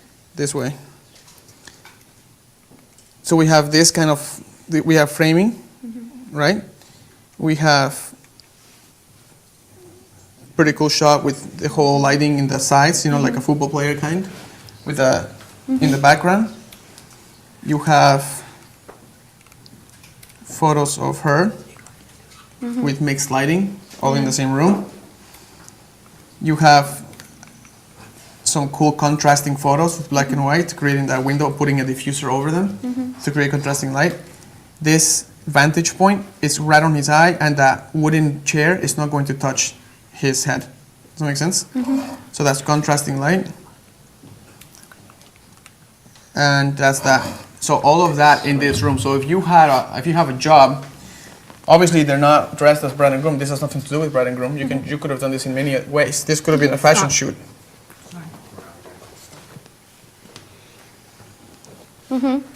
It turns out you could have used this location in a lot of different ways. Another thing we can do, if you stand here, that sunlight is trying to squeeze through that door, and this is a dark room. Yeah.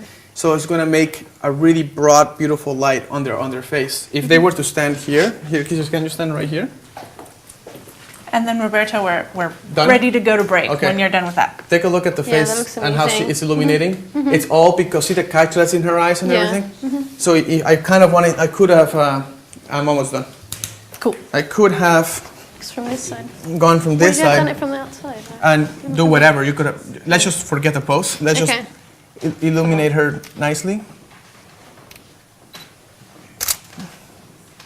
And she has a very cool look. He can stand next to her, and Yeah. we can keep going. That looks- Okay? Yeah. So Thanks, we'll Mike. take a quick break, and then we'll continue with the location scouting stuff. Okay. Great. Before we go to break, I just want to give a huge shout out to the Landmark Event Center, which is where we are right now in Des Moines, Washington, which is outside of Seattle.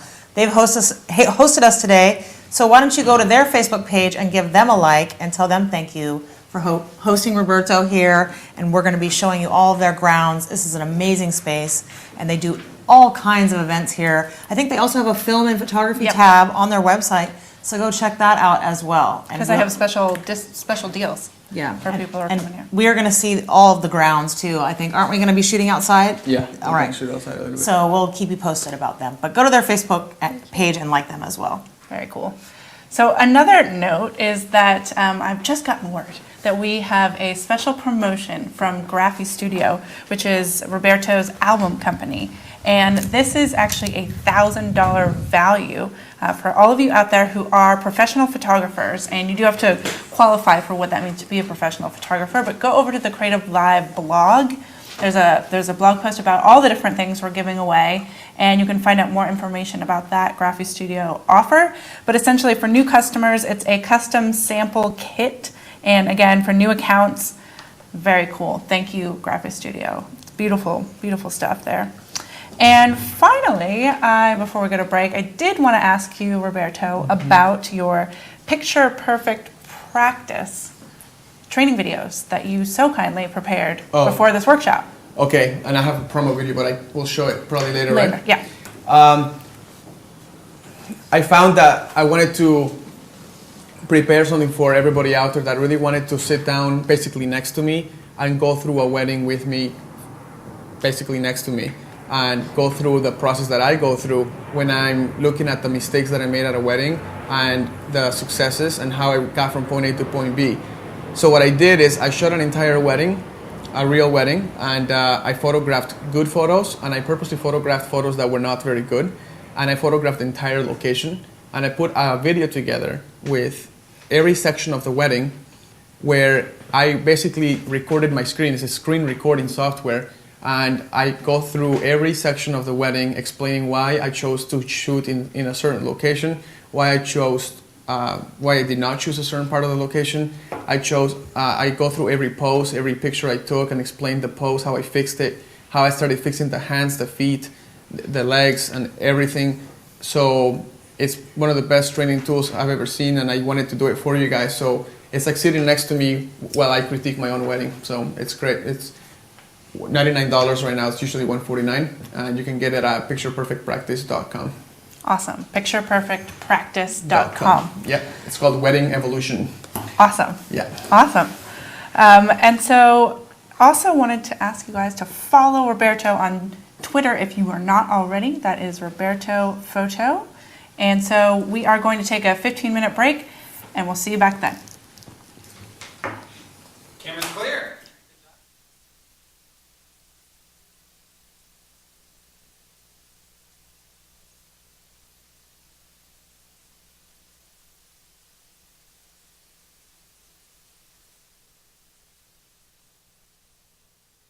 Hello everyone, I'm Ioana and I'm here to give you an exclusive look into the modeling industry and walk away with legitimate knowledge. At the beginning of my journey, I made a lot of mistakes, and I find that very common amongst up-and-coming models. As I progressed in my career, I was able to learn from these mistakes, develop my skills, and work my way to the top. I'm so excited to be partnering up with Creative Live and celebrity photographer Matthew Jordan Smith. Through the course, I'll be giving you pointers to increase your chances of being discovered and possibly signing with an elite agency. All right, so let me tell you what's going to be happening during this course. On September 11th and the 12th, I will be working single-handedly with each of the models. On the 13th and the 15th, Matthew will be working with young photographers, and I'll be using the models who I've taught and trained to put their skills to the test by working in front of the camera with Matthew and his photographers.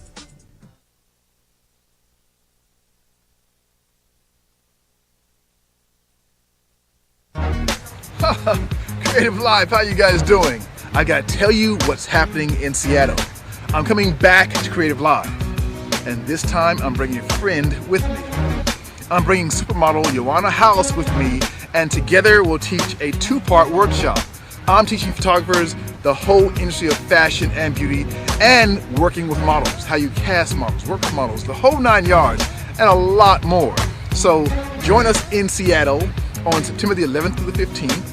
We're teaching you guys some great stuff. I gotta get back to work, so. I hope to see you soon. I'm Matthew Jordan Smith, signing out.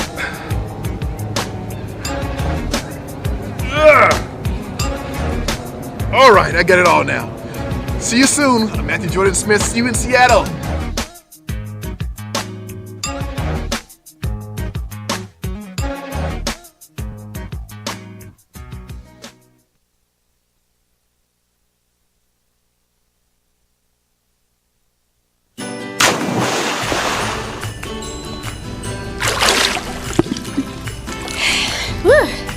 Hi, my name is Lisa Snyder. I'm the author of the Photoshop series of Missing Manuals, and I would like to invite you to join me for a deep dive into Photoshop on September 17th, 18th, and 19th. We'll spend a full day on selections, a full day on adjustment layers, and a full day on smart objects.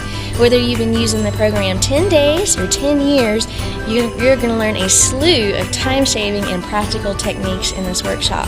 You can tune in anywhere in the world completely free while the workshop is live. All you have to do is enroll on the course page. So I hope you'll join me September 17th, 18th, and 19th as we dive deep into Photoshop.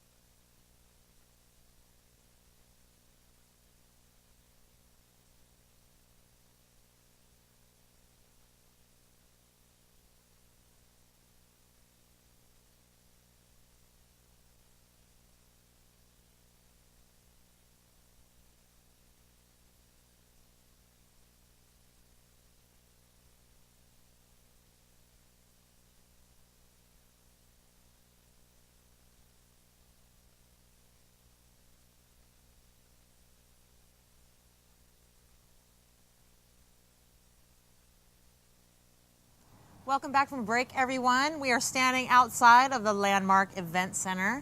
We're going to get rocking here with Roberto, but we have a couple prizes to give away first. We are going to give away another Triple Scoop Music Song gift certificate and a White House custom color image box. That's $110 value. And the winner of that prize is LG. LG's Twitter handle is LATG007. And the quote was, "Build your own language of photography and your photos will look like poems." Love that. I love these, love these. Keep them coming, you guys. All right, and so our grand prize for today is Roberto's collection on Triple Scoop Music. Would you tell us a little bit about that collection? Well, Triple Scoop Music has about 10,000 songs in their database, and it took me like a month to go over a lot of them and pick my favorite ones that would work really well with a slideshow for many kinds of purposes, not just weddings. I picked stuff that was instrumental, I picked stuff that had voice, I picked some romantic, some more like flamenco-ish, like Spanish kind of cool feel to it, some guitar stuff. So the whole collection will probably serve you well, and the best part about it is that the licenses that Triple Scoop Music gives out when you buy the songs are licenses for a lifetime. So you don't have a limit on how you use the songs or how many years you use the songs for. And you know that it's licensed, so you can use it as much as you want. And there is, I believe, 10 photos in my collection. So it's about $400 value, I believe. Yes, it is. So that's pretty crazy. $99. That's awesome. Yeah. So the winner of Roberto's collection from Triple Scoop Music is Matea Michelangeli. Yay. And the Twitter handle is Matea Mish. And the quote was, "Embrace your mistakes and prepare to avoid repeating them." Nice. Fail with purpose. as Fail with purpose. Man, these guys Mark are really on Wallace would fire. say. They're really doing good. They're good. So, That's good. which means that you're doing awesome. Oh, 'cause thank those you. are all things that you said, Roberto. I think that's great. Makes me All happy. right. Well, back over to you for our last segment today. Okay. Welcome back, everybody. First of all, I want to do a quick recap of what we talked about. The goal for that inside studio, inside library, was something that a lot of people have questions about. I did a few things. I asked my live audience to choose the obvious photograph, and then I started removing them from the obvious picture by using composition, frames, contrasts, and the different elements that are part of the posing charts that we have that were given away on the DVD. So if you do have this posing chart, we used it to create many different types of feels in the same library. Now that library wasn't very bright. It had some light issues, and we fixed the issue by either opening up lights and using a reflector or creating contrast. So if the weakness was the room was a bit dark, you can put the groom, like we did with Matt, by the window and create a contrasting portrait. We have beautiful Kizia here, and we used the chair not as a chair device to sit on, but we used it as a way for her to sit on the floor and then lean her back against it. So the message here is use the objects around you creatively. Don't just use them for what they were meant to be, because those objects can have a lot of different types of uses, and I think you guys kind of got that, right? The difference got that. I mean, we used a picture with a boat painting, and we used the glass to frame it as a reflection device, right? We used the ice lights to create all kinds of different looks and feels. We used the bookshelves to create a pattern of horizontal lines behind Matt. And so we used a little outdoor section to create some framing, and also the little part with the little bushes, the little green bushes in the back, to create that repetition and patterns part of the chart. So hope you guys got a lot out of it. Now we're gonna step outside, where it's obviously the different situation altogether, quite opposite. Now we're gonna have straight up harsh light, and we're gonna make it look beautiful, and we're gonna work with it. So Before we do that, let's ask you a couple questions about the last segment, if you don't mind. Nope. Okay, there were quite a few questions about the ice light, so I'm just going to read a few of them off. Okay. Jean Hall from Medford, Oregon said, "What is the difference between a video light and the ice light?" Inix says, "What's the difference between using flash and using a hand light like the ice light?" And Nubia said, "Any suggestions on when to use the ice light versus a reflector?" So I think people are wondering, if they don't have an ice light, what would be their alternative, or what would you recommend? Okay. Hold on one second. We'll edit that out. Hold please, we're near the airport. We are near the Seattle airport, folks. The ice light is a tool. You can use an LED light. You can buy multiple LEDs, let's put them together. I use the ice light because I like the color temperature that it comes with. But you can for sure buy another type of light and put some sort of filter. It's not quite the same, but it's close enough to get the job done. Okay. The difference between when you use ice light and reflector and flash, they give you totally different feels. If you want to create the sense that there's a sun behind the couple or behind the model or whatever, the flash will be your best bet for a sun. If you're trying to bounce light that's reflecting off a wall, you can use the reflector. So this would be a good time to do a reflector per se, and not such a good time for the ice light. The ice light works really well more indoors. Of course, you can use the ice light outdoors, but it's not gonna have the same push. The flash is such a powerful light. You can create so many different feels, like the sun behind them. You can rim light the models. You can do whatever you want. So I used the tools in the library that I needed to create the feeling of the photo I wanted to create. I used all three. I used flashes, I used reflectors, and I used the ice light. And as you saw in the videos they were broadcasting it, you saw the variety of photos that we got out of them. You have to use the right tool for the job. Great, perfect. So one more question before we keep going. Several folks were asking while watching you shoot about how you focus. So Lightcatcher said, can you please say a few words on the method that you use to achieve accurate focus? I noticed that you focus and recompose. Yeah. The reason why I'm focusing on recomposing so much right now is because I'm giving the cameras to my students, right? And because they don't know Canon, they're used to Nikon or vice versa. I don't want to be messing around with focusing points and moving them around. Normally, I would switch the focusing point, so I would have a minimal recomposing going on. So if you're taking a photo where the groom is on the right side, I would put the focusing point on the right.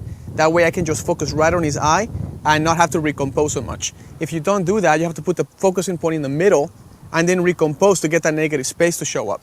So right now I'm just doing that because of the class setting, but otherwise I pretty much use all my cross points, focusing points. Awesome. I use my camera like crazy. The white balance is all custom. Right now I'm not trying to complicate things too much. I'm trying to focus on the locations, so I don't want to get too bogged down with problems with that kind of thing. Perfect. So I'm just going to stick with a middle focusing point. Perfect. Thank you for clarifying. Yeah. And back over to you. Yay! Okay, location outside. Let's rock it. So many of you are in a situation where you have to shoot your senior portrait, your child, your bride and groom, your super fashion model, doesn't matter, and you have this lighting situation. And you have a beautiful parking lot behind us. Look at this location, take a look around, because we're gonna use this location to create a variety of looks. And my students are gonna basically get what they learned, and they're gonna start implementing it, and we're gonna finesse the post, we're gonna create beautiful photos. So let's go ahead and get started. I would like to probably start with the first photo just to kind of get the ball rolling, and then we'll move on from there. As I stand here, I looked around the bushes, the grass, the building in the background, and that little tree in front of me right there. And one thing I noticed is, here you go.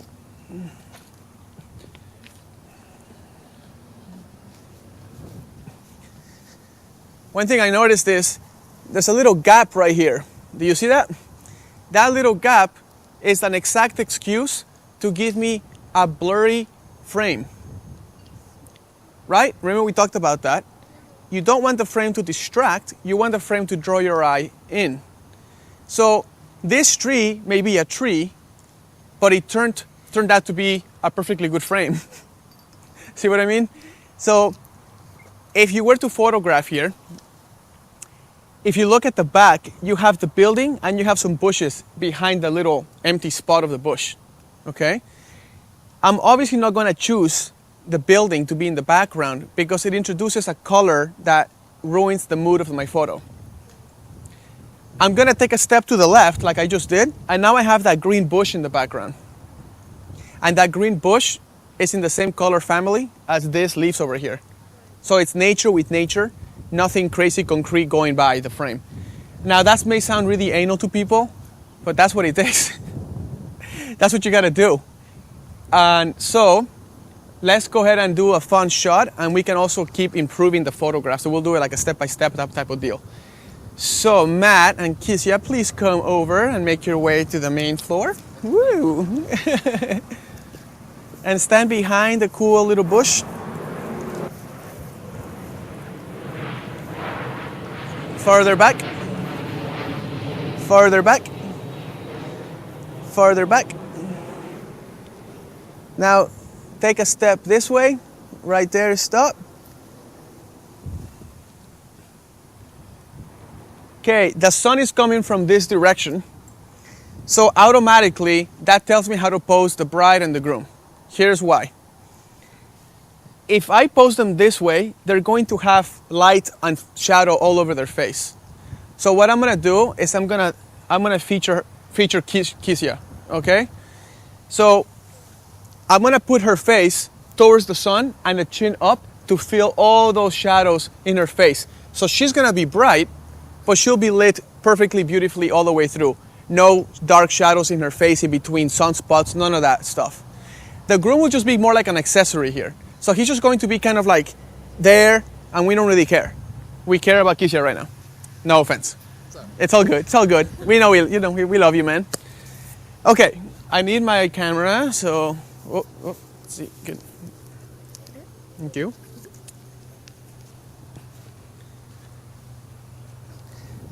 Now I'm gonna build this photo little by little. I'm gonna purposely take a crap photo right away. I'm gonna take a bad photo, sorry. Bad photo coming up.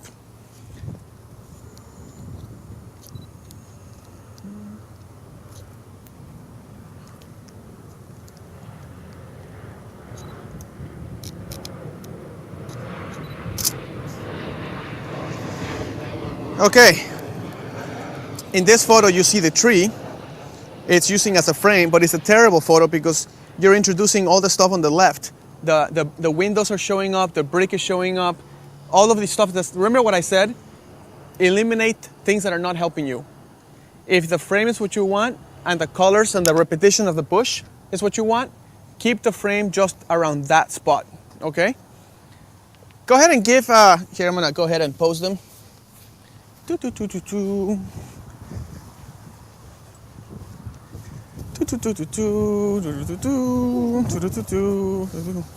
Come this way, come around.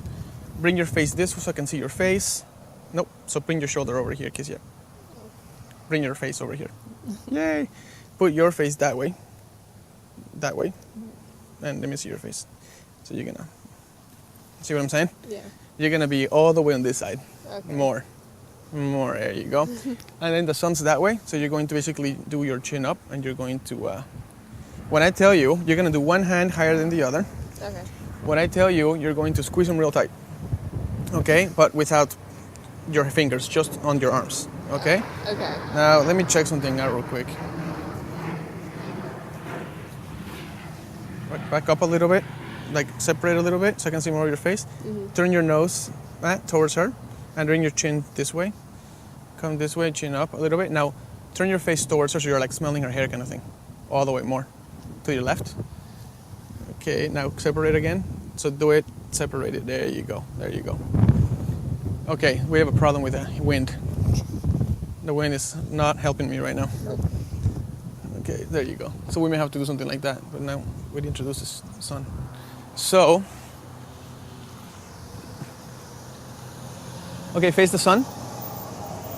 Okay.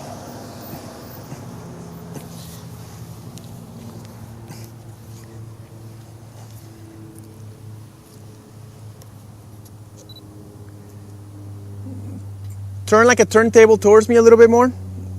Yeah, like that. Now face the sun. Go ahead and pull your hair back if you can. And smile while you do it. Good. Give me a quick sec.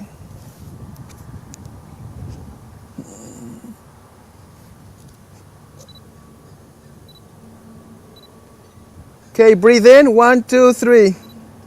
Chin up and breathe in, 1, 2, 3. Good job. Well, chin up again and squeeze and breathe in, 1, 2, 3. Good. Bring your nose more towards her. So you're like, yeah, there you go. Remember, magnetize the heads towards each other. Put your body weight on one of your feet, Matt. So shift your body weight and get real close to her.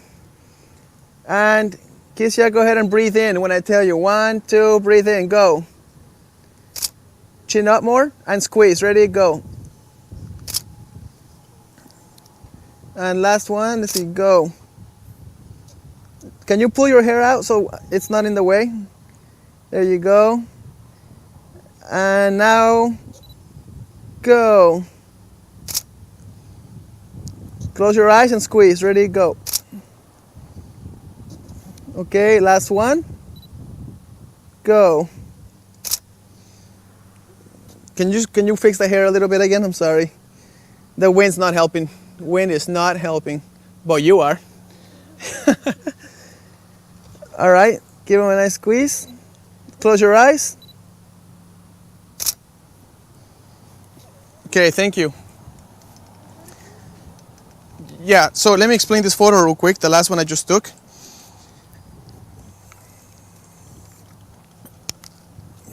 Basically, we created depth of field. We have a foreground, a middle ground, and a background. That's what I just did. I layered. This is called just straight up layering photography, okay? When the trees are the foreground, in the first lonely tree here. The middle ground is the bride and groom, and the background is the other bush. The whole photo makes sense because there's nothing distracting about it. The reason why I had her face pointed towards the sun is, like I said, to fill those shadows and not to have any kind of funny light with the nose. You know how when the sun hits the nose, it creates like a funny shadow? Like I can see it on you right now and so forth. You don't want to do that. You want to basically fill the entire face and just shower it with beautiful sunlight and expose for the brightest part of the face. So let me repeat that. You got to expose to the brightest part of the face. This last photo turned out quite nice because using the layering and the color element. So go ahead and take a look. Oh, it's beautiful. So wow. So pretty. Oh yeah. Now you probably wonder why I said to breathe in, right? Okay. Keisha, can you come here for a second? Sorry. Stand right over here. What do we do when we inhale? What do we do when we try to shut off part of our senses? We close our eyes so we can concentrate on smell, right? Yeah. Smells like an intimate feeling, right? Like if you're smelling someone, you feel like you want to smell them, right? It's romantic. If you don't smell, if you don't breathe in, you run the risk of your stomach slouching. When you breathe in, your muscles have to tighten up. It looks more attractive right away. And it also does another thing.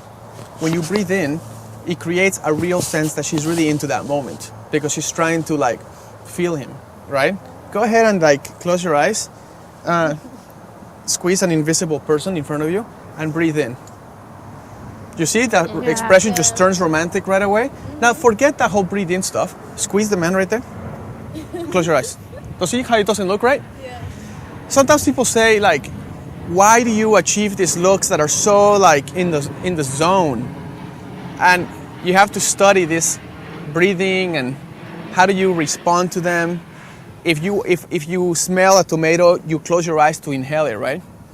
Look at people, look at how they behave, and you will start to become like a fine-tuned oiled machine about creating the feel you want, okay? Let me teach you another really important concept, and then I want you guys to apply it. We're in the middle of harsh sun, so any of you guys watching out there, same thing. I want you guys to look down, if you point the cameras at the floor, and take a look at the shadows that Keisha's making right there. Do you see that shadow right there? Okay? If you're in a situation in open area like this, and you have awful sun, just look at the shadow that she's making, and stand in that direction and photograph towards the shadow. And what would that do you think? Backwards. It will put the sun exactly, perfectly behind them. Does that make sense? It doesn't. If you put the sun slightly to the left, you're gonna get a burnt spot on the face. If you do it the other way, same thing. But if you stand on that shadow, you're gonna get the most beautiful rim light because the sun is now directly behind her head. Okay? So, just to show you an example, not that there's stuff in the background, but that's okay.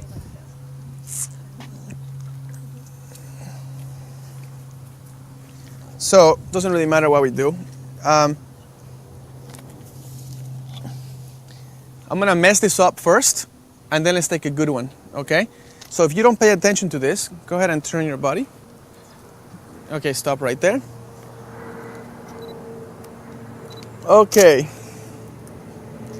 So now we have a pretty bad photo, and you cannot really see it, but you can tell that there's light and shadow spots all over her face, okay? And trust me, I see that in photography all the time.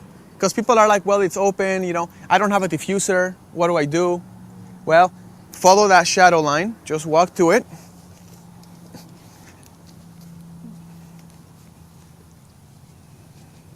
Take a step this way, take another step. I'm doing that so we don't have the tree in the back coming out of our head. Does that make sense? Now, turn your shoulders. Remember I said to turn the shoulders thing? Turn your collarbones that way just a tad. More? Good, beautiful. I'm gonna bring your face back. There you go.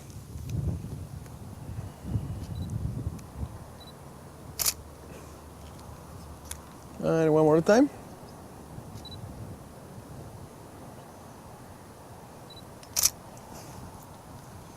Good. Bring your shoulder this way a little bit. I mean your head tilted this way. There you go. And squeeze yourself a little tighter.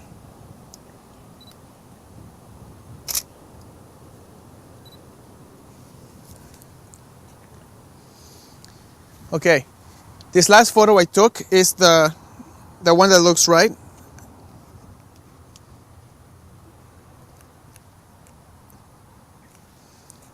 Okay. This photo here, the last photo I just took. Oh, you can't even see it anymore. There we go. Okay, you guys. Basically, you have two types of things going on. The first photo that I want to show you is the one with the crazy light going on. So I'm talking about this one with all the lights and shadow all over her face. Do you see the problem? Yeah. Okay, simply put the sun behind them by following the shadow line. And you end up with something more along the lines of this one where you have a totally clear skin in the face. Okay? Now you can I'm gonna give the camera to you guys and you can have Matt and her interact in the same spot because the light's gonna be perfect anyway. Does that make sense? So let's try it. All right, David.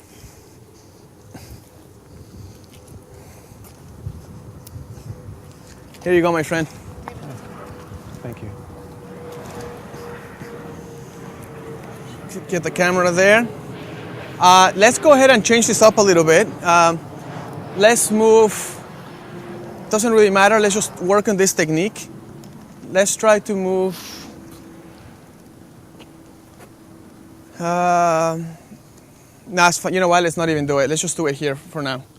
Okay, first I want you to take a messed up photo by not following this, and then take it properly and you can incorporate both of them, okay? All right. So try it out. Take one shot at a time because it has to tether. No, what you did just now, yeah. All right. Can you move to the other side of her? Moving behind her slightly, just put your your left foot behind her. Come closer and tilt your shoulder this way. Nice.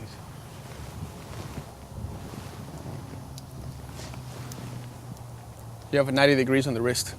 Yeah, it's a messed up photo. Okay, messed up photo. I like it. All right. Mess it up more. Like get the light messed up. Right now you're still kind of hitting it. Okay. So like this.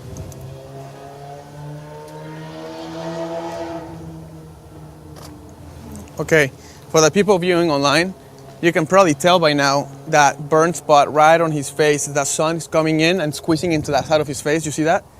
That's not gonna work for you, okay? Right.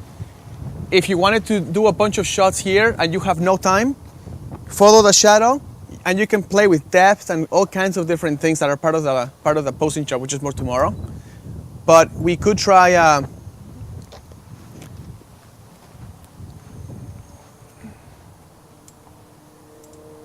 come over here, Matt. The lighting on him is good. Stand back, Keisha, way back. Stay way back, keep going. Stop, take a step this way. Stop, I'm gonna keep on this line of shadow, right? Right.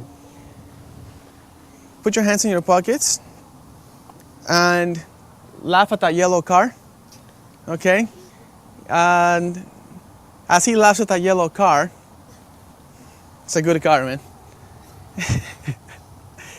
As he laughs at the yellow car, you're gonna laugh at that green bush. Let me see that real quick.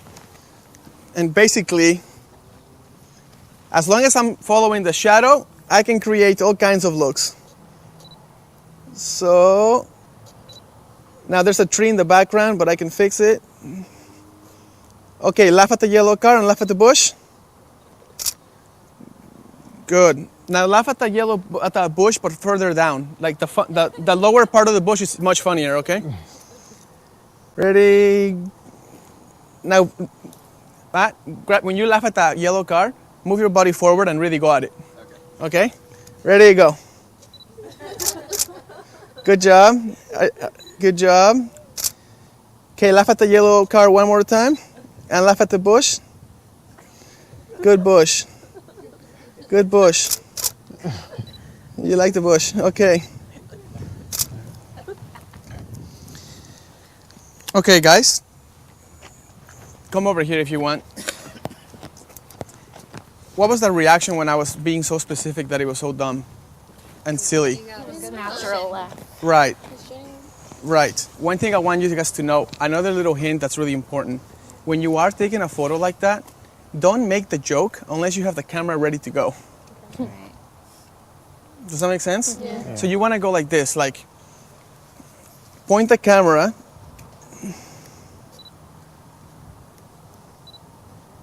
Point the camera, then you tell them, hey Matt, can you look at the yellow car real quick, please? And then just like really go at it. Just really go at that car. Okay. No, Matt, really go at the car, like seriously. Okay, if you look at the last photo I just took. If you look at the last photo I took, his expression is facing this way, so you're creating contrasts, right? Her face is perfectly backlit because the sun is right behind her, right? She's smiling naturally because it's funny, and it's funny because it's kind of retarded in a way. Like if you tell them to look at the car and really go at it with the car, it's just you and the car. Feel the car. Feel the car. You're gonna bust out, okay? But a lot of times when people do that, their cameras are not on their hands. Right. See what I mean? Since a lot of it is how you talk to them and the energy that you bring out. I mean, if you tell them the joke prematurely, you're basically shooting yourself in the foot. Okay? Now, we have 3 color elements, we have symmetry, balance, we have all these different things we want to look for. So here you go, friend. Take a look at this beautiful camera here. Give me the water. Look at the water. Now, Far out. let's try, and you have the flashes you can work with too. How I want you to create, you cannot walk around past this That's much. here, right. But you can put them over there and zoom in. You can put them here, here, here. Where do you think any of this makes some sort of sense? Don't forget we have a huge diffuser which we could use over them. Okay? Yeah. You know what I was interested to know? How would we use a flash in this situation? That's what I want. The flash, you can use the flash to backlight them, right? Okay. So if you put them by that shady area, by that tree, let me see, can you come this way? Stand by this tree here. Okay, you see how she's in shade now? Yeah. Now the flash could be put behind, and if you have a big enough ISO, like 1200 or 800 or something like that, that light will wrap around her. Does that make sense? Yeah. So you can try it without a flash, and then you can try it with a flash if you Do want they to. have to be standing or can they? No, they can down? sit, but if you do sit, Yeah. don't show the whole body, remember that? Yeah. Just keep it, be creative in your crop so it looks romantic. If they're sitting, you don't have to make it look like they're sitting. You can just show so people don't know. You want to try that? Yeah. Let's try that. Go ahead, Matt.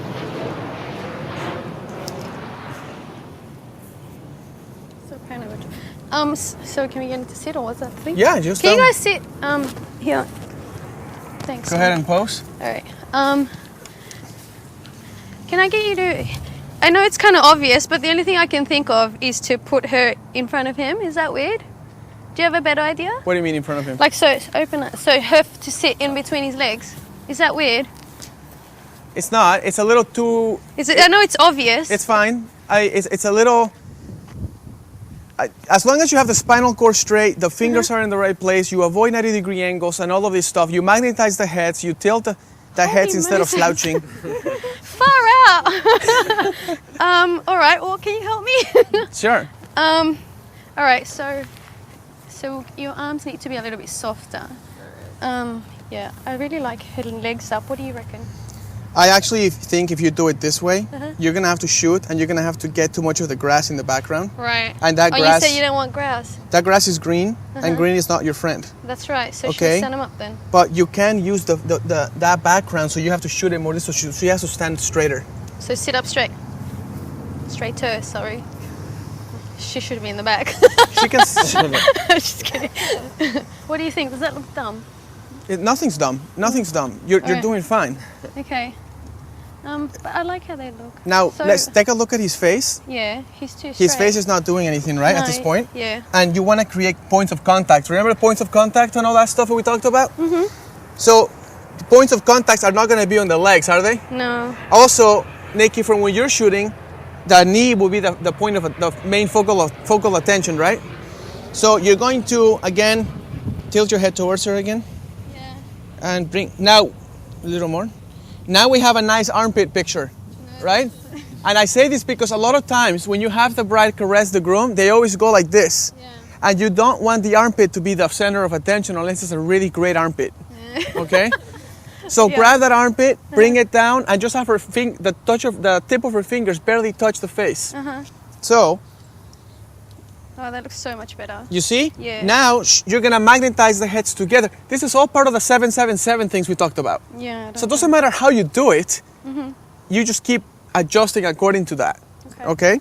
And so, So would it be- faces need to be yeah, need to can put they them. look at like, if they lean in, is it cool if she looks like around here? Would that It's look all weird? cool. You just do it. And then can you look past her nose?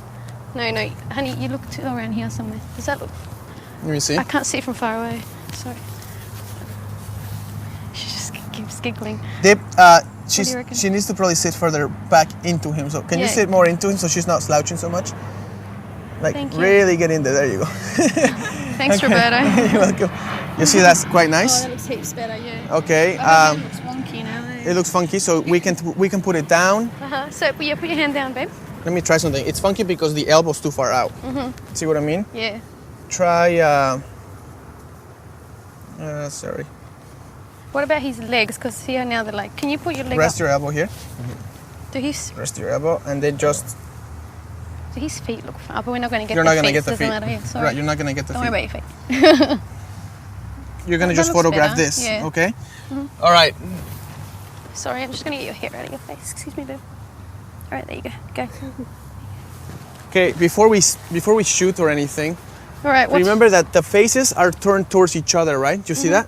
Oh, yeah, Now the let's mess this parallel. up real quick. Let's pretend we're not doing this like perfectly, okay? Separate your faces a little bit. See, it starts to look messed up. Now turn your face that way. I'm sorry, you, Matt. And then turn your face this way, like straight at me. See what I mean? Now go ahead and smell the upper cheekbone, her upper cheekbone. Chin down. And then, like I said before, go ahead and inhale and tell me what it smells like.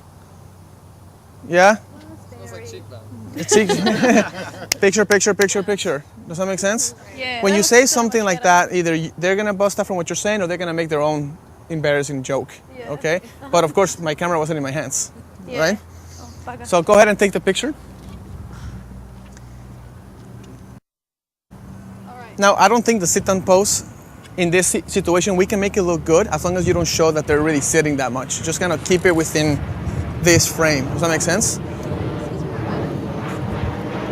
Sorry, I only shoot kind of. Where's the ISO button? I feel like it. ISO is right here. The ISO is already at 200, so you So should- actually keep should it that. Then just shoot. Adjust the shutter speed. That's all you need to do. Okay. Adjust the shutter speed. So should it be right there? I was going to do it. Sorry. You gonna do it? Okay, try Whoa, it. Try it. It's really high. Okay. Wait, you said you didn't. Crop. Make sure you zoom in all the way to make sure that it doesn't show Uh huh. that they're sitting. Hide that from the viewer, right? Uh huh. When you print this photograph in a little canvas, it's just Oh, gonna show the bugger. energy of them, not Okay. How do we improve this, Roberto? not the feet. Okay, so you you can have see that. her knee. Could you? You have a lot of problems here. Let me see. Yeah. You have the horizon line. Can't see. you have the horizon line going right over their head. Yeah. So lower your angle even more and have them tilt forward a little more. Okay. Also, you need a reflector, right? Yeah. Okay, so I hold do. this again. And let's start to include stuff to it. So let's add a reflector.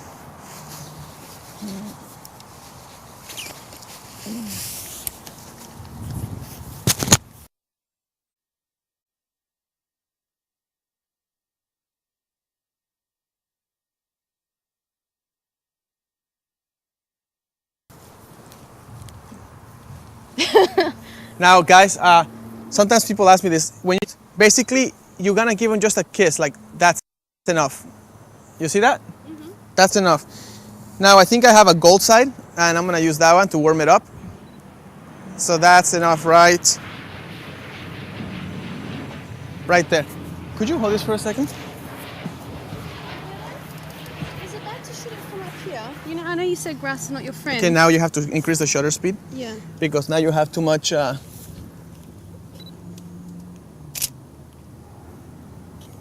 Turn your chin towards her a little more. That looks I a mean, lot towards better. him. Separate your nose a little bit, Matt, from her.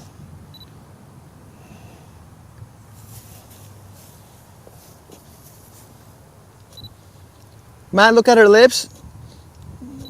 Keisha, don't look at your lips. Just look this way. That looks heaps better. Okay, guys. So the last photo, let me talk about it first. The last photo I just took, I cropped the horizon line that she had a horizon line going across. So I just basically zoomed in to avoid that horizon line altogether. We had a reflector to make sure that they were the brightest part of the pose. Even though we have broad daylight sun and it looks terrible, by adding the reflector and them being in shade makes them the brightest part of the pose. I cropped every distraction out, okay? Now you can take a look at the photo. I don't know if I can block this or something. Okay, right. Yeah, it looks heaps better. Okay, now he's looking at her lips, so the energy is quite nice, right? And she's gonna turn it so you can see part of her eyes. Yeah. Notice her eye ratio with her iris and the eyeball is quite good. Now I could have messed this up and had her turn her eyeball that way and just show all the white of the eye. Does that make sense? Now if you were to paint this picture black and white, it will look a lot better. So because the green grass is no longer a color element, right? So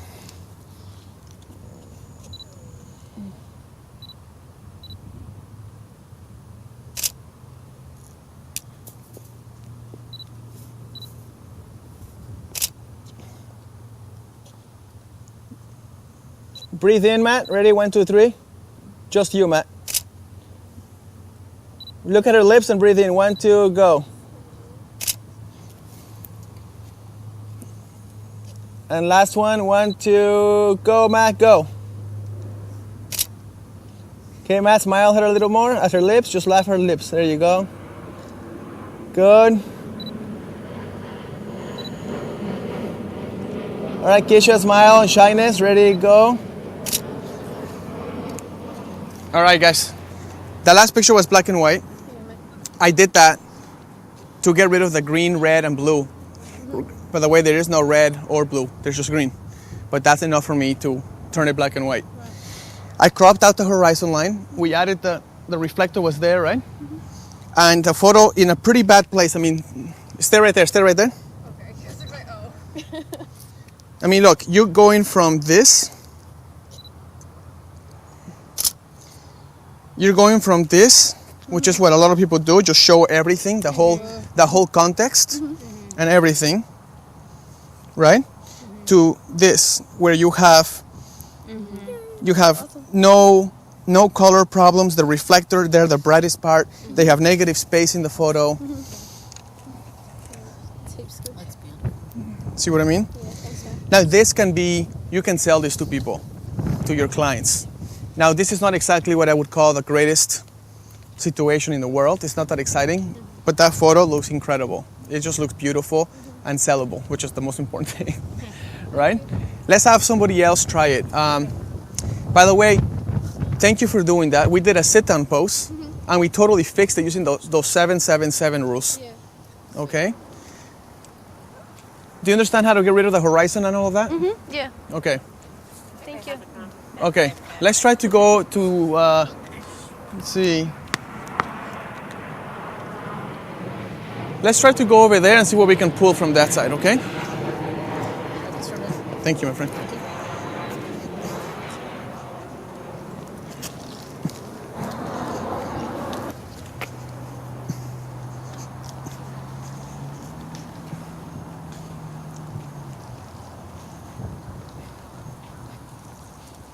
Let me bring something up. This is pretty important. I just noticed. You see this little shadow sunlight going on in the floor? How do I look right now? Professional photography speaking. Do I look awesome? No. If you put a person in the shade, and they are close enough to the sunlight, that sunlight it's going to work like a reflector and it's going to reflect light back at them. Does that make sense? Now in this case, this is a black road, so that black is going to basically not do that. But if this was like that cement sidewalk over there or anything like that, that cement sidewalk will reflect light back up into your clients. And because they're in shade, they will be in clean light. Does that make sense? So this is a kind of a cool move. Let me see if I can come here for a second, Keisha. That's the FedEx plane right there. Okay. She's obviously about 2 feet from that shadow line, right? It's about this much distance. The closer you get to that sun line, the brighter she will be. As long as you don't get any sun in her face. So go ahead and walk forward a bit.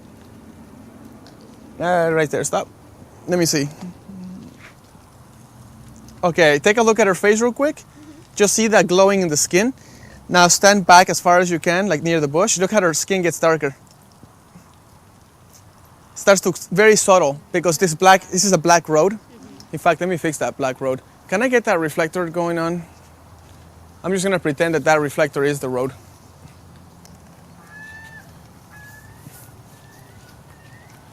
Thank you. So obviously this is pretend that's a sidewalk or anything else that's not black because that's not reflecting, but it works really well. Now walk closer to me.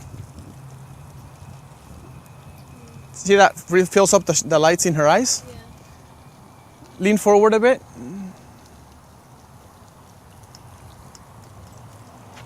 Walk back again.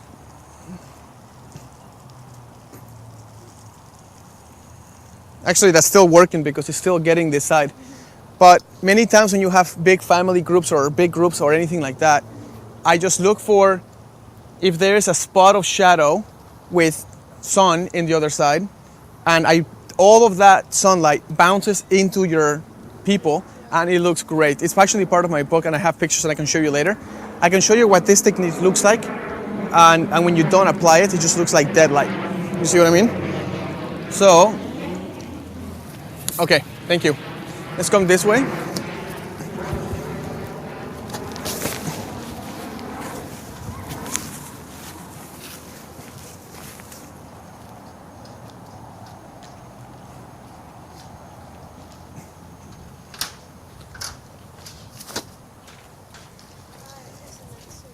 Okay, guys. First of all, I'm gonna go ahead and pick someone out of the live audience. We have all these plants and we have this grass and we have this cement. We have all this stuff. We cannot walk the cameras any further, but you can put the models anywhere. Let's discuss it together, okay? Where's my piece of paper at? Or whatever, yours piece of paper.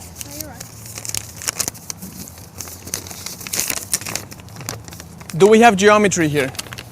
Yes. Where? The windows. The windows and the arches. Are they good enough to be used? Probably not at this case, right? Do we have depth in this scene? Yeah. Where is the depth? That flower bush and the bush behind it. Well, just the fact that we don't have a wall, we have depth, so it creates that romance, right? If you were photographing Keisha and Matt by that wall, you would have no depth. Does that make sense? Yeah. So we have depth here. Do we have shadows and stuff here? Not really. Not really. It's not gonna work. This is not a case where that would work, right? Do we have the possibility of silhouette here? How would you do that? Shoot against the sun? Yes. And you would have to go to a low vantage point, whatever, and put them in over that. You can have them stand in that little thing there, cement thing, and then you can have the sky in the background and create a really cool silhouette. So we can do a silhouette here, right? Can you do a reflection here? No, not really.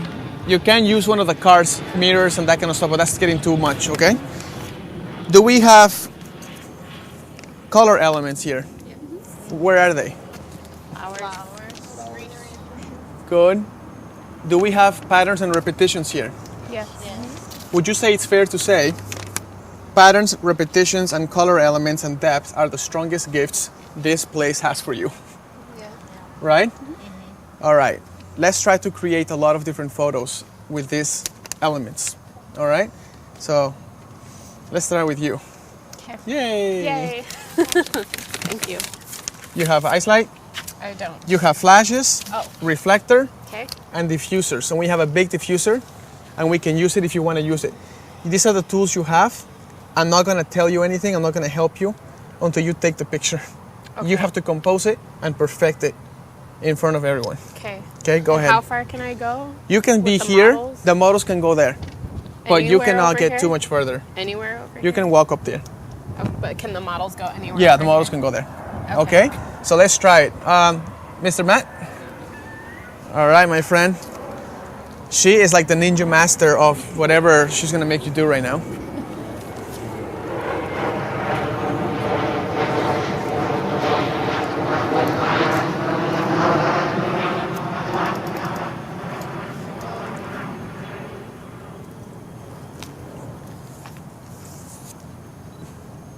Okay. Kesia? Yeah. Can you come Kesia, over here? yeah, And can you guys Kesia. walk along that up. sidewalk that's right there? And I'll tell you when to stop. Go in towards the building. Yeah. So I'll tell you when to stop. You have some reach. If you want to move further, you can move further up, right? And stop right there, Matt. Okay. Can you? So harsh light, right? Yeah, the light is harsh. Okay, So where's the diffuser? that's the diffuser. Yeah, the big one. That's the Sunbounce diffuser. Shoot, I don't know where she would stand though to cover them.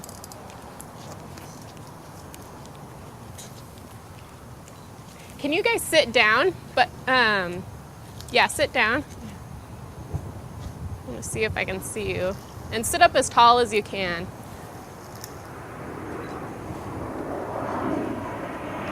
Can you scoot over towards Kesia a little bit more, Matt?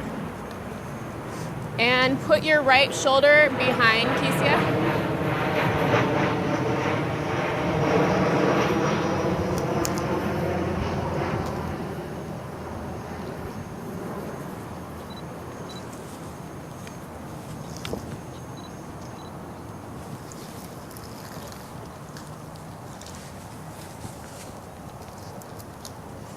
What's one issue you guys see with this? Whether The background's gonna be overblown. well, only the left push, right? I mean the right push. The right push, yeah. Do you see that, guys? Okay, put your foreheads together. So we're okay. So And Kesia, she's putting open them your eyes, there, but look and it's down, fine kind of. because she's going for the green color tones, right? But you have a luminance difference in the background. Yeah, That's a problem. Remember we talked about balancing the luminance in your photo inside the library? Oh, yeah. The lighter You do not reflects. want to have too many unless you're trying to create a contrast shot. Right. Okay? Somehow. You need a reflector? Yeah, maybe a reflector Okay? right here. Here. Probably the gold side.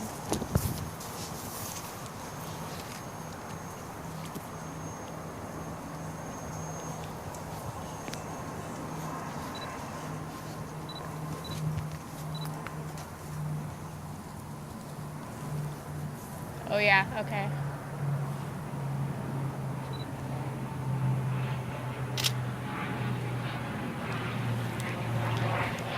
Is there any way we can get a little more light, or is that pretty much it? Not really, unless Keisha kills me. Matt, bring your head forward towards me a little bit so you're, yeah, there you go. Perfect, Keisha.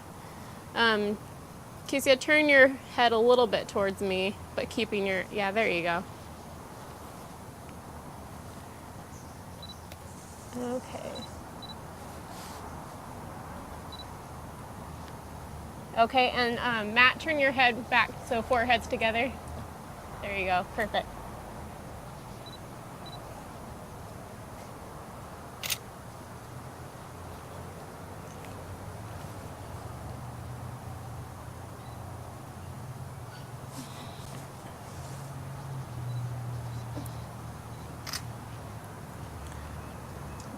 Mallory, can you make them react a little bit? Oh, yeah. Try to inject some expression in there. Okay. Okay, hold on just a second. Okay, breathe in.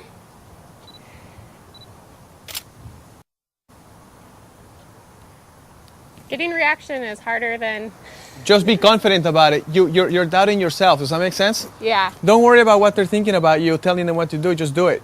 Okay. Do it with confidence. It's hard. No, it isn't. Yes, it is. Say something embarrassing. Think about how much you love bananas. Wow. Good. No, don't laugh. You got them to laugh. That's all that matters. Okay. Think about how much you hate sitting on the ground and in this suit and you want to go home. Tell them how they feel, because people laugh if you tell them how they feel. You feel so excited to be sitting in the foliage of this beautiful Tell them you love that ground. location. And I can see it in your face that you're just stoked. You love that ground, baby. Yeah. See, you can't even stop smiling about That's right. it. That's Take how the shot. excited you are. Don't worry. Okay, that's good. Okay, why did you have them sit down? I had them sit down because when they were standing, I just didn't want to get the building in the background. But you don't have to, right? Let me see. Stand up, Keisha, all the way. Let me see. Can you stand up all the way? You can still Is it get it by- within the bush, right? Yeah. Let's create another one standing, but Okay. let me get somebody else a chance. Give me a second.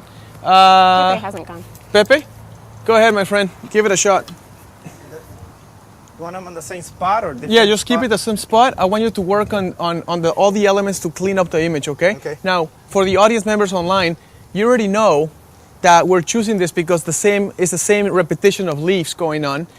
Pepe here is going to crop the photo just to show those leaves, and then the bride and groom will be somewhere, or the girl and the guy will be somewhere in there without showing any other part of the building or anything, right? Yes. You're gonna zoom in just to show that pattern. Yeah.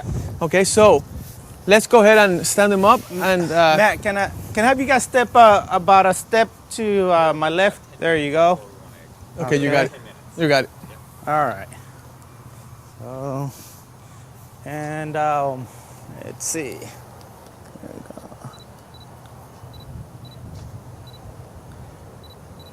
go. Okay, now I want you guys to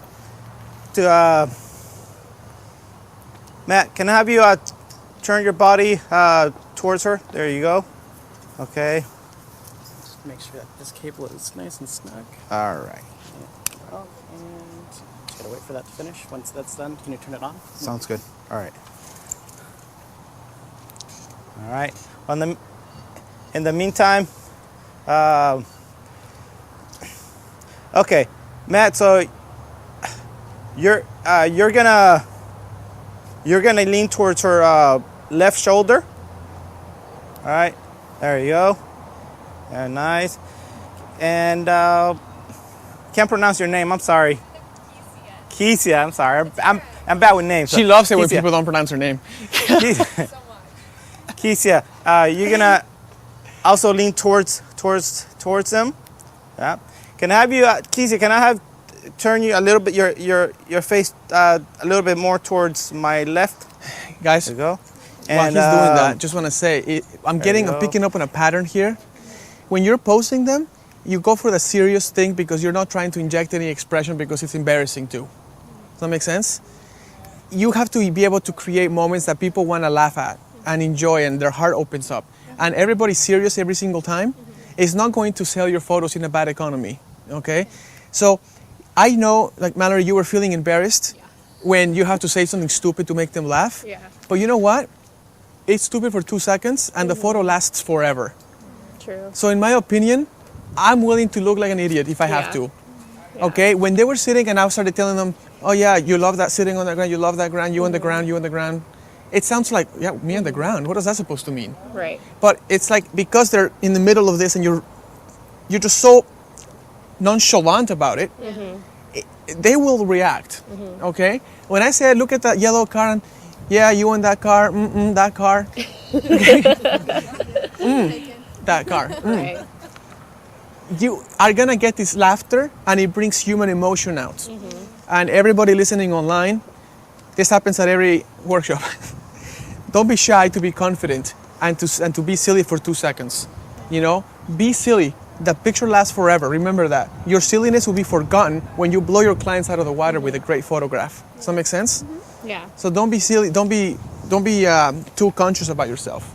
You're a photographer. You're supposed to be funny. You know? Yeah. Well, I was just going to say, I think it's more of a testament to practicing, because once you get confident with your skills, then you can relax. Even if you're not confident with your skills, you can actually fake the confidence when you're posing them to create an expression. You sounded like your voice was like very trembling, like you don't want to say that because you don't want to feel, but you cannot do it. Like, all right, looking at the pictures, I'm definitely gonna need. Go ahead and get together, guys, again. Okay, I'm gonna need the reflector because they're a bit on the dark side. Take a look at the eyebrow real quick. His eyebrow, like real close. Yeah. Do you see anything there? Okay. Is he smiling and stuff? Yeah. Just don't worry about it. Like, keep going. Now, of course, the arms are everywhere, and this is a whole mess up, right? Yeah. So I'm gonna have. Let's see. I'm gonna try to have. Give me 1 more minute. Nikki, come on out. Grab that pose and fix it all. Fix the whole pose.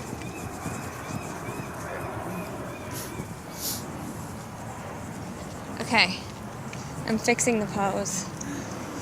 Okay, so we don't want any 90 degrees. Okay, this is gonna go in your pocket. Okay, this can go here, just up a little bit higher. Yep. And this, okay. Gentle Another thing fingers. I want to say as she's doing this. Okay, why don't we turn... Why can't... Come here, friend. Why can't you use your hands and go like this? Does that make sense? Like, you can use your hands in so many ways. You don't have to have the whole... You don't have to have this whole going on. Yeah, you could do so much. Okay, so just use the hands in other ways. That's true here, so... Nikki? Yes? You're not allowed to put the hands there at all. Switch the hands altogether.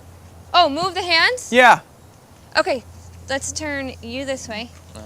You're gonna look that way. And you're gonna come up this way. No, Nikki? Yes. Put them back facing each other. Okay. But change where the hands are. Okay. Put them up in their face. Both. Both? Just hers. You don't want a mirror. Okay, so this goes in your pocket again. Okay, this goes here, just gently. Don't cover his face too much. And remember, relaxed hands. Okay, so we need to do some. You see how she just? This. You can put that around his waist. Her head just tilted from the top down. She didn't slouch. That's good. That's a good point. Okay.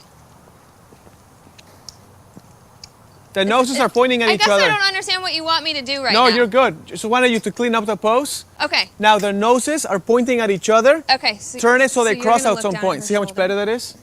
Okay. Now you can see more of her face, right? Right. Turn her face more towards the camera. Okay, so turn your face this way. And have her look at the camera with her eye like that. You see that?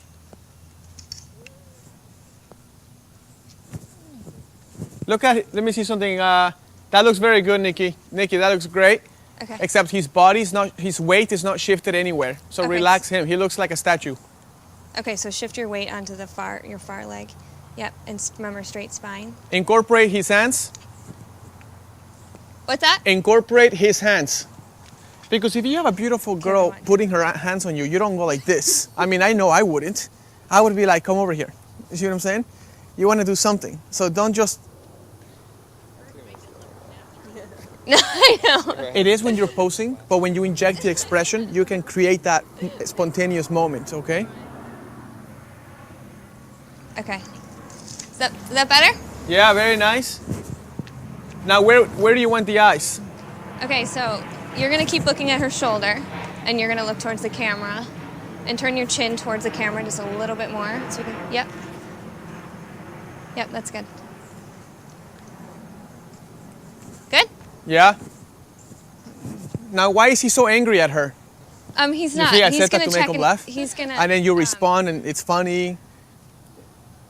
Okay. Okay, Kishia, no matter what happens, I want you to look at that red bush right there. You see it in front of you? Yeah. Okay. Now let's put the diffuser up again, if we can. Can we get the reflector too? Let me see that camera real quick. Let me do some. You got it?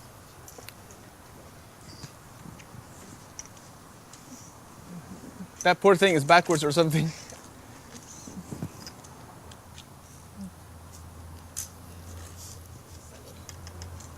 There we go. Put your left hand on her forearm. Yep. Give me a second. I'm almost. Yeah. You got it. Just that diffuser is going crazy.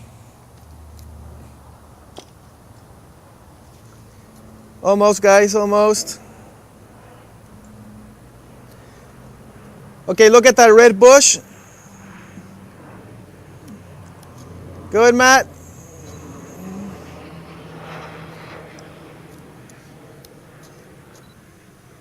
Can we diffuse them more on the bush? Yeah, move further that way.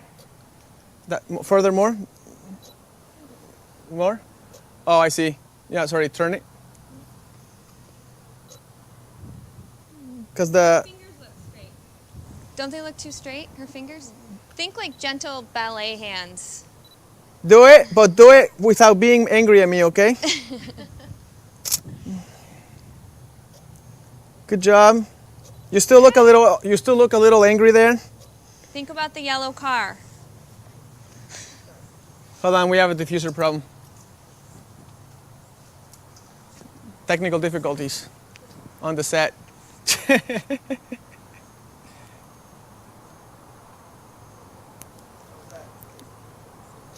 No, it's not good, but I already got the picture anyway. It's fine, let it go. It's fine. Okay, guys, take a look at this. The last photo I took here, you can see, I don't know if we can block this. You can see how clean the photo looks. Even though we had technical difficulties with the diffuser, when I said don't be angry at me, it creates this super, super fun. You see how their face is tilted towards the camera? Yeah. You see the background is not distracting. Now that background should have been diffused with the diffuser. Okay? Yeah. And it's not. And if I wasn't having problems, we would have a reflector on them a little bit or backlight them. And then that rim lighting will illuminate her entire hair from the back and it will look really, really beautiful. Okay? Now, right now, that bush is brighter than them, which is obviously a mistake. We do not want to have that. If you're shooting and your background looks like this, fix it. Put a diffuser, put a back flash behind them, rim light.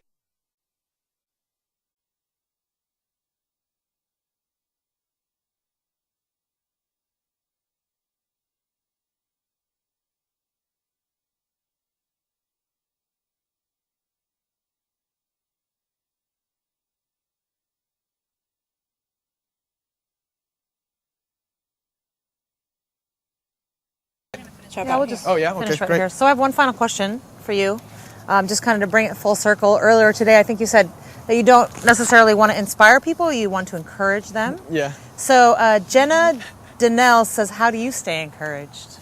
Oh, that's nice. Well, I got to pay my bills. You know what I mean? So when I want to be a really great wedding photographer, I don't want to be just good. I want to be great. And when I go through my images and I see improvement every weekend and I see the work that I put in pays off on the weekend, it's like, honestly, it's just a good feeling. that you did something during the weekday, you implemented it on the job, and it really paid off. Looking at your bad photos from every wedding and trying to fix them, whether you have people or not, if you have flat, you can grab an orange, put it in a library or something, and try to make that orange the brightest point of everything you take. You don't have to have people. So, and when you go out and you have a bride and groom and you're shooting and your photos and your couple is just glowing in every photo, it's a direct correlation to what you did during the week. And that feels good, and everybody will grow. Problem is we leave our cameras without the lenses, and we keep it in our camera bags, and we keep it locked up in a room until we have to go to our next job. I don't do that. I leave my cameras out, and if I want to try something, it's ready to go. I don't have to take it out of the camera bag, put a memory card. By the time you do that, you won't be encouraged anymore. Just leave it out, you know? So, okay. Great advice. Awesome. Yeah. Well, it's been a fantastic first day. The internet is loving you, Roberto. So excited to be The computer itself or the people in it? the people. We just call them the internet. The internet. The interwebs. We want to give a huge shout out. Thank you all for joining us from all over the world. And thank you again to the Landmark Event Center for hosting us here over the full 3 days. We're going to be here the whole time on location, which is very fitting for this workshop. So on behalf of everyone, let's give Roberto a big round of applause. Thank you, guys.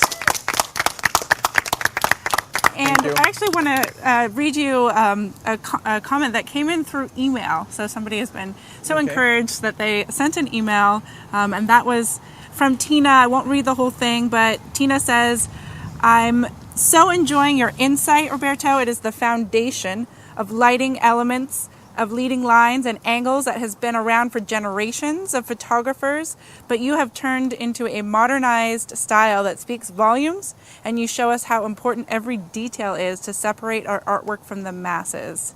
And she goes on, I'm truly impressed and look forward to the next 2 days. No, thank you so much. Yeah, so it's fun to hear those, because what I was just telling them about being silly for 2 seconds to create a lifetime of emotional photographs. I mean, the photos we took, the black and white by the tree, the black and white sitting, and the ones we just did right now, even though we have to be silly for 2 seconds to get them to laugh and say silly things, I think that, like I said, I encourage you to not worry about how silly you may sound for those 2 seconds, because a photo that's emotionally packed is always going to sell. It's always going to impress everybody. And if you keep those backgrounds clean, like we did today, like we didn't take a picture of the whole building, did we? We didn't include the feet. We kept it to the most important part, which was just the pattern that we saw. Now we're here, we're limited by our movements, but what happens when you're in your own cities and you can walk everywhere? You're gonna have to say, what are the gifts of this location? And can I frame it so I just show that? And then you'll make some sort of sense out of a very chaotic situation. So thank you so much for the first day, and yay, everybody, good job. Thank you, everybody. So Roberto, Thank you. Yeah. what are we going to do tomorrow? What's in store for us tomorrow? We're going to be building on this knowledge from today. So today we focused a lot on location stuff, right? Tomorrow is going to be very, very fun posing craziness tomorrow. We're going to I developed a posing chart that if you use it in combination and permutations with the location chart, you can come up with thousands of things, thousands of different poses. Those 777 posing hints are really going to come in handy tomorrow. So if you're listening at home, take a look at those and see how we implement them tomorrow for all the different kinds of poses in the chart. Okay? Fantastic. Yay. Fantastic. Okay, well, I'd just like to say, I know that you do teach private workshops for people, and I love how much you've used the students and put them to work right out the gate. Mm-hmm. That is awesome. This is literally like a private workshop for all of you people around the world, except you get to watch this from the comfort of your own home. Like, you can't really ask for anything better than that. So I'm so excited to see how the next couple days unfold. If this feels like something that is going to work for you, something that you'd like to watch again, I highly suggest that you purchase the course now while you have a chance to get it at a great discount. So scroll down the course page or go to the course page and purchase the course now. And we will see you guys back here at the same time tomorrow morning. Have a good day.